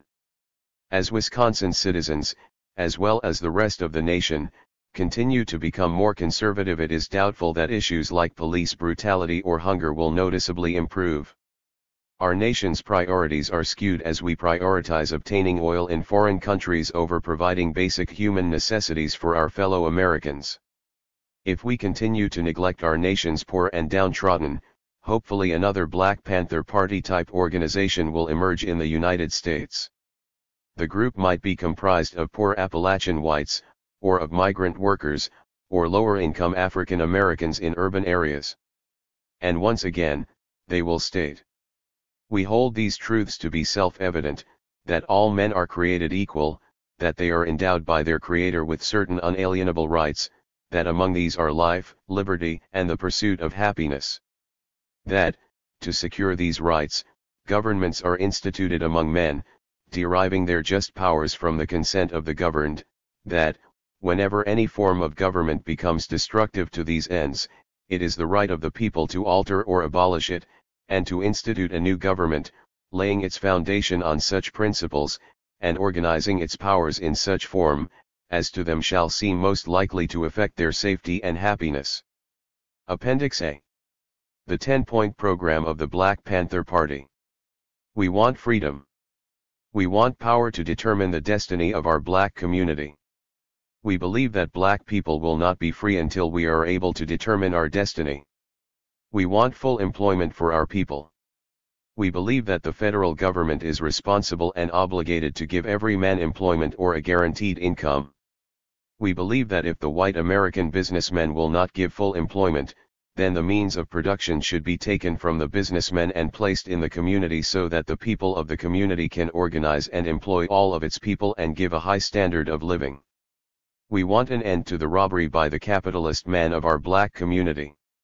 We believe that this racist government has robbed us, and now we are demanding the overdue debt of 40 acres and 2 mules. 40 acres and 2 mules was promised 100 years ago as restitution for slave labor and mass murder of black people.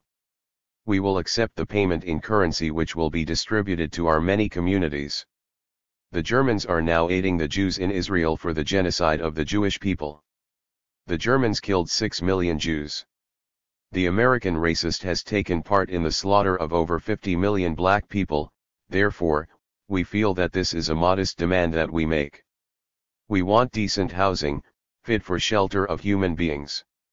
We believe that if the white landlords will not give decent housing to our black community, then the housing and the land should be made into cooperatives so that our community, with government aid, can build and make decent housing for its people.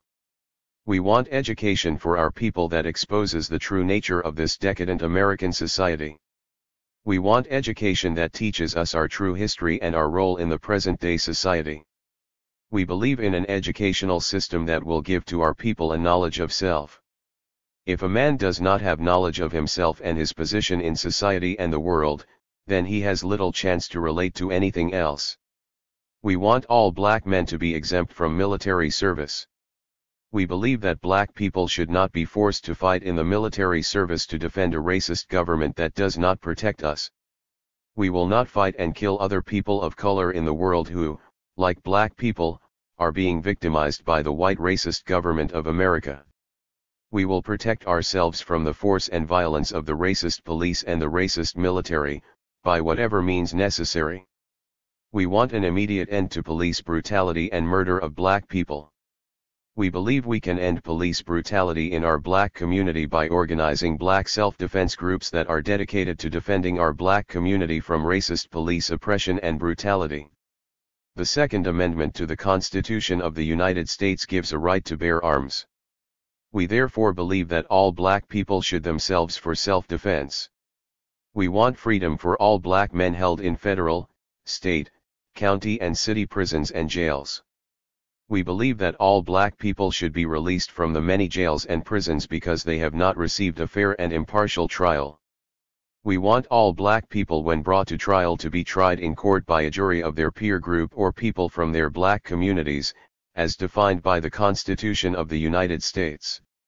We believe that the courts should follow the United States Constitution so that black people will receive fair trials.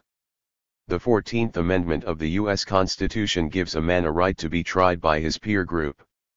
A peer is a person from a similar economic, social, religious, geographical, environmental, historical, and racial background. To do this, the court will be forced to select a jury from the black community from which the black defendant came. We have been, and are being tried by all white juries that have no understanding of the average reasoning man of the black community. We want land, bread, housing, education, clothing, justice, and peace. And as our major political objective, a United Nations supervised plebiscite to be held throughout the black colony in which only black colonial subjects will be allowed to participate, for the purpose of determining the will of black people as to their national destiny. When, in the course of human events, it becomes necessary for one people to dissolve the political bands which have connected them with another, and to assume, among the powers of the earth, the separate and equal station to which the laws of nature and nature's God entitle them, a decent respect to the opinions of mankind requires that they should declare the causes which impel them to the separation. We hold these truths to be self-evident, that all men are created equal, that they are endowed by their Creator with certain unalienable rights, that among these are life, liberty, and the pursuit of happiness. That, to secure these rights, governments are instituted among men, deriving their just powers from the consent of the governed, that, whenever any form of government becomes destructive to these ends, it is the right of the people to alter or abolish it, and to institute a new government, laying its foundation on such principles, and organizing its powers in such form, as to them shall seem most likely to affect their safety and happiness. Prudence, indeed, will dictate that governments long established should not be changed for light and transient causes, and, accordingly, all experience has shown, that mankind are more disposed to suffer, while evils are sufferable, than to right themselves by abolishing the forms which they are accustomed. But, when a long train of abuses and usurpations pursuing invariably the same object, evinces a design to reduce them under absolute despotism, it is their right, it is their duty, to throw off such government, and to provide new guards for their future security. Reprinted from the Black Panther, Sept. 14, 1968, page 7. Appendix B. Rules of the Black Panther Party. Every member of the Black Panther Party throughout this country of racist America must abide by these rules as functional members of this party. Central Committee members, central staffs, and local staffs, including all captains subordinate to either national, state, and local leadership of the Black Panther Party will enforce these rules. Length of suspension or other disciplinary action necessary for violation of these rules will depend on national decisions by national, state or state area, and local committees and staffs where said rule or rules of the Black Panther Party were violated. Every member of the party must know these verbatim by heart, and apply them daily. Each member must report any violation of these rules to their leadership or they are counter-revolutionary and are also subjected to suspension by the Black Panther Party. The rules are: no party member can have narcotics or weed in his possession while doing party work. Any party found shooting narcotics will be expelled from the party. No party member can be drunk while doing daily party work. No party member will violate rules relating to office work, general meetings of the Black Panther Party, and meetings of the Black Panther Party anywhere. No party member will use, point, or fire a weapon of any kind unnecessarily or accidentally at anyone. No party member can join any other army force other than the Black Liberation Army. No party member can have a weapon in his possession while drunk or loaded off narcotics or weed. No party member will commit any crimes against other party members or black people at all, and cannot steal or take from the people, not even a needle or a piece of thread. When arrested, Black Panther members will give only name, address, and will sign nothing. Legal first aid must be understood by all party members. The 10-point program and platform of the Black Panther Party must be known and understood by each party member. Party communications must be national and local. The 10-10 10 program should be known by all members and also understood by all members. All finance officers will operate under the jurisdiction of the Ministry of Finance. Each person will submit a report of daily work. Each subsection leader, section leader, lieutenant, and captain must submit daily reports of work. All panthers must learn to operate and service weapons correctly. All leadership personnel who expel a member must submit this information to the editor of the newspaper, so that it will be published in the paper and will be known by all chapters and branches. Political education classes are mandatory for general membership. Only office personnel assigned to respective offices each day should be there. All others are to sell papers and do political work out in the community, including captains, section leaders, etc. Communications. All chapters must submit weekly reports in writing to the national headquarters. All branches must implement first aid and/or medical cotters. All chapters, branches, and components of the Black Panther Party must submit a monthly financial report to the Ministry of Finance, and also the Central Committee.